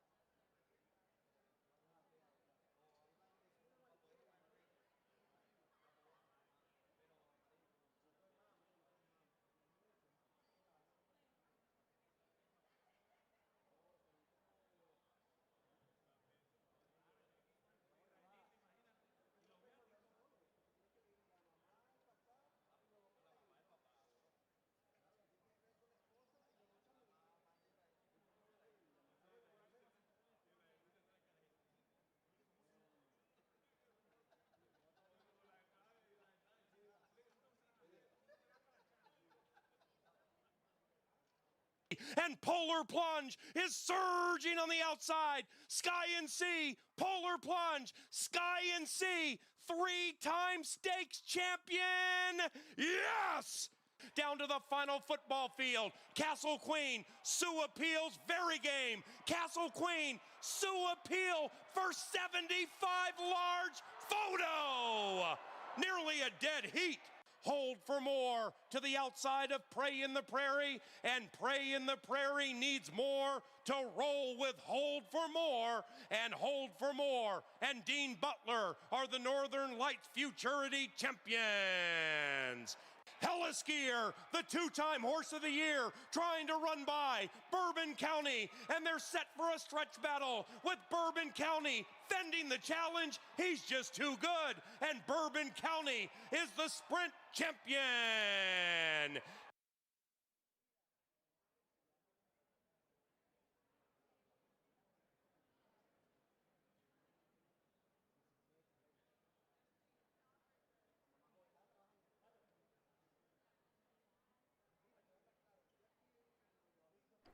All righty, time for the $75,000 Northern Lights debutante. This is the 39th running. Plenty of intrigue here. Can jockey Harry Hernandez win 5 consecutive races? He's on number 3, Kate Skate. Can Incredulous stay undefeated? This one is 4-1. And we just saw How About Kurt? How about that, Kurt? Win pretty nicely. Well, a couple of months ago, Summer Winner kind of dusted the Futurity champion, and this one's 3-1. Angela Herman is here to handicap it. Thank you, Paul. I am down here in the paddock for the Northern Lights debutante. This is the biggest group of the night and one of the best vertical betting races. By that, I mean Exactus Tries Supers, all on the wagering menu. It's a good group. We have to get right to it because they are so big. The one, Heavenly Captive, is still a maiden. She was 3rd last time behind a couple of others that are in here.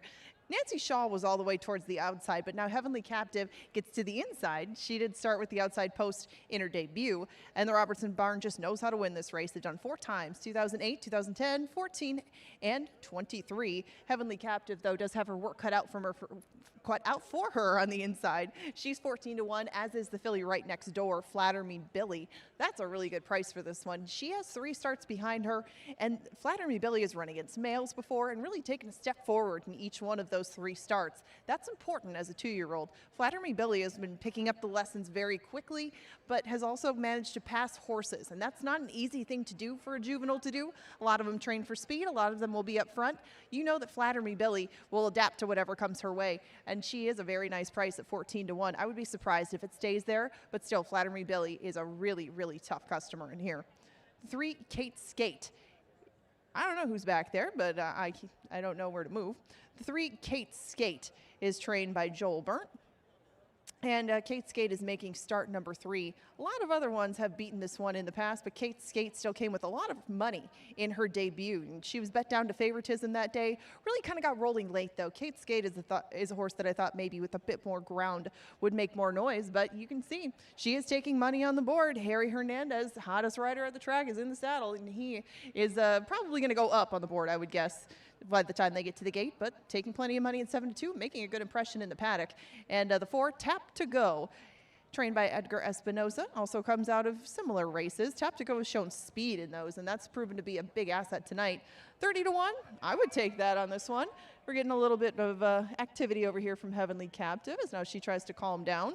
Tap to Go, the 4 horse in here again, has some speed, and I think that she'll have at least the lead for a couple of furlongs. I don't know how much further it'll go than that, but we will find out how much pressure she takes from the outside, as horses, even if other horses have come up to them, have drawn away. It's just been a good surface for that kind of tactic. And Give Me a Cookie right next door might show more speed, as she does have blinkers on today. Give Me a Cookie has had 2 starts thus far, hasn't shown much speed, and hasn't got out of the gate particularly well, so maybe that's all going to come together tonight with the equipment change at 14-1. Charging Darling comes from the Troy Bethke barn. They won this race a couple of times, 1995 and 2005. I know Kevin is quite fond of that winner's Sentimental Charm. Charging Darling has gotten out of the gate pretty well, just hasn't been able to carry her speed very far. She has run over a wet track, though, and Charging Darling is going to be a good price. And right now, that price is 25-1. pales in comparison to the 40 to 1 right next door. I'm surprised that Rhythm Ready is that. She hasn't been higher than 8 to 1 yet in her career, and right now she is 40 to 1. She looks good down here in the paddock too. Very surprising. Carlo Lopez is going to take over the mount from Erica Murray. She hasn't been hopelessly beaten in either one of her starts too. Very, very interesting item at a very big number, but that is not the case with Incredulous next door. She's a pretty square 4 to 1 though. She debuted with a stablemate of hers, absolutely blew that one away, and the rest of them going 5 furlongs. She has worked out sharp since that time. Incredulous can pass horses. She gets an outside draw.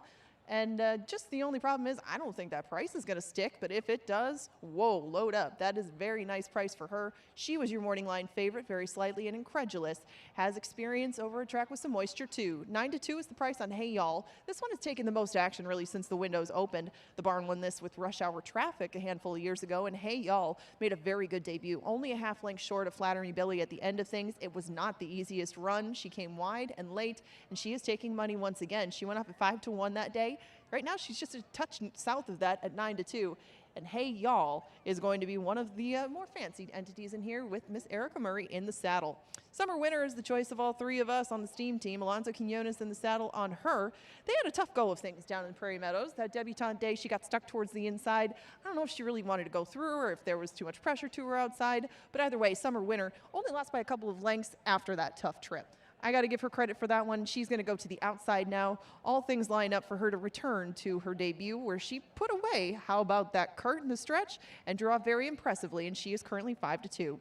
Her stablemate Nancy Shaw on the outside took a couple more starts to get her maiden win, but she did so successfully last time at odds on. That's over a fast track, and she was a little tired at the end of things, but Nancy Shaw still did things like a professional, and you're going to get a much better price on her than you are on her Padilla barn mate, Summer Winner, and right now she is 10 to 1. It's a big group for the debutante. Out they go. 8 minutes to post for this 7th race. Win, play, show, exacta, try, super double, and pick 3 wagering available. It is a nice group to do it too. Your slight 5 to 2 favorite is Summer Winner towards the outside.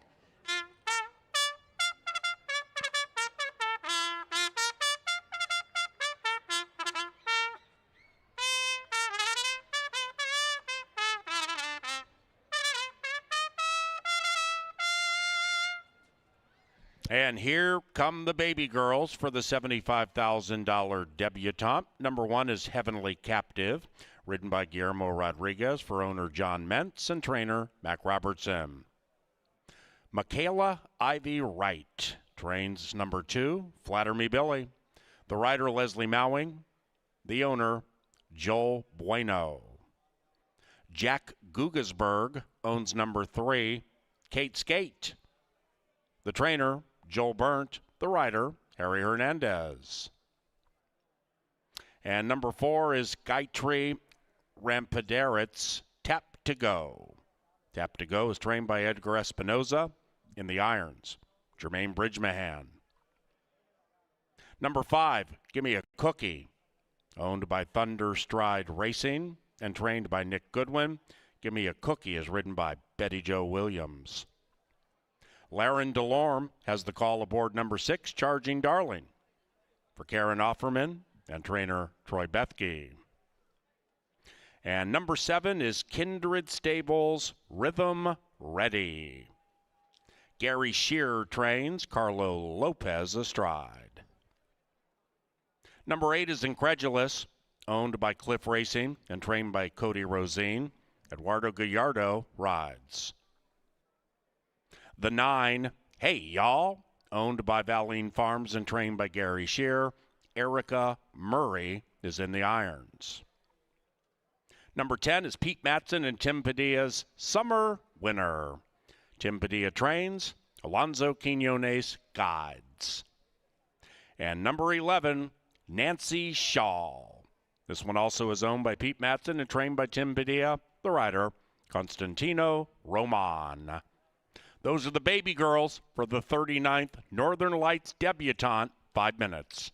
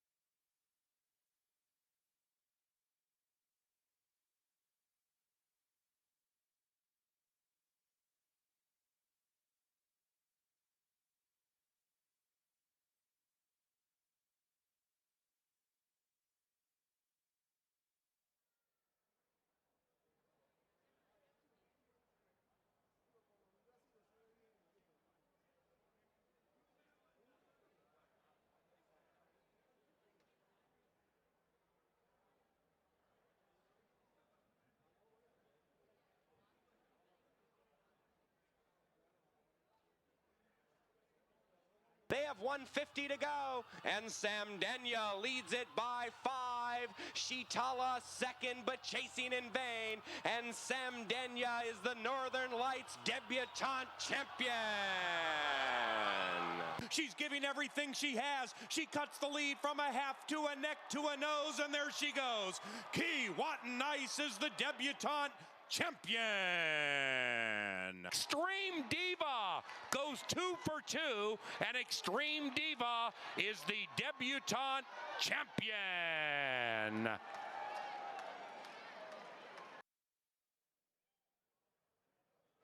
All right, drawing your attention to the winner's circle. Happy to be joined once again by Amber Carlisle here. And listen, this is a 2-year-old race for the fillies. It's always an extra special race for all of us as race fans, but for you in charge of the racing product, to see 11 talented girls line up, that's got to give you a real good feeling about what lies ahead.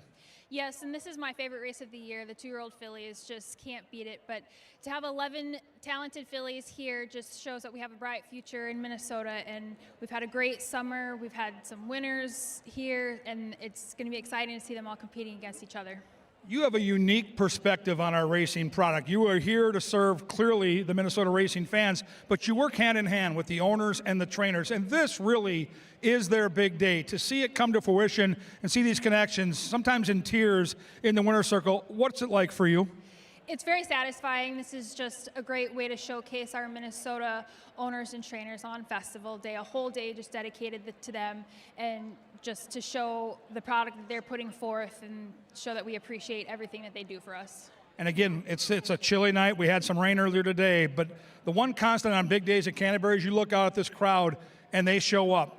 Race in, race out. Our fans are always here, and that also makes me feel good about what lies ahead for all of us. Yes, we have a great fan base here at Canterbury, probably the best fans in the country coming to our track and supporting us. And we love to see everyone out there just having a great time. Congrats on what you've been doing all season long, and enjoy this cool 2-year-old race. Thank you. Thank you. That's Amber Carlisle. We're going to move Angela Herman in to talk about this race. You and I share the affection for this part of the game, the handicapping part. To me, the biggest challenge for a handicapper is trying to figure out 2-year-old races. You've always been really good at this. You've been great with the bloodlines throughout your career handicapping. How much fun is it for you to handicap a race like this with 11 of them? I love digging into the pedigrees of these and really finding out who's going to be some of our stars of the future, because there's names that we do see that have raced in festivals past, a double B sting, things like that, and you get to see where they go in the next step of their career and really pass on some of that blood and make some good horses that really have steps to take forward in these races. That's the whole thing. You either find the horse that's going to keep their form going, that's going to take a step forward, or who is going to have just the breakout performance of their life, or at least of their 2-year-old campaign. I guess if I was going to put together some plays, of course I would use the 10, our top pick summer winner, but based on the board and how it looks right now, I would have to use Flatter Me Billy. He was my 4th pick in here, but I would definitely use Flatter Me Billy to pick up some pieces. I know that hasn't been an easy thing to do tonight, but of the prices that I see on the board, she offers the most value, and at the moment, hey y'all, at 16-1, definitely offers a lot of value. Yeah, Angela, I'm not surprised looking at the board by 2-1 on both the 8 and the 10 filly, but I'm with you. If you're looking for a little value for the trifecta or superfecta, rarely do 2-year-olds start young in their career passing horses, and Flatter Me Billy has done just that. Even though her speed figures are a little light, I think the 2-horse should be motoring late, and the pace figures to be hot. To me, Angela, there's a couple of X factors in this race. The 4 Tap to Go is a horse we've talked about here before. In a crowded field, this horse has a lot of natural speed. If the 4 is ever able to get out there and get in a good position, do you give her a chance to at least hang around for a piece of this thing? Because she's a big price right now. I definitely tried her for a piece last time around, and this is a step forward. I mean, she is still a maiden, but she ran second to Nancy Shaw. I mean, we were all about Nancy Shaw last time, and this filly really gave her a good run right up to the end. I gotta say, based on appearance, Rhythm Ready looked really good in the paddock. I can't believe she's 25-1. I mean, this weather is much more kind than usually our hot, humid weather is, and to the appearance of horses, but she looked great, and I really think that she might outrun her odds at the moment, but the horse that you see on the screen still remains the value, even though she has just gone down a tick to 11-1. Paul Allen, we talked about it during our Today at the Races program. How about that, Kurt? It's a really nice young colt. Well, guess what? Summer winner, the filly, on debut was able to beat, how about that, Kurt? Beat the boys, and now she's trying to prove it against the best girls on the grounds. She's one of the favorites. Should be a great race to call. And she's 2-1. Incredulous also 2-1. Now, the horses are going to get behind the gate, and the riders are going to dismount for a little bit. We are having a lights malfunction with a couple of banks on the backstretch. So they're going to take the weight off these 2-year-old fillies, and we're going to fix these lights post-haste, and then we'll have the 75K debutante for you.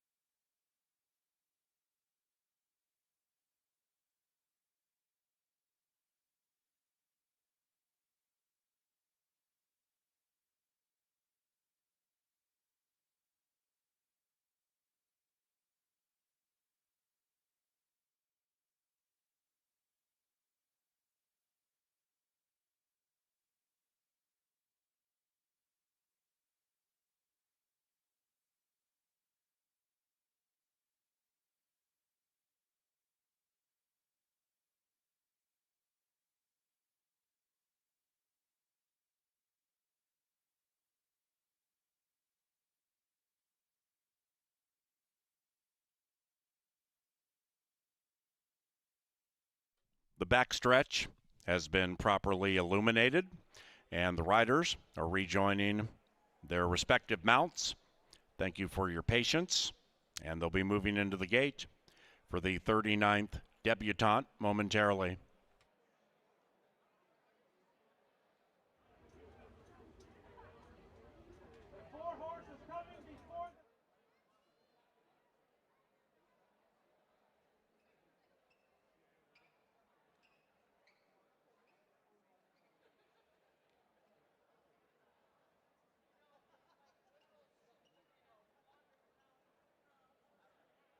All righty, into the gate for the $75,000 Northern Lights debutante.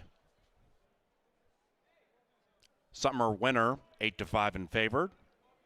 Expect the Best won this race in 1987, back in the Downs days. That was the first Northern Lights debutante.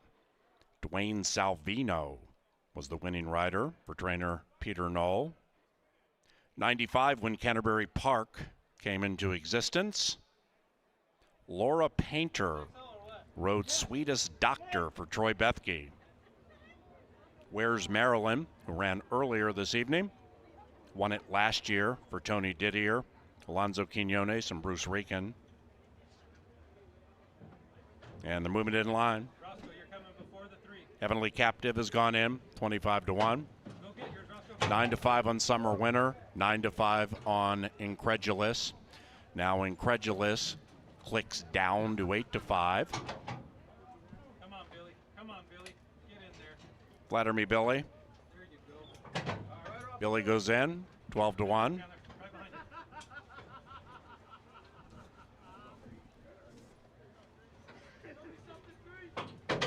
Incredulous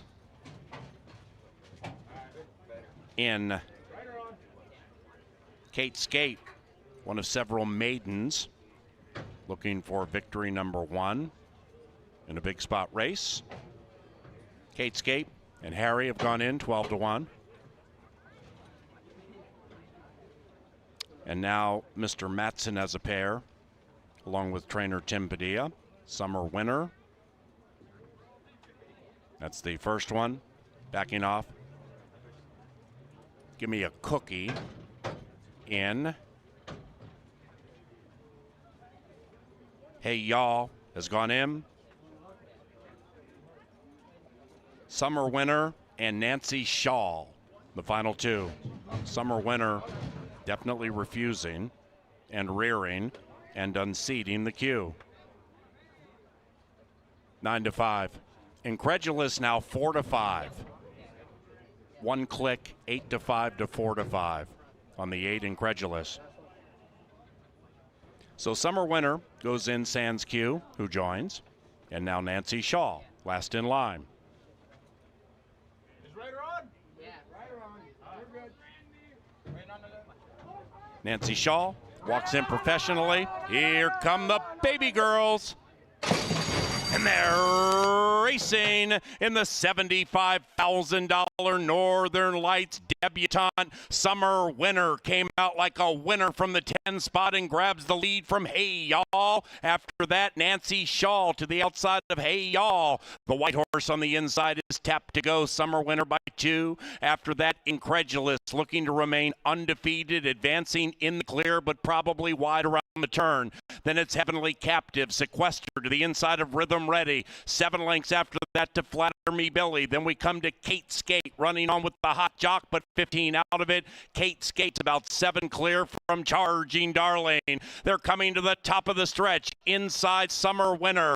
Incredulous, cutting into that margin, stride by stride. Tap to go, still right there. After that, it's Hey Y'all. And as they head for home, it is Incredulous battling it out with Summer Winner. Incredulous to the outside. Summer Winner resilient to the inside. And they're far clear from everybody else. Incredulous grinding away. Summer Winner coming back on like a winner. And Summer Winner is the debutante champion.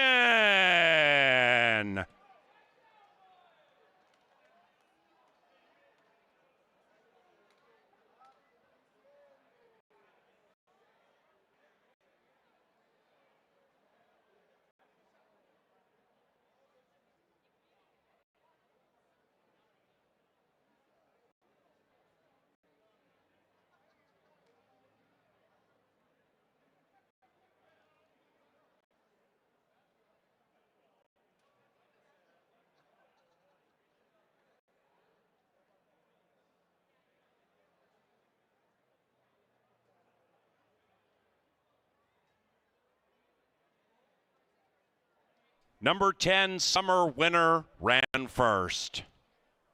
10-8-2-9. 111.79, the final time of the Northern Lights debutante.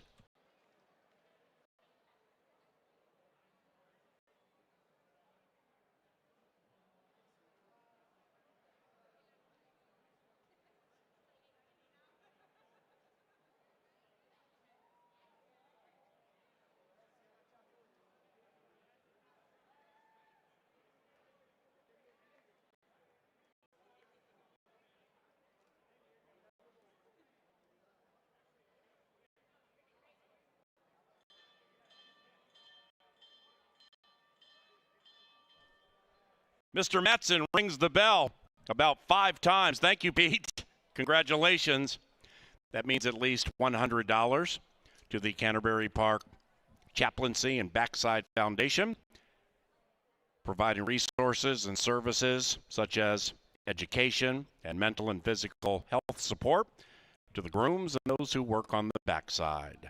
We also have anonymous donors contributing at least $400 on top of that $100 per bell ring. And it goes a long way in supporting Backside USA at Canterbury Park. The debutante is official.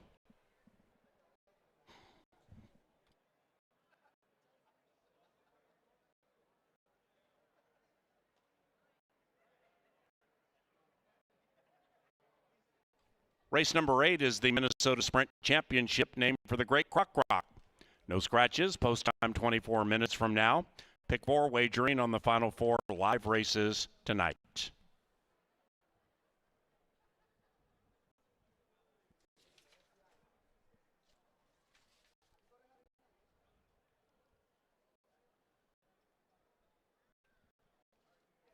We welcome to the winner's enclosure Amber Carlisle. Senior Manager of Racing Operations here at Canterbury, making the trophy presentations to the connections of Summer Winner and Alonzo Quinones. The winning owners are Pete Matson and Tim Padilla, who bred the filly in Minnesota. Summer Winner is a 2-year-old bay daughter of Promises Fulfilled from the Candy Ride mare, Summer Swing. The winning trainer, Tim Padilla.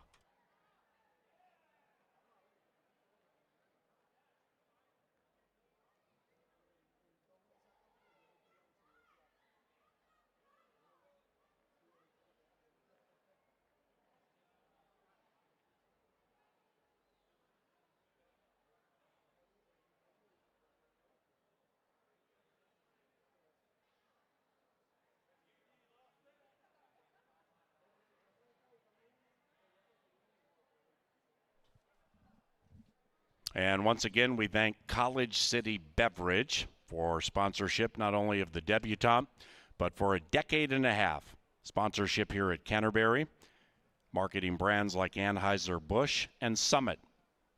Thank you, College City.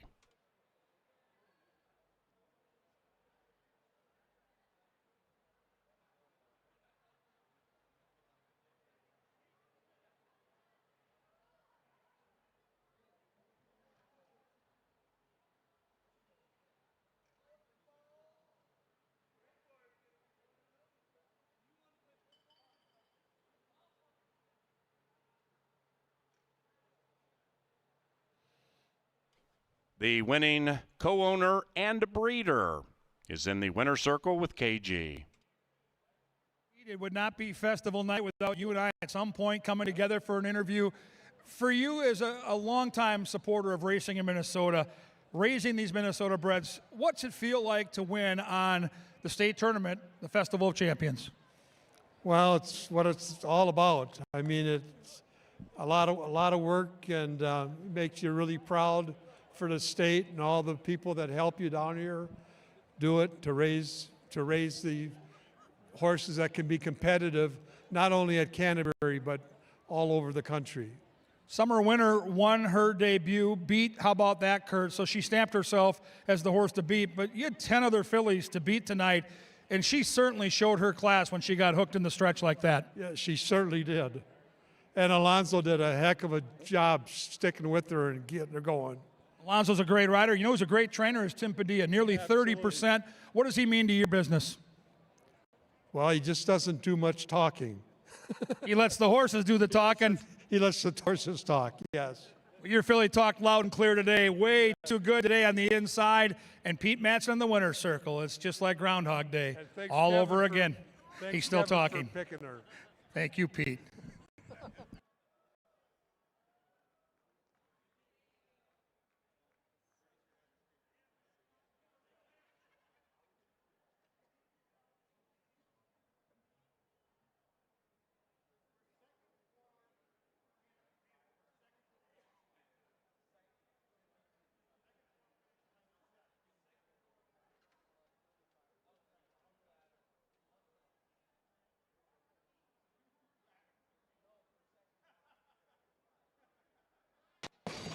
And they're racing in the $75,000 Northern Lights debutante. Summer Winner came out like a winner from the 10 spot and grabs the lead from Hey Y'all. After that, Nancy Shaw to the outside of Hey Y'all. The white horse on the inside is tapped to go. Summer Winner by 2.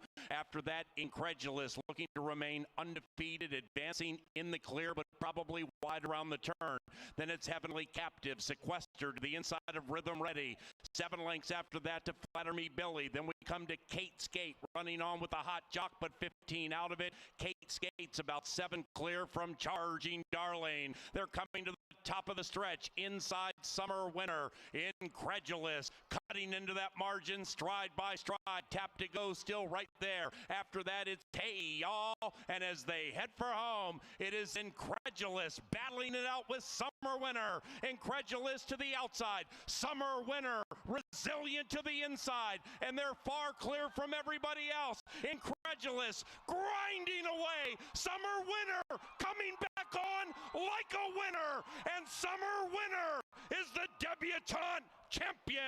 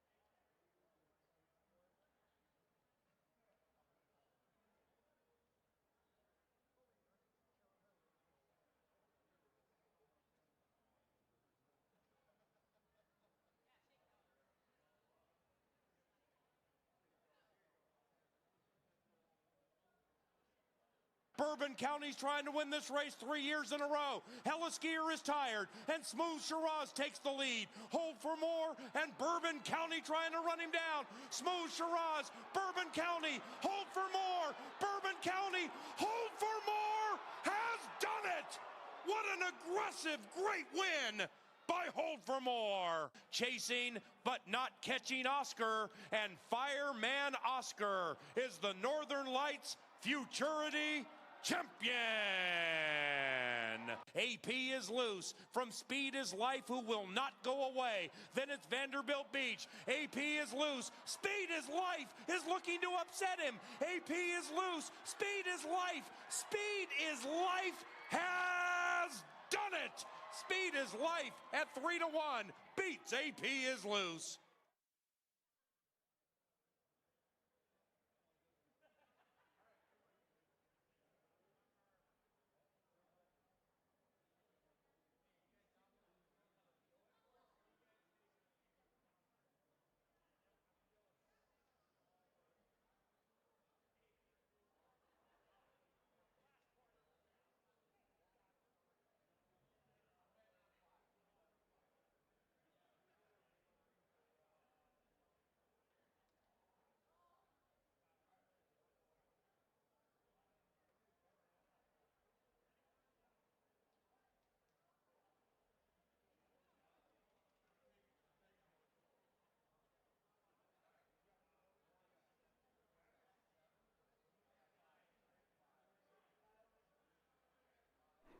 Let's get on with the Sprint Championship, named for the great Croc Rock, owned by Dale Shenian. May God rest his soul. Croc Rock won this race 4 times. Currently, you have Sir Sterling and Street Warrior battling for favoritism. Let's see who the handicappers like as we head down to the paddock for Angela and KG.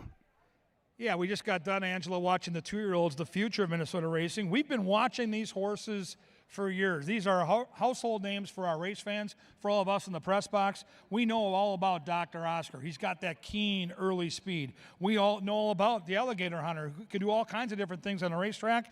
And now we're seeing Street Warrior, now a 4-year-old, become a man and become a real force in these ranks. Well, and his speed has always been something that the rest of these have to deal with, but that's the case for some of the elders in here, like Dr. Oscar, like the Alligator Hunter. A lot of them have taken a similar path. You know, they tried going longer, some have handled it better than others, and eventually their speed all led them back to this spot, and it's great to see them squaring off against each other.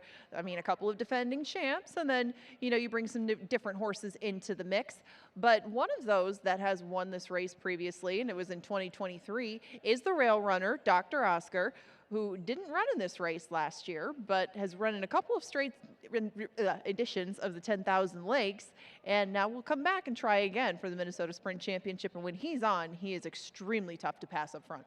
Well, I think as handicappers, you got to pay attention to the jockeys and where they land on a night like tonight. We talked about it before the Blair's Cove. Harry Hernandez had been riding regularly Sushi Man. He got off Sushi Man to ride Frosty View, and we know the result. Frosty View won. Now, I like the Alligator Hunter here. I am bullish on the 4, but the fact of the matter is simple. Quinones rides first call for Padilla and Pete Matson, and he gets off the 4 to ride the 1. So I'm a little surprised that this horse opened up at 5-1. I think this horse is super talented.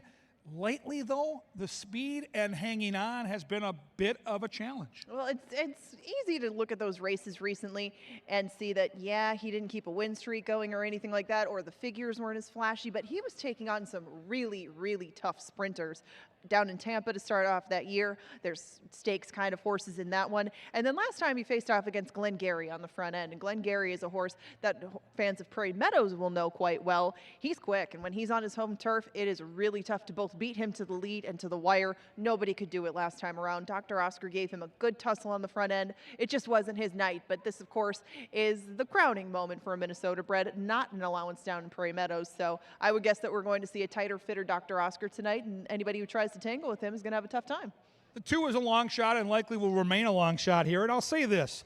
The recent form tells you this horse is probably in some deep water here. If you go back, though, to mid-June and early July, those numbers were competitive enough to get into the mix here, but certainly the number does tell the story. I want to hear all about Street Warrior. You land here. Joel Burnt's your guy, and this horse has been really, really good all season. Well, he's on the cutback, and that was my main thing with him. Joel doesn't do this with a whole bunch of horses, cutting them back and putting them into a sprint stake on the dirt, and he's 3 for 7 doing it. He won this with Love the Nest, doing the same sort of thing, and Street Warrior does come off a mile in a 16th race, and it was against Minnesota breds. Now, I think the needle was on E towards the end of that, but he still held on with good grit and good heart. So I would anticipate that maybe Street Warrior, with a little less distance to deal with, won't be on the pace, but showed a couple of starts ago that he's fine with sitting back and making a run at any tiring leaders. That might be what he has to do today, but he's 2 to 1, and I mean, the same reasons I like him, a lot of other people do too. I'm on the 4. I'm on the Alligator Hunter, and I'm just a sucker for some of my favorite horses on the grounds. And I've fallen in love with this horse years ago. He just runs his race, man. He's just one of those horses that loves to go out there and be in the starting gate and be in the mix. He's done it on the turf.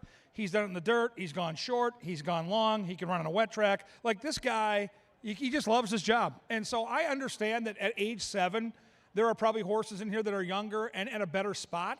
But he's still doing his thing, Ange, and I think if he runs his race here, I think he's got a real shot. Well, and he's the tough old dude, and they've had some issues with the Alligator Hunter and some of his stretch antics and things in the past, but all of those seem to be behind him. And like you said, he's just a horse that likes his job and can do what's thrown at him. I mean, really, he's a versatile old guy, and I mean, he's 7. I guess he's not that old, but still, he's got the wheels, and the Alligator Hunter should keep himself in the race throughout. Now, Distorted Pro right behind him looked good down here in the paddock, and he's a horse that sometimes has got a little warm in the past. A cooler night like this should suit him perfectly, and he looks great.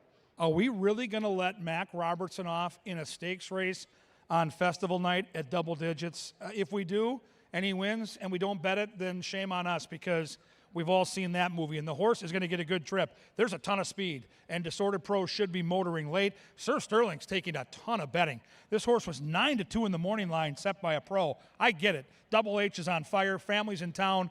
But, man, 2 to 1, I didn't see that coming. That'll probably go up. I mean, I think it opened up at, 8 or 9 to 5. Sir Sterling still makes sense, though, on the outside. He He's does. another one shortening up in distance. All of his best work has been here at home, and Sir Sterling has been trying to duke it out on the front end in 7 furlong races. He hasn't always drawn the best posts for those. We know the gas is going to be in the tank. It's whether or not Sir Sterling can get there in time, but plenty of support for him, including the Oracle. Heavenly Conveyance on the outside's got some tracking speed, but he'll need to run his absolute best to keep up with some of the big boys here at Canterbury, because this is the $50,000 Croc Rock Minnesota Sprint Championship. It's race 8. It's coming up, and it's coming at you next.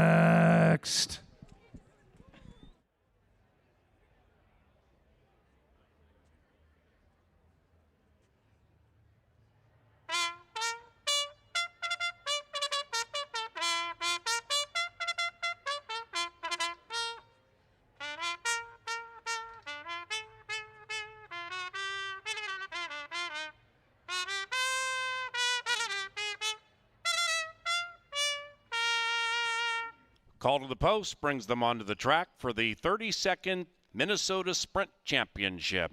This one is courtesy of Lathrop GPM, and here they are. Number 1 won this race a couple of years ago. It's Dr. Oscar, owned by Pete Matson, trained by Tim Padilla. Alonzo Quinones in the irons. Number 2, Argin for Cars, owned by Guytree Rampadaret. Edgar Espinoza is the trainer. Jermaine Bridgemahan in the irons. Number 3 is Suzanne Stables Street Warrior. Street Warrior is trained by Joel Burnt and ridden by Constantino Roman. The defending champion is number 4, the Alligator Hunter, ridden by Eduardo Gallardo. The Alligator Hunter is trained by Tim Padilla and owned by Pete Matson and Tim Padilla. Novogratz Racing starts Distorted Pro for trainer Mac Robertson and jockey Guillermo Rodriguez. Chad Keene owns number 6, Sir Sterling.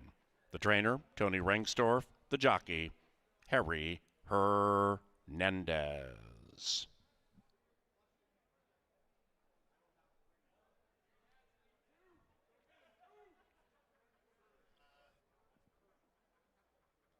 And number 7, Heavenly Conveyance, and Betty Jo Williams. Kevin Kennard is the owner, the trainer, Santiago Tranquilino. 7 Battle for 50 grand in the Minnesota Sprint Championship, named for the great Croc Rock and sponsored by Lathrop GPM. And if you're looking for trusted legal counsel in Minnesota, Lathrop GPM is a trusted legal advisor to Canterbury Park and perhaps can help you. Thank you, Lathrop GPM.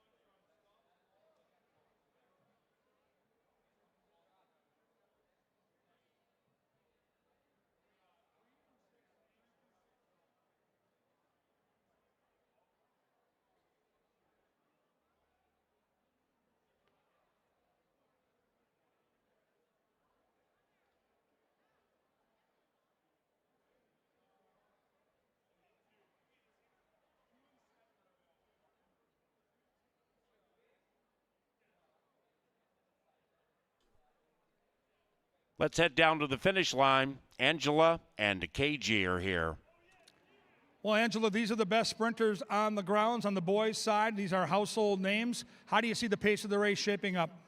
Well, I would think that Dr. Oscar, having drawn the rail, is going to have to go. And Alonso knows him well. I think that if he stays out of first or second, he risks getting caught behind horses. And that's just not something you want to do with a horse that has a great cruising speed like that. I mean, he's a big dude. And getting him stuck or getting his momentum stopped in a sprint, you don't have that much time to make it up.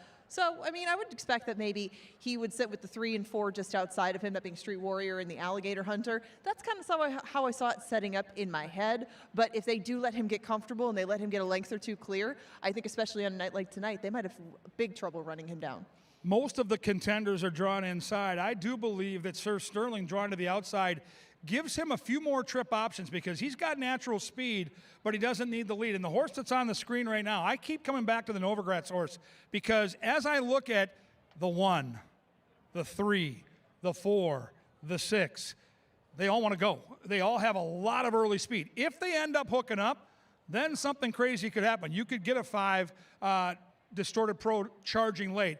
I look at this race as whoever can separate themselves by the far turn is going to be tough to beat, if there is any separation. I just can't see that happening. I think at least a couple of them are going to come for home together. I'm guessing one of them is going to be Street Warrior, and I thought that maybe Sir Sterling would provide some value. But to be honest, if they're going to stay anything like they are on the board right now, that lies with the one, Dr. Oscar. I mean, he's run against some very tough horses this year. He doesn't lose that much in defeat to any of them, even though he hasn't been quite as dominant as he has in the past. They have him to run down. Yeah, he looks good right now warming up, PA. These are really cool horses to watch. We've seen them from the time they were youngsters, and tonight the old guys get center stage, and someone's going to run into the history books. Enjoy the call. And they're heading to the gate for the 8th race, named for the great Croc Rock. Street Warrior getting a majority of the late win wagering action, now down to 6-5. The defending champion, the Alligator Hunter, is 4-1. Dr. Oscar, who won the 2023 Croc Rock, that one is 4-1. They're arriving at the gate now. The Minnesota Sprint Championship first was run in 1992. Roger Gomez was the winning jockey aboard Silver Me Timbers. Then in 95, when Canterbury Park opened, HOF Scott Stevens won it for trainer Percy Sherbensky on Quiet, I'm Thinking. Luis Quinones, 5-time champion jockey here at Canterbury.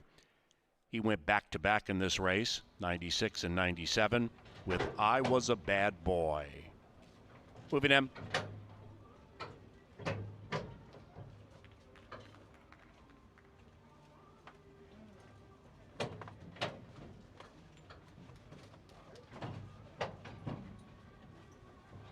Sir Sterling, 4-1.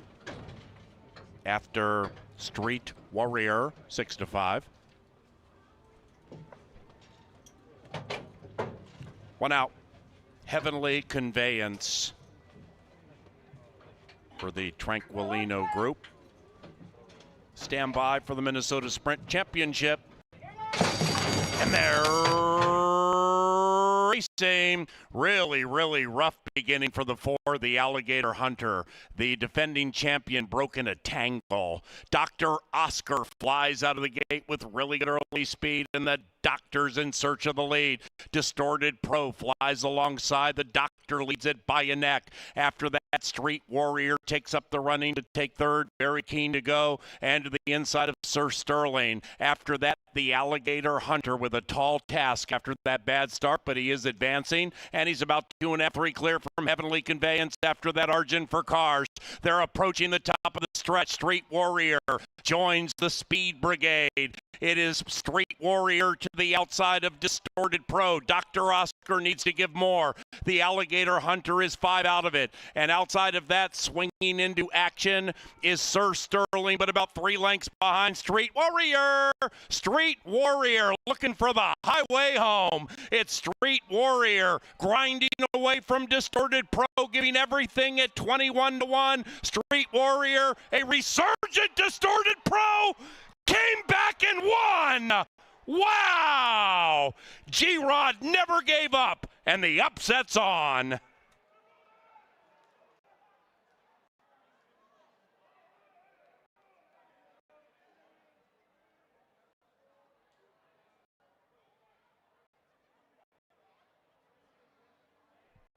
Photo finish.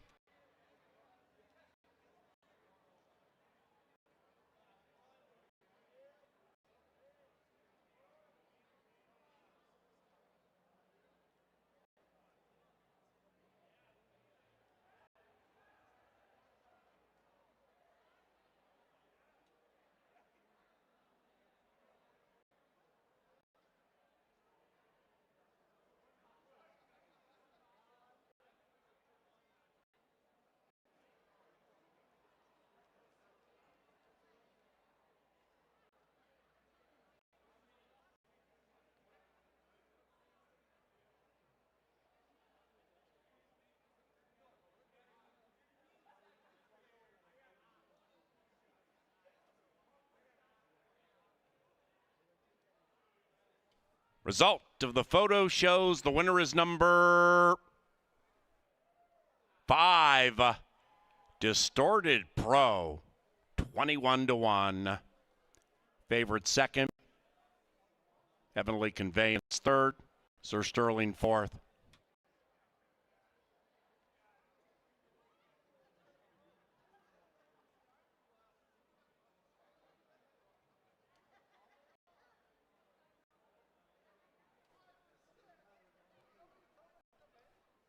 We welcome to the winner's enclosure Lori Herteri, representing Lathrop GPM. Lori is here, making the trophy presentation to the winning connections of the Minnesota Sprint Championship, which is official. The most recent pick 4 paid $120, pick 5 paid $247 and a nickel. 537 trifecta $476. Favored in the middle. The superfecta paid $1,147 for a dime.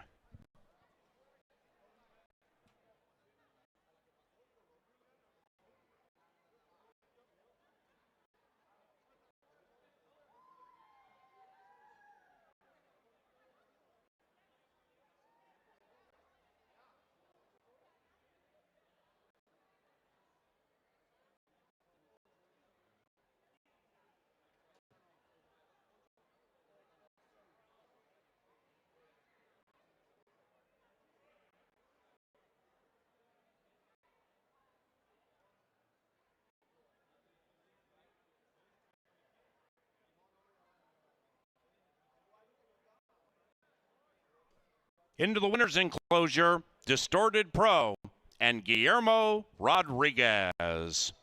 Distorted Pro is owned by Novogratz Racing and the winning trainer, Mac Robertson. This 21-1 shot is a 5-year-old chestnut son of Distorted Humor from the Touch Gold mare Pro Pink, bred in Minnesota by Joe Novogratz and Novogratz Racing.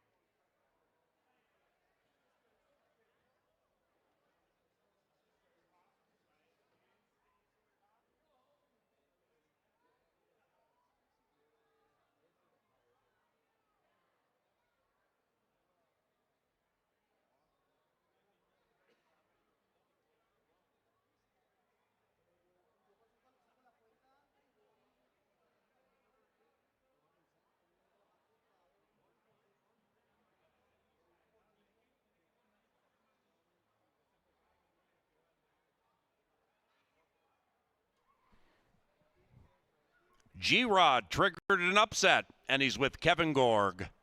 Yeah, PA, there are rides and then there are really good rides, and this was one of them. Guillermo, let's talk about the start of the race. There was a ton of early speed in this race, and on paper it looked like your horse might be a horse that could come from the back.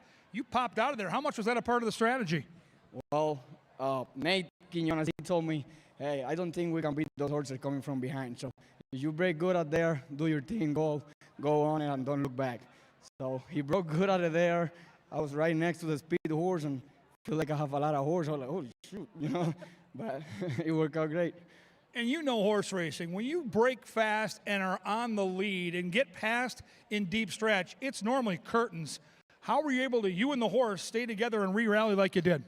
Well, when I see, nice horse, Streetwater, he go by me, I was like, well, let me ride for the second. I didn't give up, and then kind of see, he was not going away, and kind of like put his ears up, and I was like, oh, let's go. I think I'm going to get this. He came back, and we got it. You're wearing very famous silks for Joe Novogratz. He's a Hall of Famer here at the park. I know Nate's doing a great job here, but Mac Robertson's the name trainer. He's one of the greatest, if not the best in the history of this track. For you, a jockey, what does it mean to ride for these guys? Well, I never got to ride for Robertson before. Last year it was my first year here, and Nate told me, when things happen with Mac, Nate told me, I'm going to put you on some horses, and I've been riding for Extreme Racing, John Mans and Novogratz, so it's a pleasure, I want to say, thanks to Chad Anderson, my agent, he's doing a great job, and thank you to Nate and everybody in the barn, of Mike Robertson. I'll tell you what, it's all about earning respect on the racetrack. You make rides like that, Mac's going to be begging for you down the road. Congrats, G-Rod. Thank you, buddy. Hopefully Mac gets better and we could keep coming to the winner's circle. Sounds great. Distorted Pro and Guillermo Rodriguez with an unbelievable upset. And we were due one, and we just got one in the Croc Rock Sprint.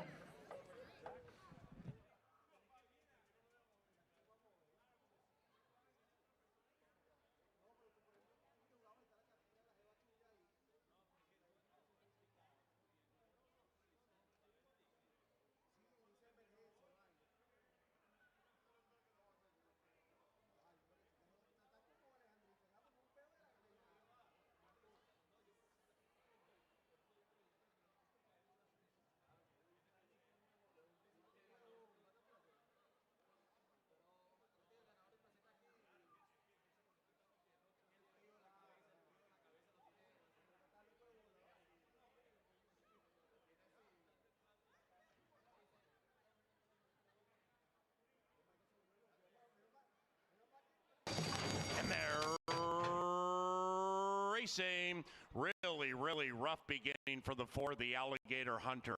The defending champion broke in a tangle. Dr. Oscar flies out of the gate with really good early speed, and the Doctor's in search of the lead. Distorted Pro flies alongside. The Doctor leads it by a neck. After that, Street Warrior takes up the running to take third. Very keen to go. And to the inside of Sir Sterling. After that, the Alligator Hunter with a tall task after that bad start, but he is advancing. And he's about 2.5 free clear from Heavenly Conveyance. After that, Argent for Cars. They're approaching the top of the stretch. Street Warrior joins the Speed Brigade. It is Street Warrior to the outside of Distorted Pro. Dr. Oscar needs to give more. The Alligator Hunter is 5 out of it. And outside of that, swinging into action is Sir Sterling, but about 3 lengths behind Street Warrior. Street Warrior looking for the highway home. It's Street Warrior grinding away from Distorted Pro, giving everything at 21-1. Street Warrior, a resurgent Distorted Pro, came back and won. Wow! G-Rod never gave up.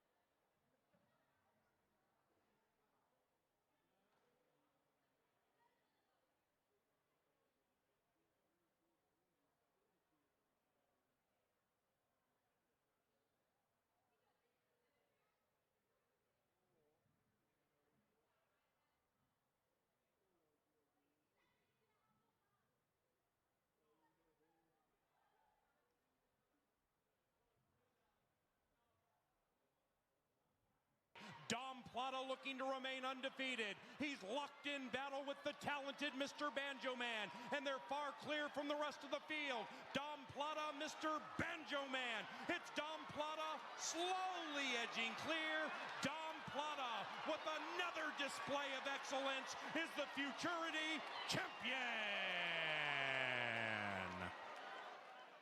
It is Minds Made Up, locked in battle with Hot Shot Kid. After that, hold for more Smooth Shiraz and Fireman Oscar. Hot Shot Kid fending the challenge of Minds Made Up. Hot Shot Kid from Minds Made Up, and Hot Shot Kid proving too good. Hot Shot Kid and Dean Butler are the Sprint Championship champions. Stop the clock in 109.22. Into the final furlong. Consalves takes a peek back, and all he sees is Valley Fair. This is poetry in motion. It's dominance on display. Mr. Jägermeister, one of the greats to ever devour this dirt, is a classic champion.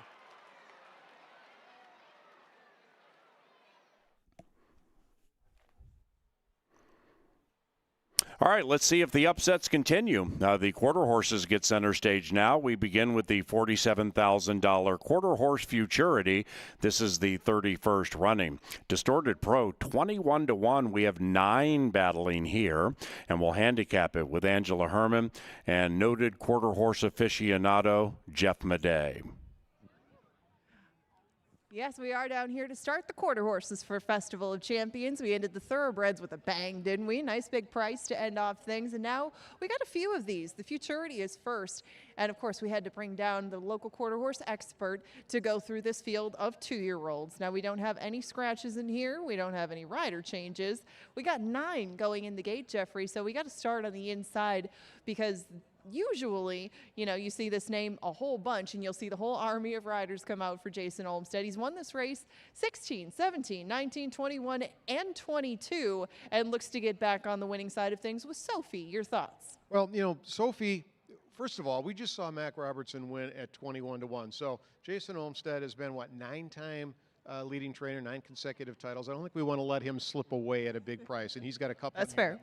But Sophie, I talked to Jason early in the meet when the meet just started, and he was really high on her, and she has not yet delivered. Right, she's an 0-for-4 maiden. I would not let this one get away. The rail's okay. Alvadrez, our top jockey, is aboard, so why not? Well, she's been stuck on the rail pretty much since she's come up to Canterbury. This will be her 3rd time breaking from the rail. The other time she broke from the outside, and it is worth noting that might have been her best effort of the 3. But another Olmstead runner is right next door, and Spicy Cartel broke her maiden a couple of starts ago. She didn't make any impact in the Northlands Futurity trials, but Spicy Cartel is back with Minnesota breds. Now, if you're looking for maybe the longer of the Olmsteads, this would be the one, Spicy Cartel. I do have this one in the mix. I would use it probably in my tries, and if it wins, you might end up scratching your head, but you shouldn't. It's Jason Olmstead. That's very, very fair. It happened just the last race. I'm going to try for a bit of a price in the Futurity. I'm going to take the 3, This Eagle Can Rock. She just broke her maiden. That's a tall order to move right into stakes company and put wins back to back. But I thought she had kind of been showing that she could run a bit when she was down in Oklahoma and then proved it when she came up here. She's had a few starts and they've all been much better than the previous one, including that maiden breaking score last time around. She gets the same post she drew that day. I mean, she was odds on that day, and she lived up to the hype. Do you think that she could pull a mild upset in here? Oh, absolutely. Tyler Stein, a young up-and-coming trainer, 8-1. That's a very nice price on a horse. I don't have it in my top 3, but I've marked in my program here using it under, so I would key this horse in 2nd and in 3rd if you're playing those tries because you're going to get, I think, a very square price. The 4, Sale Barn Cafe, also trained by Tyler Stein. That horse right now is 9-1 on the board, 1 for 5. Didn't really jump out at me. Well, and she was just second to This Eagle Can Rock, who I must note is one of the tiniest little things I've ever seen. She's right in front of us now. Sale Barn Cafe right behind her. Did break her maiden, but had to dip into claimers to do it at Prairie Meadows. So kind of mixed signals. Couldn't break maiden against Minnesota breds, but got very close a couple of starts ago. It's just the fact that that race was 300 yards. This is 350. And Sale Barn Cafe seemed to be losing a bit of steam at the end of that event. Has tasted defeat at the hands of some others in here too. So we'll move to Del Cartel. This is one of the Hobbs trainees in this one. And Del Cartel got the maiden out of the way at Remington Park and then came up here and has had a mixed result, really, from stakes tries and one allowance in between. What do you think of the 5? Del Cartel, my top selection in here. I think it's going to come down to that one or the 8 Holy Dynasty. They met earlier in the year, and Holy Dynasty got the better of Del Cartel. To see if we can get things turned around here. 7-2, I would guess that's probably about where that price lands. The 6 bottoms up, another Olmsted horse, 12-1 on the board. Ramirez is the rider. 0 for 5, not in my top 3. Well, and I think that you and I had talked about bottoms up a little bit earlier in the year, that Jason's maybe saw a little more potential with this horse in some of the ways that he had been working out down in Oklahoma. Hasn't translated up here to Minnesota, but there was a little something there and a reason why he is in this spot. Now, right next door is Fire in D Sky. 2 starts at Canterbury, 2 against maiden ranks. The barn won this race in 2023 with Comeback Darling. It's Fire in D Sky, a horse that you're going to use in some of your plays. Hasn't faced state-bred companies, been racing against open companies, so that can be a sneaky little edge, possibly. If you're looking for a price here, I think you do get one. You're right, double digits right now. And the favorite, the 8, Holy Dynasty, 5-2. Danny Chersvik, the owner and the breeder. Pat Swan is the trainer. Holy Dynasty, the horse to beat. And I mean, the one time that we did see this gelding run up here, he made a bit of a fuss behind the gate, and it was all worth it because once he got out of the gate, he crushed that day. Beat Del Cartel and Sophie by almost a length. Went down to Prairie Meadows and dipped his toes into some allowance company. I mean, it didn't go bad that day, but being back home definitely deserves to be the price that he is. And right now, that price is 5-2. You get 7-1 on outside running. KVN Ferrari Girl. This one has been closing in a bit after some slow breaks. Do you think he could maybe pick up some pieces? We're going to need a much improved effort out of this filly here, but from the outside, won't have any traffic trouble. Straight Line might get in the mix. There's a quarter horse pick 3 offered here. Angela, I'll play it. I know you are. I think the crowd should as well. Best of luck.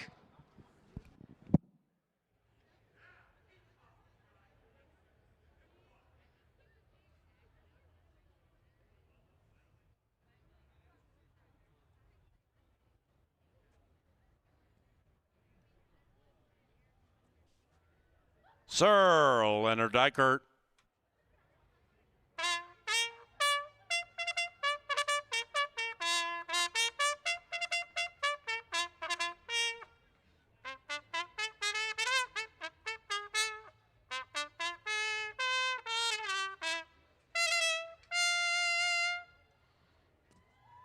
Here they come for the 31st Minnesota Quarter Horse Futurity. And number 1 is Sophie, ridden by Armando Alvarez for Bruce Lunderborg, the trainer, Jason Olmsted. Canterbury Park HOF Jason Olmsted also trains number 2, Spicy Cartel. Magali Sanchez is the owner, the jockey, Gonzalo Valles Jr. Oscar Andrade Jr. rides number 3, This Eagle Can Rock.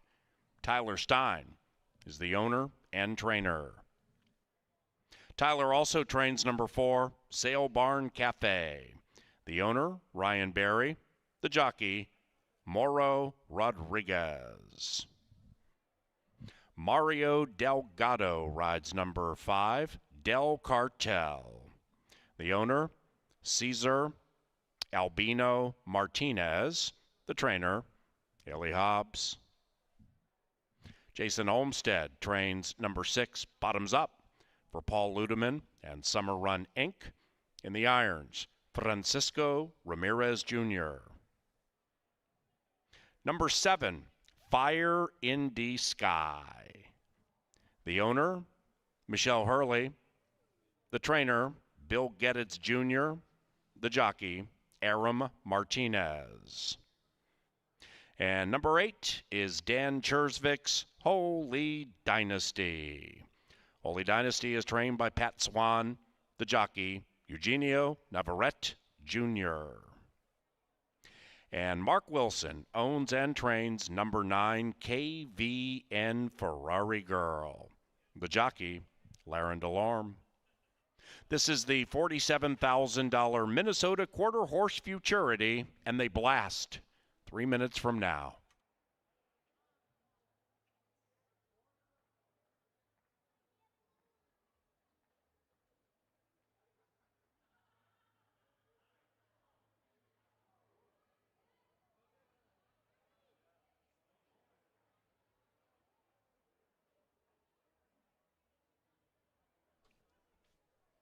The Quarter Horse Futurity is provided by JTR Roofing, a company on whom you can count to get your home exterior project done right and on budget. JTR Roofing, a proud sponsor of racing at Canterbury Park, and we thank you very much.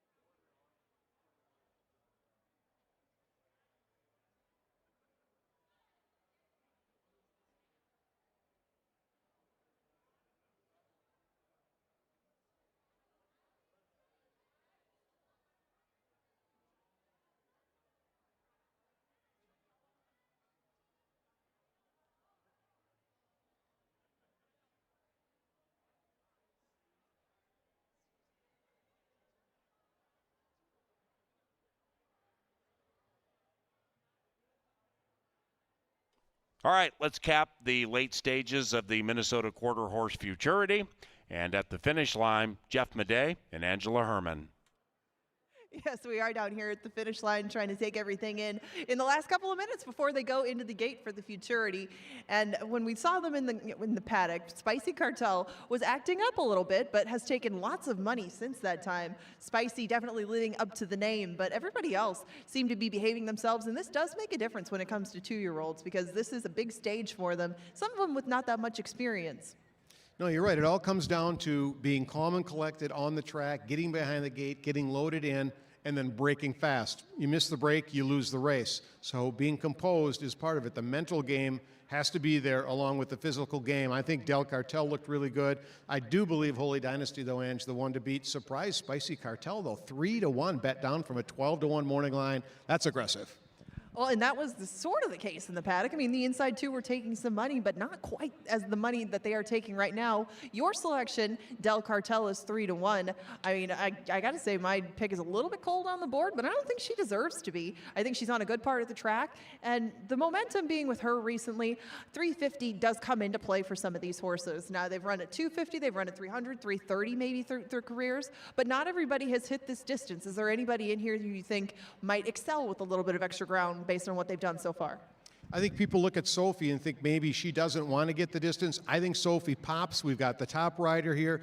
Inside looks like it was good for thoroughbreds. Why not for quarter horses? If Sophie gets loose, the one to catch.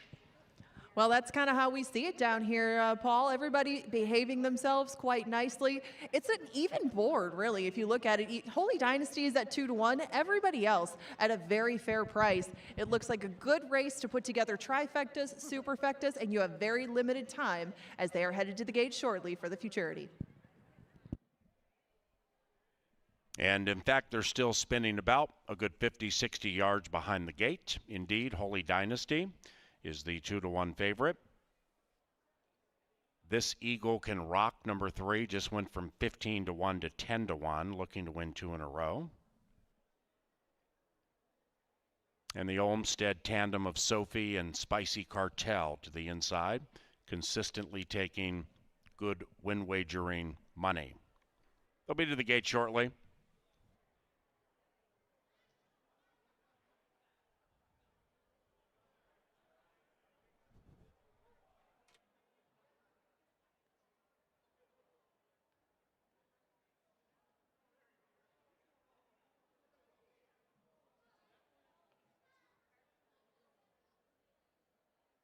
It is now post time for the $47,000 Minnesota Quarter Horse Futurity. This is the 31st running. Holy Dynasty 8-5 in favored.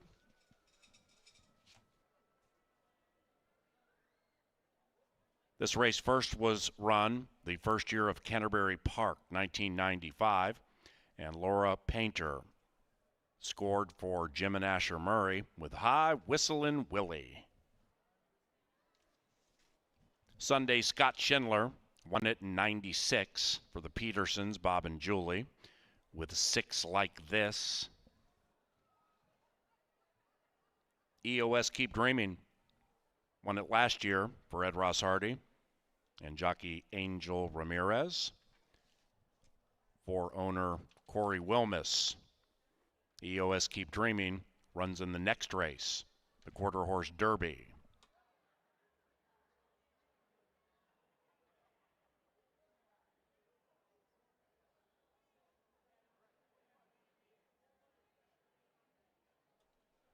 Sophie and Spicy Cartel, each 9-2, and they're both in. 6 of the 9 have gone in, now joined by This Eagle Can Rock, 10-1. KVN Ferrari Girl is gray. Sail Barn Cafe to enter the center.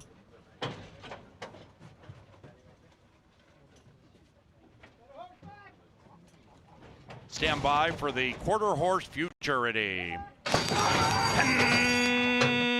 And there they go. Square beginning. Sophie came out like a shot on the inside. Spicy Cartel is firing. So is This Eagle Can Rock. Outside of that, Holy Dynasty coming on fast. Sophie, Holy Dynasty is the Quarter Horse Futurity champion.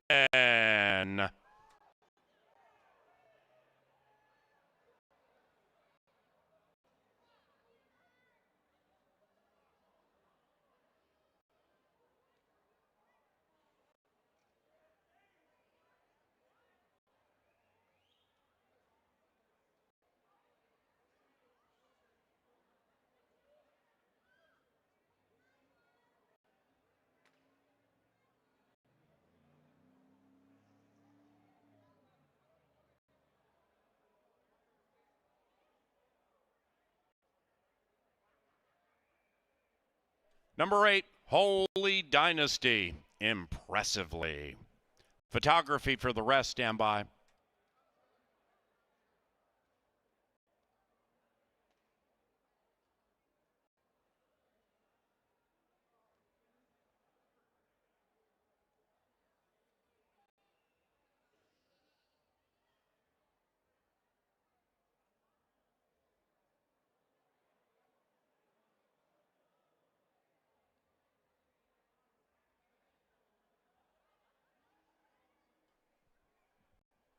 Valentina Tranquilino to the petting zoo.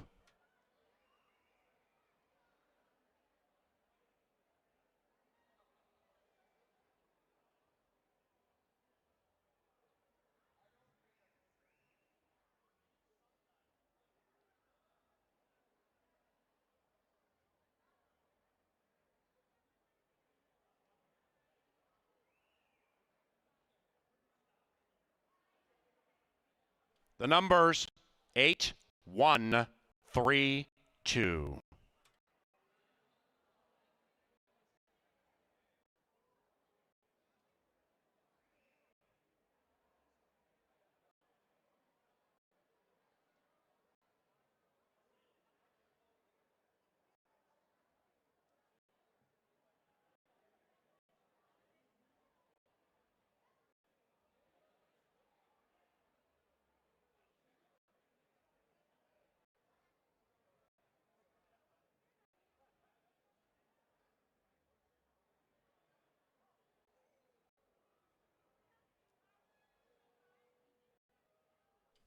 And the 9th race is official. Trifecta paid $23.45. It was chalk all odds.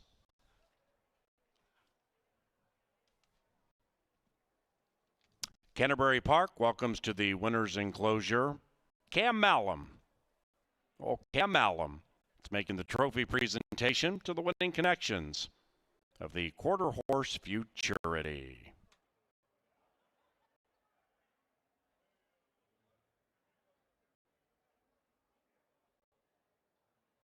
Pick 3 on races 7 through 9, 160. The 10th race, our penultimate, begins Dr. Dan's Festival Double. No scratches, rider to be announced on number 1. Post time in 22 minutes.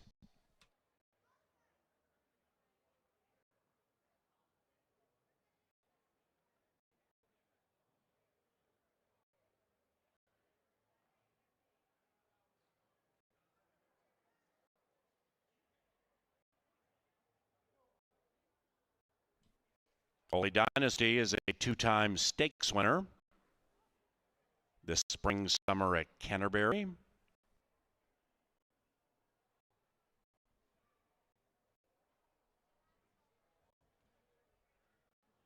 And to the winner's enclosure, the quarter horse futurity champions, Holy Dynasty and Eugenio Navarrete Jr. The winning owner, Dan Chersvik, and the winning trainer, Patrick Swan. Holy Dynasty is a 2-year-old sorrel gelding by FDD Dynasty out of Holy White Sox. Bred in Minnesota by the winning owner, Dan Chersvik.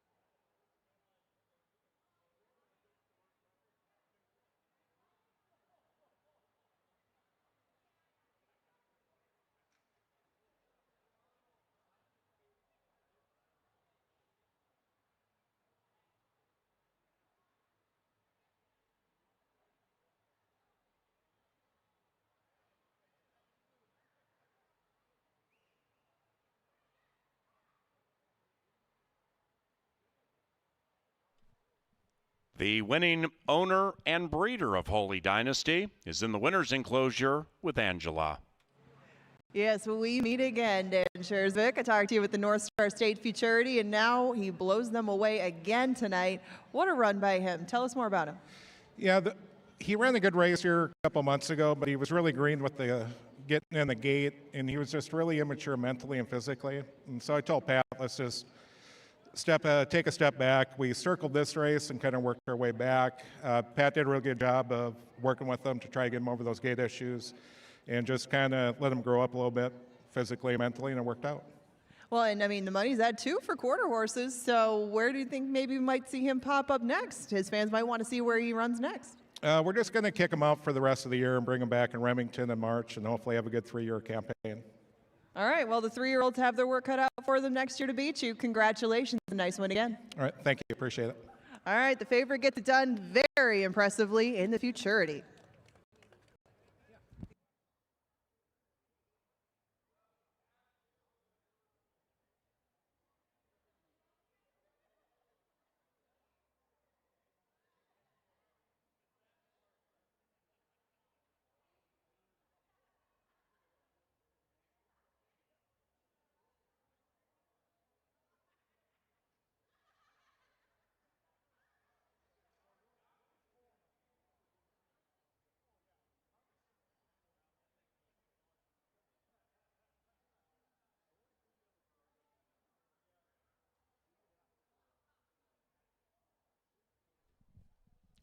Ladies and gentlemen, here in the 10th, number 1, Stellan Eagle, will be ridden by Gonzalo Valles Jr.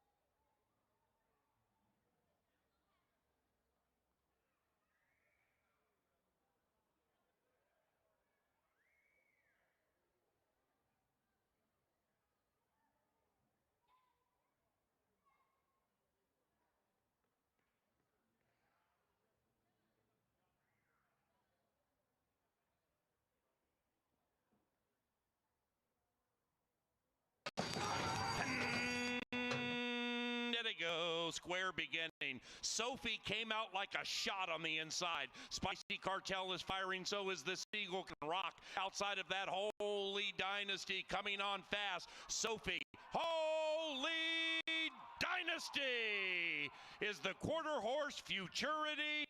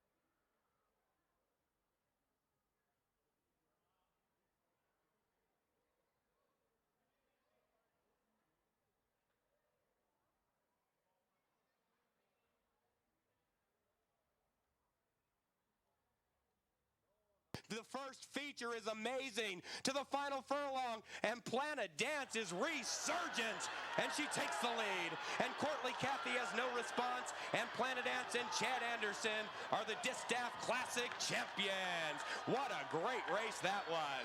Courtly Cathy second, Anisha third, gift of Gabby last home. Turn kicks on marvelously. It's Truly Obvious under the stick and laboring in second. Then it's a mile back to Cadler. Rookie's Turn and Perry Whetstone with the lead. It's Truly Obvious still boxing gallantly, but Rookie's Turn has his measure, and Rookie's Turn and Perry Whetstone are the classic champions. It's Truly Obvious second, Cajun Kelsey third.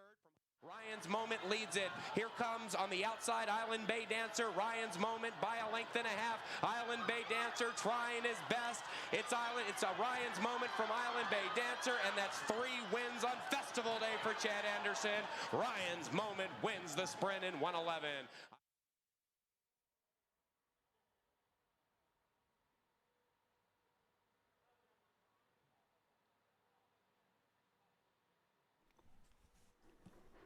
Alrighty, on to the penultimate, and this begins the final festival double on a very, very festival and festive Festival of Champions Day. Back in the thoroughbred portion of the card, Harry Hernandez won 4 times. Now we're going to see what happens here to begin this double. And EOS Keep Dreamin' won the Futurity last year, so we'll see if the filly can go back-to-back and take down the Derby. Let's handicap it with Jeff Madey and KG. Thank you, PA. Fun race to handicap here. And for me, Jeff, I start with the distance. 400 yards is a taxing distance. We see a lot of 300s. We see some 330s, some 350s. But to me, when they get to 400 yards, this can be a bit of a separator. You're right. You don't see a lot of 400-yard races anymore anywhere in the country, really. And you look at the field here, not many of these have experience, and there's only one, the 6, El Conejo, that has won at the 400-yard distance. So you're right. This becomes a bit of an endurance test. It does, and we just saw Danny Chersvik's horse outside with some closing kick. In a race like this, where we've seen a lot of these horses knock heads, are you into the pop the gate routine, or at 400, do you want a horse that can grind it out? I still think you want to get out of the gate and go and make them catch you. And that, you don't see a lot of horses close generally. I mean, pace is not a part of quarter horse handicapping, at least not for me. So you don't see a lot of them close. I think you got to get it out. Just get out and do the best you can. Let's talk about some of the prime players in this race. I'm going to start with number 3, Delilah. Anytime I see Jason Olmstead not favored, it's like Mac Robertson earlier on this card. You have to pay attention. Right, and I think Delilah, 4 starts at this distance, yet to win at the distance, but a lot of talent. You look at the bloodlines. She is a full sister to Dickie Bob, the all-time leading money earner, Minnesota-bred money earner. Multiple horses that have won at the 400-yard distance. So I think it's more of a mental thing than an ability thing for Delilah. She's had some issues, especially earlier in her career last year, behind the gate, not behaving properly. So the mental part needs to come into focus. If it does, I think Delilah absolutely should not be overlooked. Only 3-1 on the morning line. 9-1 right now on the board. That's an overlay. Yeah, 9-1. I think that price has to come down. Don't let that horse beat you and pay $21. A lot of the sharps upstairs, and I'm putting myself in that category of falling in love with the 4, EOS Keep Dreaming. We saw the 8-1 morning line, Ed Ross Hardy. This horse was competitive against the morning line favorite, your top pick, El Conejo, at 400 yards. And then last time out, really, you go back and watch that replay, Jeff, hopping at the start in a race like this, you lose all chance. So I'm going to give the 4 another try. I think she's talented, and I trust Ed Ross Hardy here. You're right, and that last race was against Open Company, now back in with the breeds. That's a big difference. And you're right, there was a time, you go back in the history of the festival, where you just did not beat Ed Hardy. He won the Futurity, and he won the Derby, and he did it for years. He's the all-time leading festival winner when it comes to quarter horse trainers, so you don't overlook Ed Ross Hardy. I wasn't going to talk about the next horse in line, but when I see a 30-1 shot in the morning line on the board at 4-1, I'm going to pay attention. And Corona's Dirty Dynasty, ridden by Kelsey, maybe the mouse went to the cash machine and took that $200 out and just unloaded, but 30-1 down to 4-1. What in the world's going on around here? Well, that's a very good question. Somebody's jumping in. But, I talked to Kelsey about this horse once, and she said in the morning, this is a legitimate racehorse. Had some trouble coming out of the gate, though. But with a start here, why not? And you're not getting the price you want. We want 30-1. Mouse needs 30-1. So do I. Yeah, me too. Let's talk about your top pick, El Conejo. This horse has done really very little wrong so far. Yeah, I mean, there's nothing you can say that it would be a knock on El Conejo. Distance proven, a stakes winner, won the North Star State Derby at the beginning of the meet here. His run against Open Company last 2 starts. So you move those aside, look at the state-bred efforts, and absolutely fits. I think this horse does get bet down to the favorite. Yeah, how about 5-1 right now? I'm really surprised. I think the 6 is a must-use on the exotic wagers. So is the 7. This is the other Olmstead, Jeff. She's lightly raced. She's got a ton of talent. And last time out, she ran the best race of her life. If she can come back and maybe just improve a little bit, and she's young, I think this 7 is super intriguing. Right, Ramirez comes to town to ride here. My question would be, where's she been since July 3rd, right? There's been opportunities to run, and that layoff worries me because Jason usually keeps these horses in a pattern, right, and would have had a race leading up to this one. So that, to me, is a bit of a red flag, 5-1. The other horse that's taking action, Crowded Field. I love the outside post. Steve Janowski's talked about this for many, many years. it's, you know, the air is fresh and clean out there in the 10 hole. What do you think of the chances of that 9-2 shot? I do like the trainer, Tyler Stein. Young kid who's learning the game. He's getting better and better stock. And there's really no reason not to like this horse, right? There's some on-the-board finishes. That Derby we talked about finished only ahead behind El Conejo. So I imagine that's why this one takes money. We saw the outside post win the Futurity. Why not the Derby? Fans, take a look at that betting board. The best betting race on the card, without a doubt. The lowest price you can find right now is 3.5 to 1. The handicappers are split on their opinion. The value's there. Hit the exacta, the try, or the super, and you might go home with a fist load of money. It is the $48,000 Minnesota Quarter Horse Derby. It's coming up, and it's coming at ya next.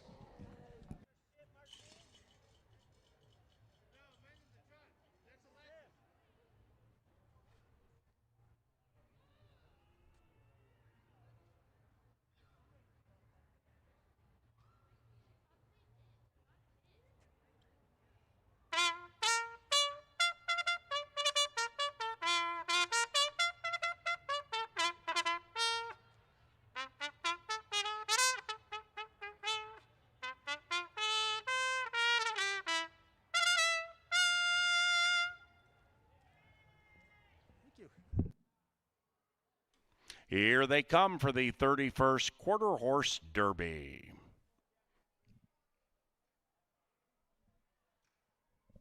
Number 1, Stellan Eagle, now ridden by Gonzalo Valles Jr. Number 2 is 34 Below. And Jada Bowers, the owner, Austin Reed, the trainer, Jerry Livingston.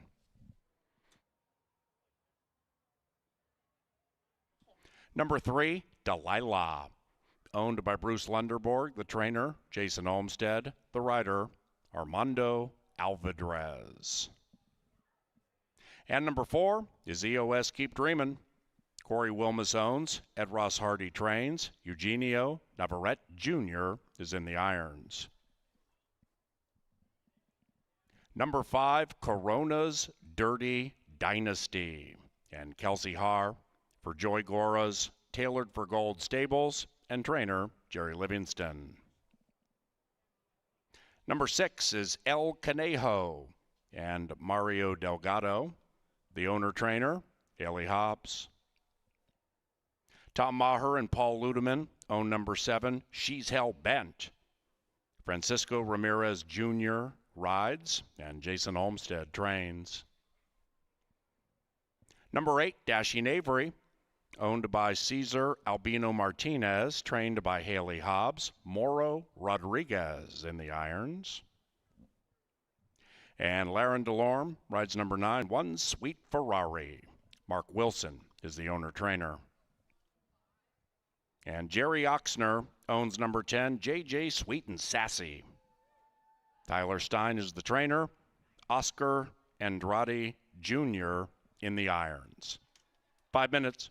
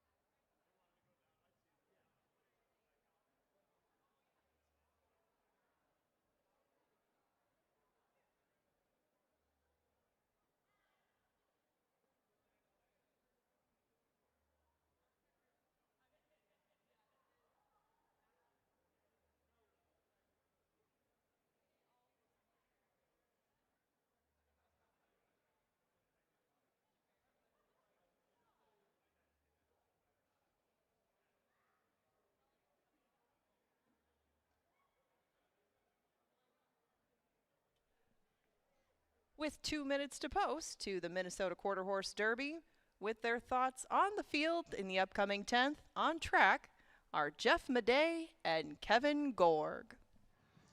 Thank you, Angela. Yeah, Jeff, always fun to watch the betting with these big fields. And a couple horses stood out to us. I'll start with Delilah, 3-1 morning line. I thought was a pretty fair price.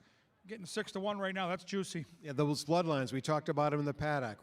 Dicky Bob, PYC Just Bite My Dust, Just Rocket Man, all champions, all capable of winning at this distance. Delilah, way too big a price. The other conspicuous horse on the board is the 5. 30-1 morning line.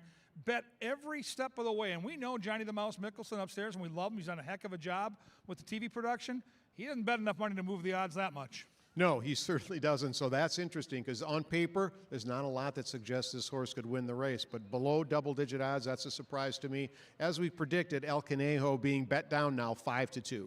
El Conejo's likely going to be the favorite. But again, for the fans out there, really terrific betting race. Whether you're playing the late double or you're going to go vertical here with exactas, tries, and supers, there's no overwhelming favorite. We've seen some of those win tonight, Paul Allen, but this looks like a race with some balance and some real intrigue. Should be a fun one to call. Indeed. We had a 21-1 shot win earlier with Distorted Pro. Perhaps this one, with 10 battling, has some upset to it. El Conejo, 2.5-1 in favor. Corona's Dirty Dynasty got a lot of win money wagering early. Now settles into 9-1 status as they're reaching the gate. For the Quarter Horse Derby, this was won last year by Sugar Rush. In fact, Paul Ludemann's Summer Run Inc. has won it 2 years in a row. Sugar Rush and Beep Beep Rev Rev. Trainer Jason Olmstead is looking to win this race for a 5th consecutive year. Back in 1995, opening year of Canterbury Park, Jetsons Leah for Doug Hoshek of Hector, Minnesota. He was the winning owner. Laura Painter, the winning jockey for Bud Partridge. Our dear friend Vic Hansen won this race 2 years in a row, 96, 97. Sounds like a twister. And Jetsons Gary.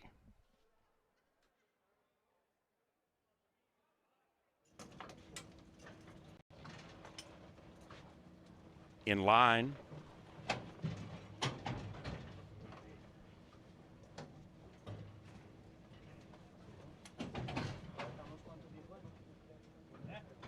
Corona's Dirty Dynasty has gone in.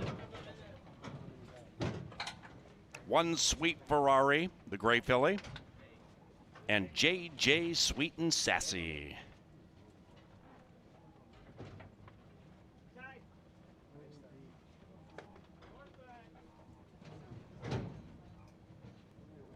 Here they come. And there they go. Delilah got pinched shortly after the start. 34 below, looking to leave a chill over the field. EOS Keep Dreaming is firing, so is She's Hell-Bent. And on the far outside, JJ Sweet and Sassy indeed. JJ Sweet and Sassy is the Derby champion.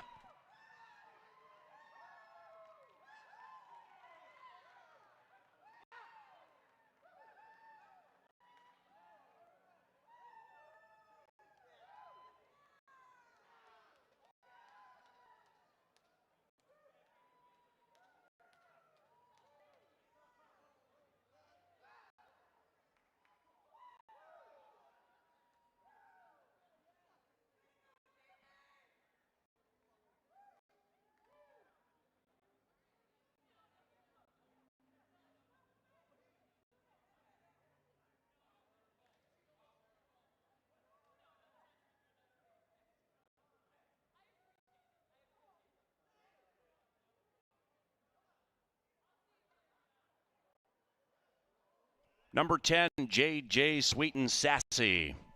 Indeed. 10-4-7-8 in 2020.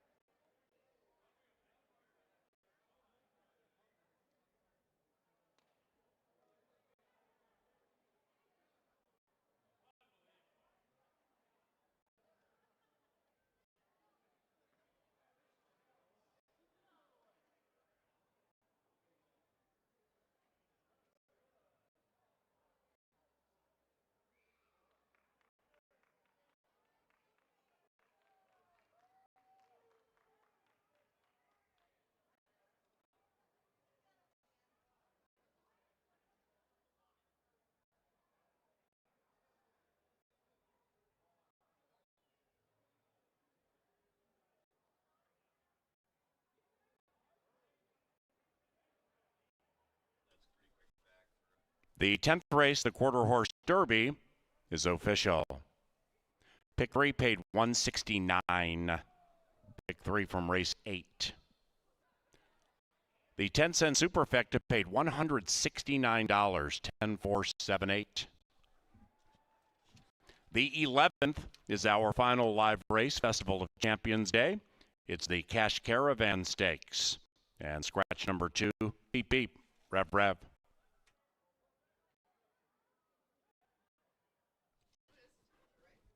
The Quarter Horse Derby is sponsored by Constellation Brands.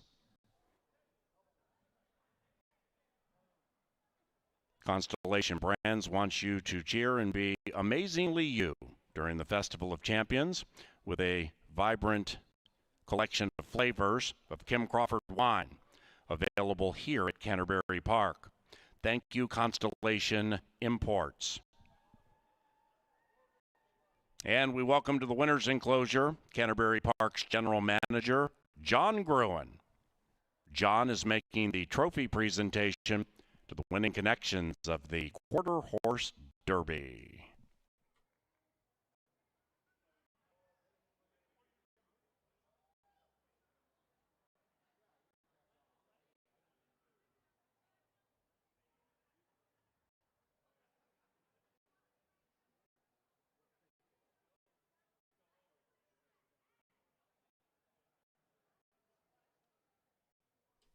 And now entering the winner's enclosure, the Quarter Horse Derby champions, J.J. Sweet and Sassy and Oscar Andrade Jr. The winning owner, Jerry Oxner, and the winning trainer, Tyler Stein. J.J. Sweet and Sassy is a 3-year-old sorrel daughter of One Valiant Hero. From the One Sweet Jess mare, April is Special. Bred in Minnesota by the winning owner, Jerry Oxner.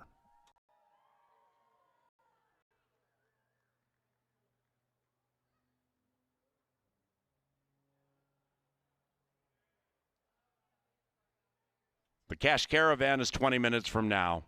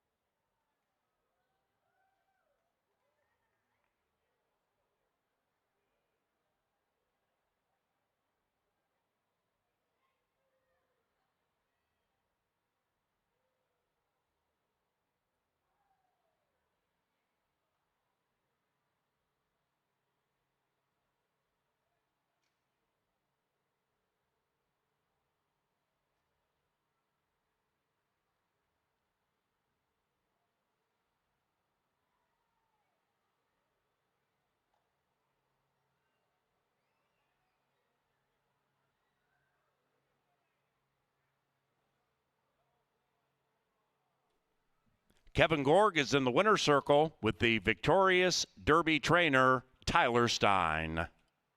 Yeah, PA at age 58, I feel old every single day. But when you see trainers like this, rising stars at age 24, then you feel really old. Tyler, it's the biggest night of the year for Minnesota breds. You just won one of our stakes races for a young guy, cutting your teeth in this game. How good's it feel? Oh, it's great. You know, thanks to great owners, you know, we just try to do the best we can with them. Not many trainers pony their horses all the way to the gate. You do. And give us a little perspective as to what you saw tonight as J.J. Sweet and Sassy was warming up. She felt good. You know, I like to pony them. They see me every day, so they know me. It's a familiar figure. And, you know, I just like to keep them as calm as we can before races. This is a really talented horse. There's been some big races here in the racing form. If you look back in her young career, when did this horse become a horse that you thought might be a little extra special and win races like we have tonight? You know, I think kind of from the start we knew she was a nice, you know, one of the better ones. And then it's just kind of, you know, as they progress, they all change a little bit into kind of coming into what they really are. I mean, she was one, you know, from the start, she kind of showed that she was a little bit more than most. Well, the future's bright for her, and the future's bright for you. Congratulations. Thank you. Age 24 and a stakes winner on festival night. Tyler Stein, guys.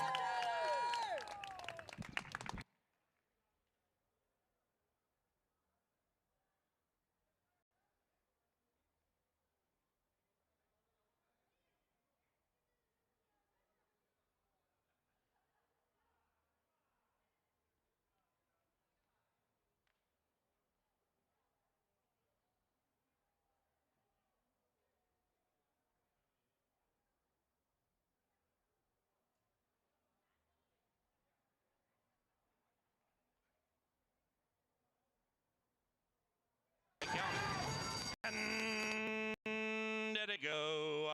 Delilah got pinched shortly after the start. 34 below, looking to leave a chiller for the field. EOS Keep Dreaming is firing, so is She's Hell Bent. And on the far outside, JJ Sweet and Sassy indeed. JJ Sweet and Sassy is the Derby champion.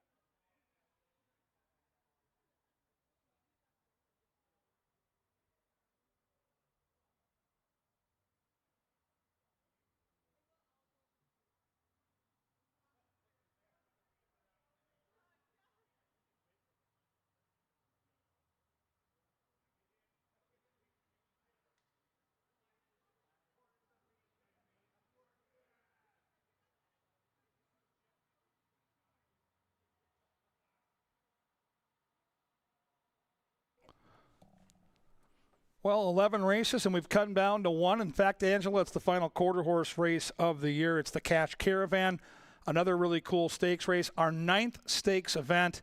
Made a lot of memories today. I don't know what stands out to you, but I thought the 2-year-olds, to me, as I drive home tonight and reflect on what we watched, really impressive young horses, summer winner. And how about that, Kurt? To me, were two really remarkable youngsters that I can't wait to see grow into bigger and better horses. Well, I was just speaking to somebody, and wouldn't it be fun to see those two square off one more time this season? Don't know if it'll happen, but boy, would it be fun to see a rematch between those two. They both backed up that debut tonight very nicely, and I think you're right. I think that's probably what I'm going to look back on, and really is the standouts for the future because of the way that they performed, because of the way that they fought back, and some of the good stretch duels I think will make this a very memorable festival. And Distorted Pro rallying on the inside. Nate Quinones here, but more importantly, Mac Robertson, who's still trying to heal from that very scary health incident. We continue to keep Mac Robertson in our thoughts and prayers. One of our all-time favorites here. Maybe the greatest trainer in the history of the racetrack, and it just doesn't feel right tonight to not see him in the paddock. So I really enjoyed watching him win for Joe Novogratz, who's been just a tremendous supporter of our racing, and one of our own, a Minnesota guy that puts his money into Minnesota bred. So to see them win that race at 21-1 so was gutsy too. Pretty remarkable. Yeah, pretty cool. Now, I thought all along that this race was likely going to be pretty formful. The 6-horse here, to me, Relentless Legacy, is such a talented racehorse who just seems to love racing at Canterbury. We both have the horse on top. What's a fair price?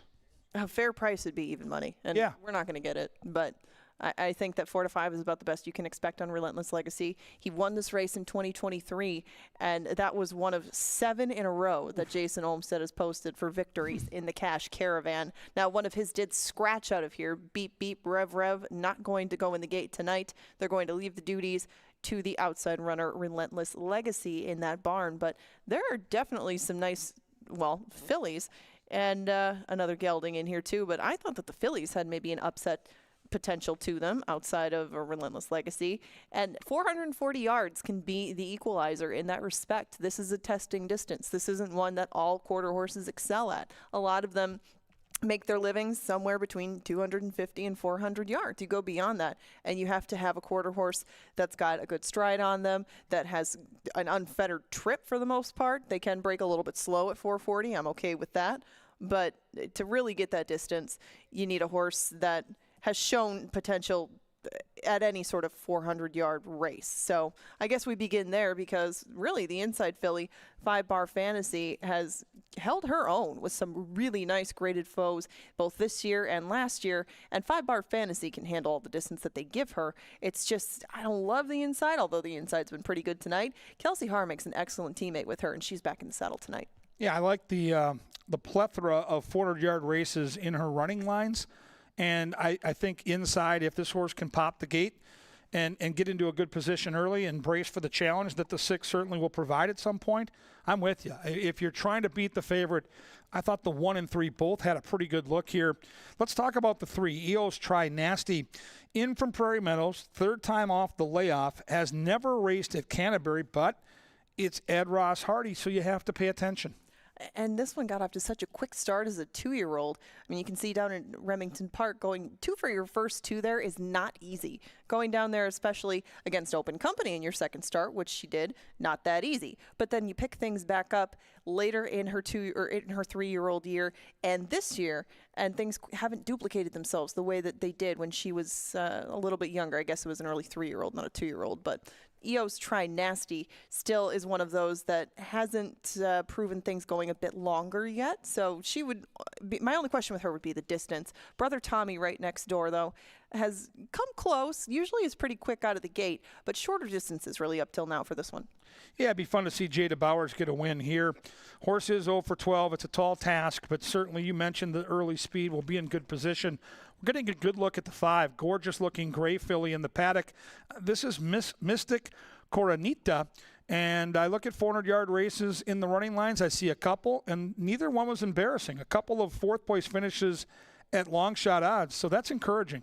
Right, and last year Mystic Coronita did run in the Minnesota Derby and was making some headway at the end of things. Might set up kind of similarly today. You know, she didn't get the swiftest break out of the gate, but she wasn't left behind. And I think that Mystic Coronita, even though she has just the one win to her, I think that she might like 440 yards the way that she comes on in some of the end of her shorter races. Now that she has one up here under her belt, it could happen. You know, you could maybe use her for some sort of price underneath, but all eyes and a lot of the money right now going to the 6 Relentless Legacy.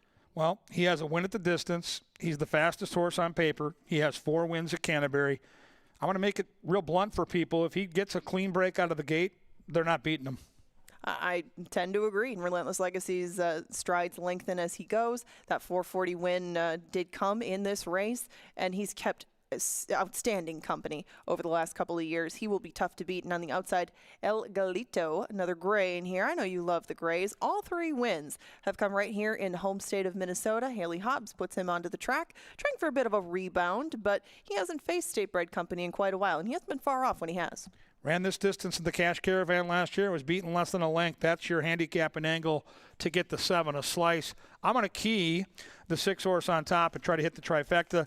Angela and I agree on this race, as do all the handicappers. It's race number 11, the final quarter horse race of the year, the final race we have tonight on Festival of Champions Day. We really appreciate you being a part of our racing product tonight.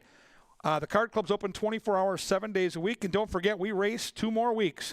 Wednesday, Saturday next week, Wednesday, Thursday, and Saturday closing week on the 20th. Head to CanterburyPark.com for the details, and truly watch and wager and come back out and be a part of history.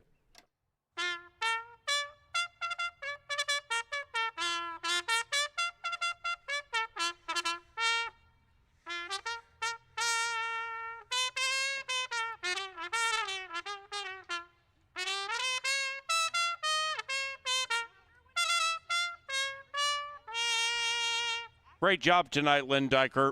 Excellent work. See you next week. Here they come for the Cash Caravan Stakes, the final Festival of Champions race today. Scratch number 2, beep, beep, rev, rev. Number 1 is 5 Bar Fantasy, ridden by Kelsey Haar for Tailored for Gold Stables and trainer Jerry Livingston. Number 3 is EOS Try Nasty, owned by Corey Wilmus. Ed Ross Hardy trains. Eugenio Navarrete Jr. rides. Jada Bowers rides number 4, Brother Tommy, for owner Terry Reed and trainer Guadalupe Mata.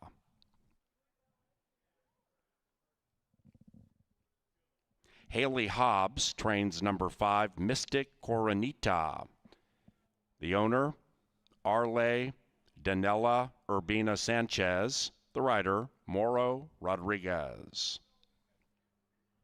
Tom Maher owns number 6, Relentless Legacy. The trainer, Jason Olmstead. Armando Alvarez in the irons. And number 7 is El Galito, also owned by Arle Danella Urbina Sanchez and trained by Haley Hobbs. Mario Delgado rides El Galito.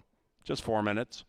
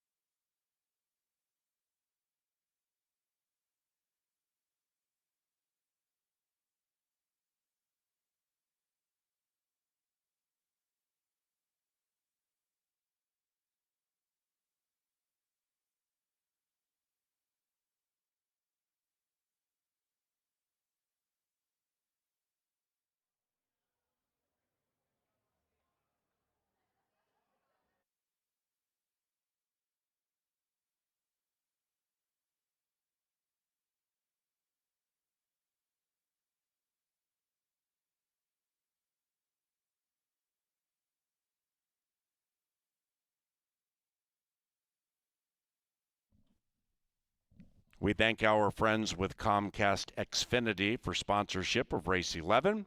Learn more at xfinitymobile.com.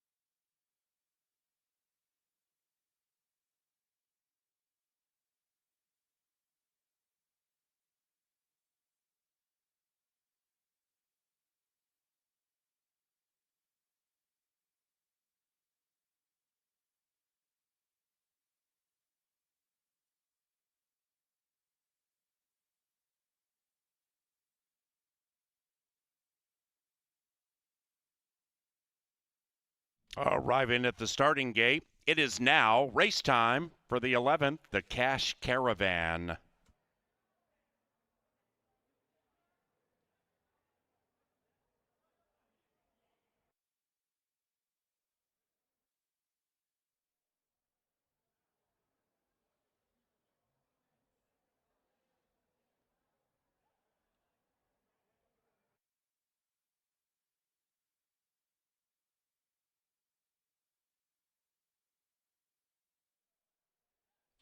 And into the gate they go.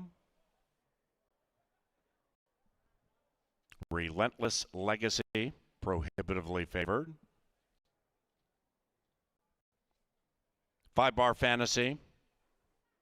EOS Try Nasty has gone in. Mystic Coronita, now Try Nasty, next to Brother Tommy, already in.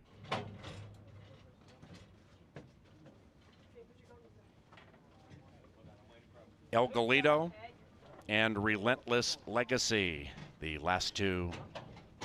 One out. The final to load on a wonderful Festival of Champions Day.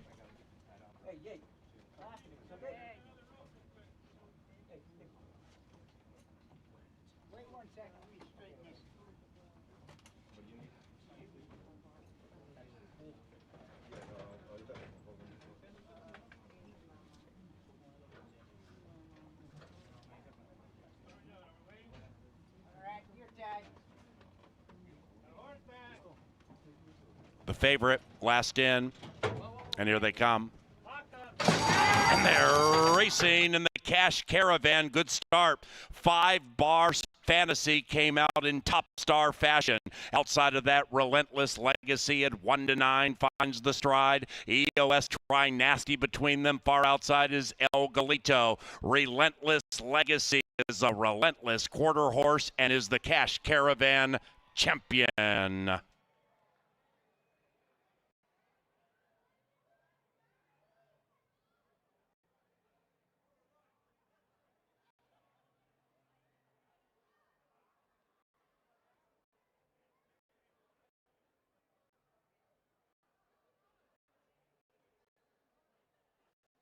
Number 6, Relentless Legacy, first. A photo required for the rest.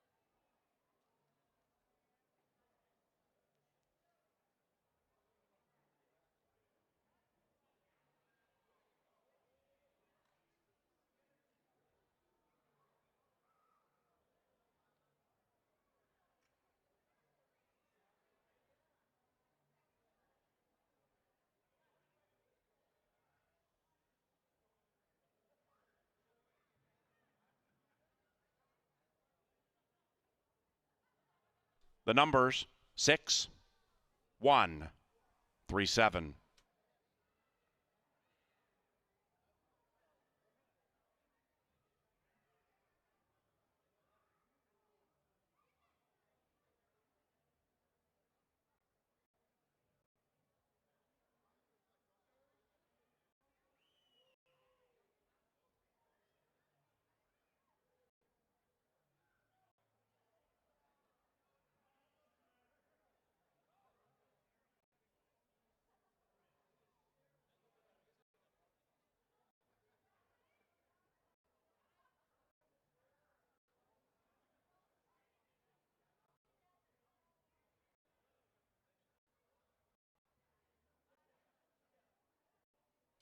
And we welcome back to the winner's enclosure, Racing Operations Senior Manager Amber Carlisle.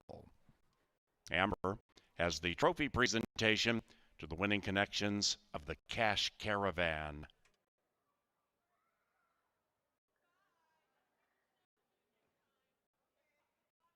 And Festival of Champions Day is official.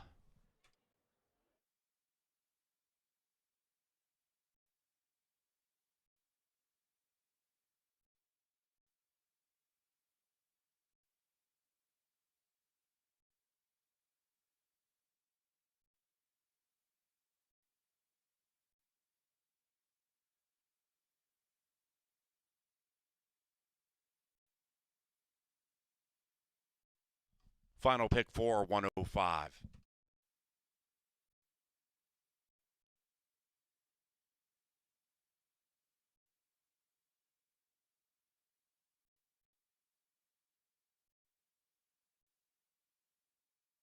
Here come the Cash Caravan champions, Relentless Legacy and Armando Alvarez. The winning owner, Tom Maher, and the winning trainer, Jason Olmstead. Relentless Legacy is a 6-year-old based son of He's Relentless out of Legacy, a Rican. Bred in Minnesota by Don Friesen.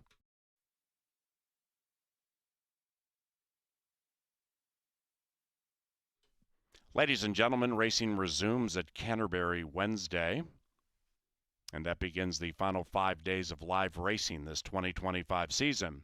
On behalf of our management team, those of us here in the Dark Star press box, and for our esteemed TV department, we thank you for watching and wagering on our signature day, Festival of Champions Day. And if you're leaving the racetrack, please drive safely.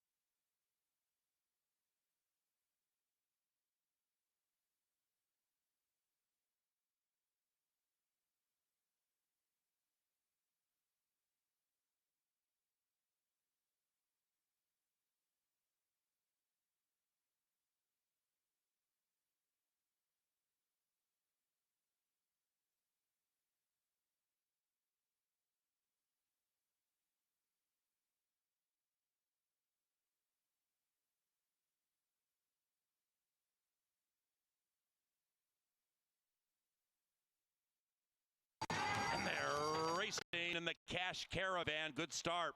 5 Bars Fantasy came out in top star fashion. Outside of that, Relentless Legacy at 1-9 finds the stride. EOS trying nasty between them. Far outside is El Galito. Relentless Legacy is a relentless quarter horse and is the Cash Caravan champion.